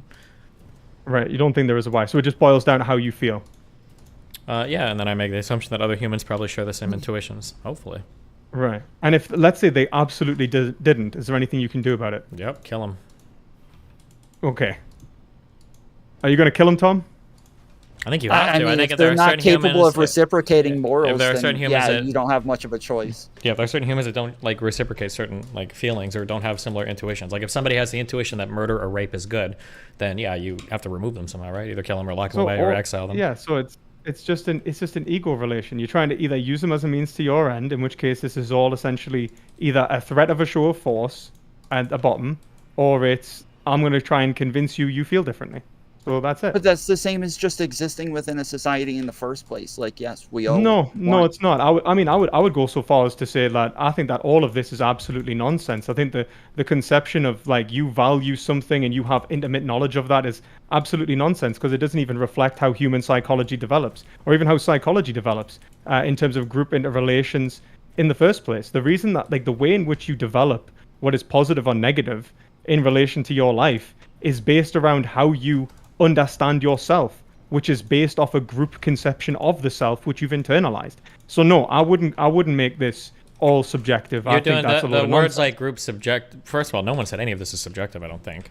Unless by subjective you mean just like the subjects looking at things, which is a way that I don't think either of us are using subjective. But the just because it's, I don't know if it's arbitrary or random, just because a group of people all tend to share the same intuitions. Well, unless are you like I asked, like, is this boiling down to like a sort of rational categorization, or is this just how we feel? I think at the end of the day, it's how we feel. The rationalization will come afterwards. Right. I'd make a So there's only comparison to two like ways. music theory. Like you can't use music theory to make somebody hear things a different way. You would just use it to explain why we hear the things that we do. I think morality is the same way. But then, like, unless you're saying that there is a specific moral sense, and this is like a form of intuitionism, in which case neither of you are subjectivists. It's a non-natural, like a non-naturalist objectivist, where you're like, no, don't you see? There is goodness there, and then when someone doesn't see it, you're like, oh, we've got a broken one. Like, you know, like it's not that there isn't actually goodness there. Like you'd be saying that no, human consciousness is objectively valuable, and it doesn't matter how I feel. But it sounds like both of you want to go, I feel a certain way, and based off those feelings, we talk about it, and if we don't agree, we'll murder each other. Like or at the very extremes, anyway. Because that's so it's either an egoistic take. I mean, what where you've you have just intimate described knowledge- is basically the history of the world, right? No, I don't think so. I think that we have levels of cooperation. I think we have I'm sorry, it's not sophisticated. the history of the world, people with dissimilar views on how the world should be ran constantly fighting and murdering each other? No, I think diplomacy has existed for, well, since, I think you see diplomacy even in animality. I think like even like you get like for example, like look at when nearest relatives, like bonobos. Bonobos mediate most of their conflicts with sex. Humans are incredibly erotic in the same way. We mediate conflicts through marriage and through sexual relations and through group politics, and we don't necessarily, if anything, it seems that we seek to avoid needlessly killing each other. Like we have compassion and care for each other. How Like do we have in- how do we not have just one but two different world wars then? I think that people can even become, before, like, different tribes fought against each other and killed each other, which is why earlier when we were talking about whether or not I value all humans, I was saying, no, I value the humans around me, but I don't value all humans. Like, I just want the rights that, I want rights extended to the people around me, so I'm going to extend them to other people because other people care about those people. But I obviously don't care about all humans. I don't value all humans. I think I think that like if you don't value all humans, like talking about like zygotes and stuff and valuing them, I think's mad. Like, to be honest, like if you can't even value another walking, talking It's person the same because they as speak what I was Chinese. talking about a second ago. Like, I want it, like- I want the value to extend to them just as it does to anybody else. That's Right. It's the same Yeah, argument. but why would you? So like you think Stop. like the what? I think the reason why Sorry. the value extends is because intuitively you wouldn't typically value, but our tribes have gotten larger and larger and larger as time goes on. My guess is that initially humankind probably didn't value other humans. You just valued the people in your tribe. That's why you warred with each other. That's why you attacked and killed and stole and enslaved other people. But as time has gone on and we formed larger and larger social networks, the people that are considered part of our tribe has gotten larger. In the past, it might have just been the Bonnells, and then after that, maybe the Bonnell patriarchy, and then after that, small groups, then states, then nations, then, you know, collections of nations. Like the tribes are just growing bigger and bigger and bigger. Well, we're I think that- rationalizing all of that. Like at No, you the see, point like- where it's outside of somebody that I actually can engage with and actually value. I don't even think that start to any of this rationalize makes it at sense. that point. I don't think any of this makes sense. We would see a shit ton more of tyranny, slavery. We certainly wouldn't be talking about human rights. We wouldn't be talking about any of that. Yeah, but all of the human rights especially- stuff is incredibly unnatural. It's needed like meta organization to enforce and enshrine that, right? Humans no, but, like- themselves don't naturally do these things. We have like institutions now that we've entrusted with Yeah, power. but that's, I mean, like, look, I mean, like, I think where institutions are a natural development. Like, I think humans are always going to develop institutions.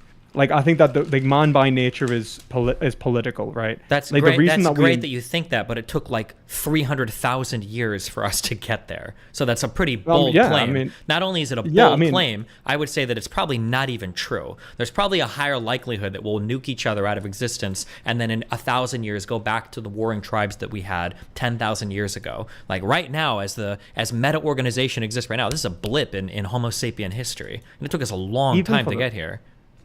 Even for the fact, like, look, like we create these categories. Like, don't get me wrong. Like, I agree that human history's been, you know, a bloody adventure. But like the development of our consciousness isn't just an arbitrary point in which we've only seek to express our own value in relation to each other. Like when we care about human rights violations in other nations, it's not because it's a social contractual arrangement. It's because it is a universal right in which we extend in general. Because we think that it constitutes a part of our being. We don't extend that in general, though. It has to be shoved in front of our face for it to be extended. Otherwise, we utilize child labor, we exploit other countries, we do all sorts of horrible things that it's not right in front of I don't think that's actually the case. I think that in terms of our ethics and our morality in general, I think that I think we it's would largely you can make be, the like, vegan, for example, you like, can make look the at vegan it argument like for this. this. How many Like, people eat meat that wouldn't kill a cow? But the fact that anyone would go vegan in the first place when it clearly has no benefit to you in terms of having some sort of egoistic. Of course, there's benefit. Some people watch a PETA video and they get traumatized. They don't want to eat meat anymore. Other people have groups of friends that might pressure them to it. Other people feel like they collect social validation for going vegan. You could just avoid, like, do what most people do: avoid the footage and pretend it doesn't happen. Most and people do continue- avoid the footage, but there are some people I've talked to who have seen footage. I know people that have horrible fucking diets that are vegans today, but they were so traumatized with vegan shit when they were 9 years old. They're just like, I don't think I can eat like animals anymore. Like it happens. Most And not people just avoid it. that, I agree, but there's like I don't think that. not just like, that, there- there's a social value to it as well, like being able to feel like you're righteous and you're doing the right thing and being able to tell others that you're doing the right thing. Like there's a lot Even of your different consideration aspects of to why what do you would even do mean it. by righteous in the first place? Like when we talk about these like sort of right, like these virtues like righteousness, piety, honesty, like the why we even value any of these in the first place, like unless you're saying that it's all essentially socially manipulative or essentially a way to convince yourself of something that doesn't exist. Like I'm just unconvinced by that, and I'm not even like, to be fair, I think that all of this is ultimately bullshit anyway. I think in terms of even how we could understand ourselves, we are mutually dependent. It's not like when the reason these universal structures develop in the first place is because language itself is a collection of universals. Nouns apply to experiences through time. That's why when we talk about something like psychology, and we talk about I, and we're talking about like the self, will relate it to like the first person experience, but the way that the first person experience is unified is through a universal noun which applies to all of our experiences. It's not like I particularized my experience and from that particular experience just sort of group things together. The particular itself relies upon this internalized universal construct. That's why like you can't like when I say like I'm British, it's not like I've just sort of grew up in this area. It's that I've acclimated social constructs and social development, which is essentially the recognition of other people's experiences and what is good and bad, correct and incorrect, essentially epistemologically, even if you don't think it's, you know, meta, like ontologically, I'd say you have to, but whatever, it's objective. It's not something that can be subjectively organized. Like all of these values or even the values of yourself in relation to why you care about these categories. You didn't think of these fucking categories. You were given to them as a baby. You think in a way in which somebody else made you think in terms of how you've been developed and raised and exposed to these concepts. And these concepts have formed you a real objective psychology, like not some sort of passionate and dispassionate blob that goes through life just sort of reacting to stimuli.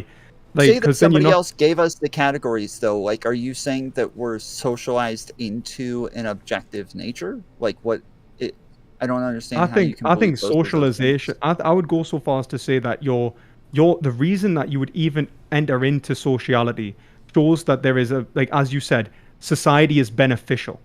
There is something valuable to you that drew you to society. And in society, we're in the process of trying to understand what that value is and work out its nuances. Wow. But it is post hoc. Like we are post hoc, like It is- rationalizing it and figuring No, out why it we is, did it. It is what you are.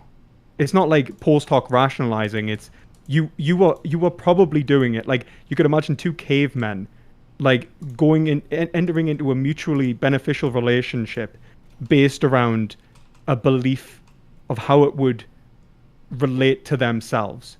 But the radically new thing out of this relationship is they could both realize they were entirely wrong, and that what either of them want can't be defined by either side.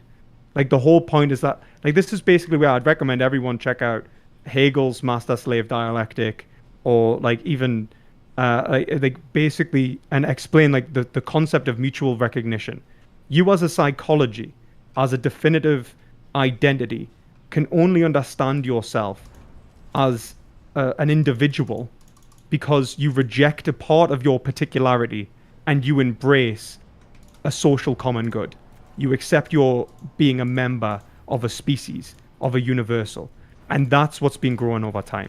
Where we see, like, we had a tribe, that was where universal species. Then we had There are a city, kids in and Africa then- that are being yeah. socialized into fighting revolutions and killing all sorts of people. And Yes. Wait, and then also, I love you guys, I'll- but I have to take off soon, so it's been fun. Yeah, Okay. that's absolutely Yep. fine. All And right, thank you thanks, for the Destiny. thanks for Yeah. the conversation, man. Be careful, guys. Bye.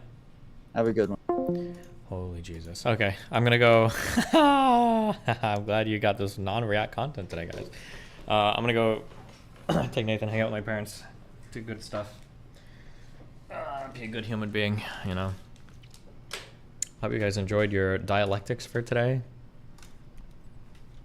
Your vegan abortion conversation.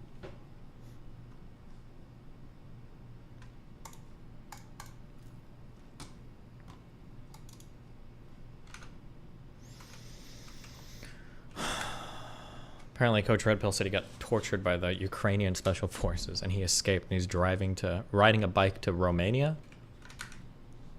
Fun times. All right, I love you guys. Be careful. Stay safe. Bye.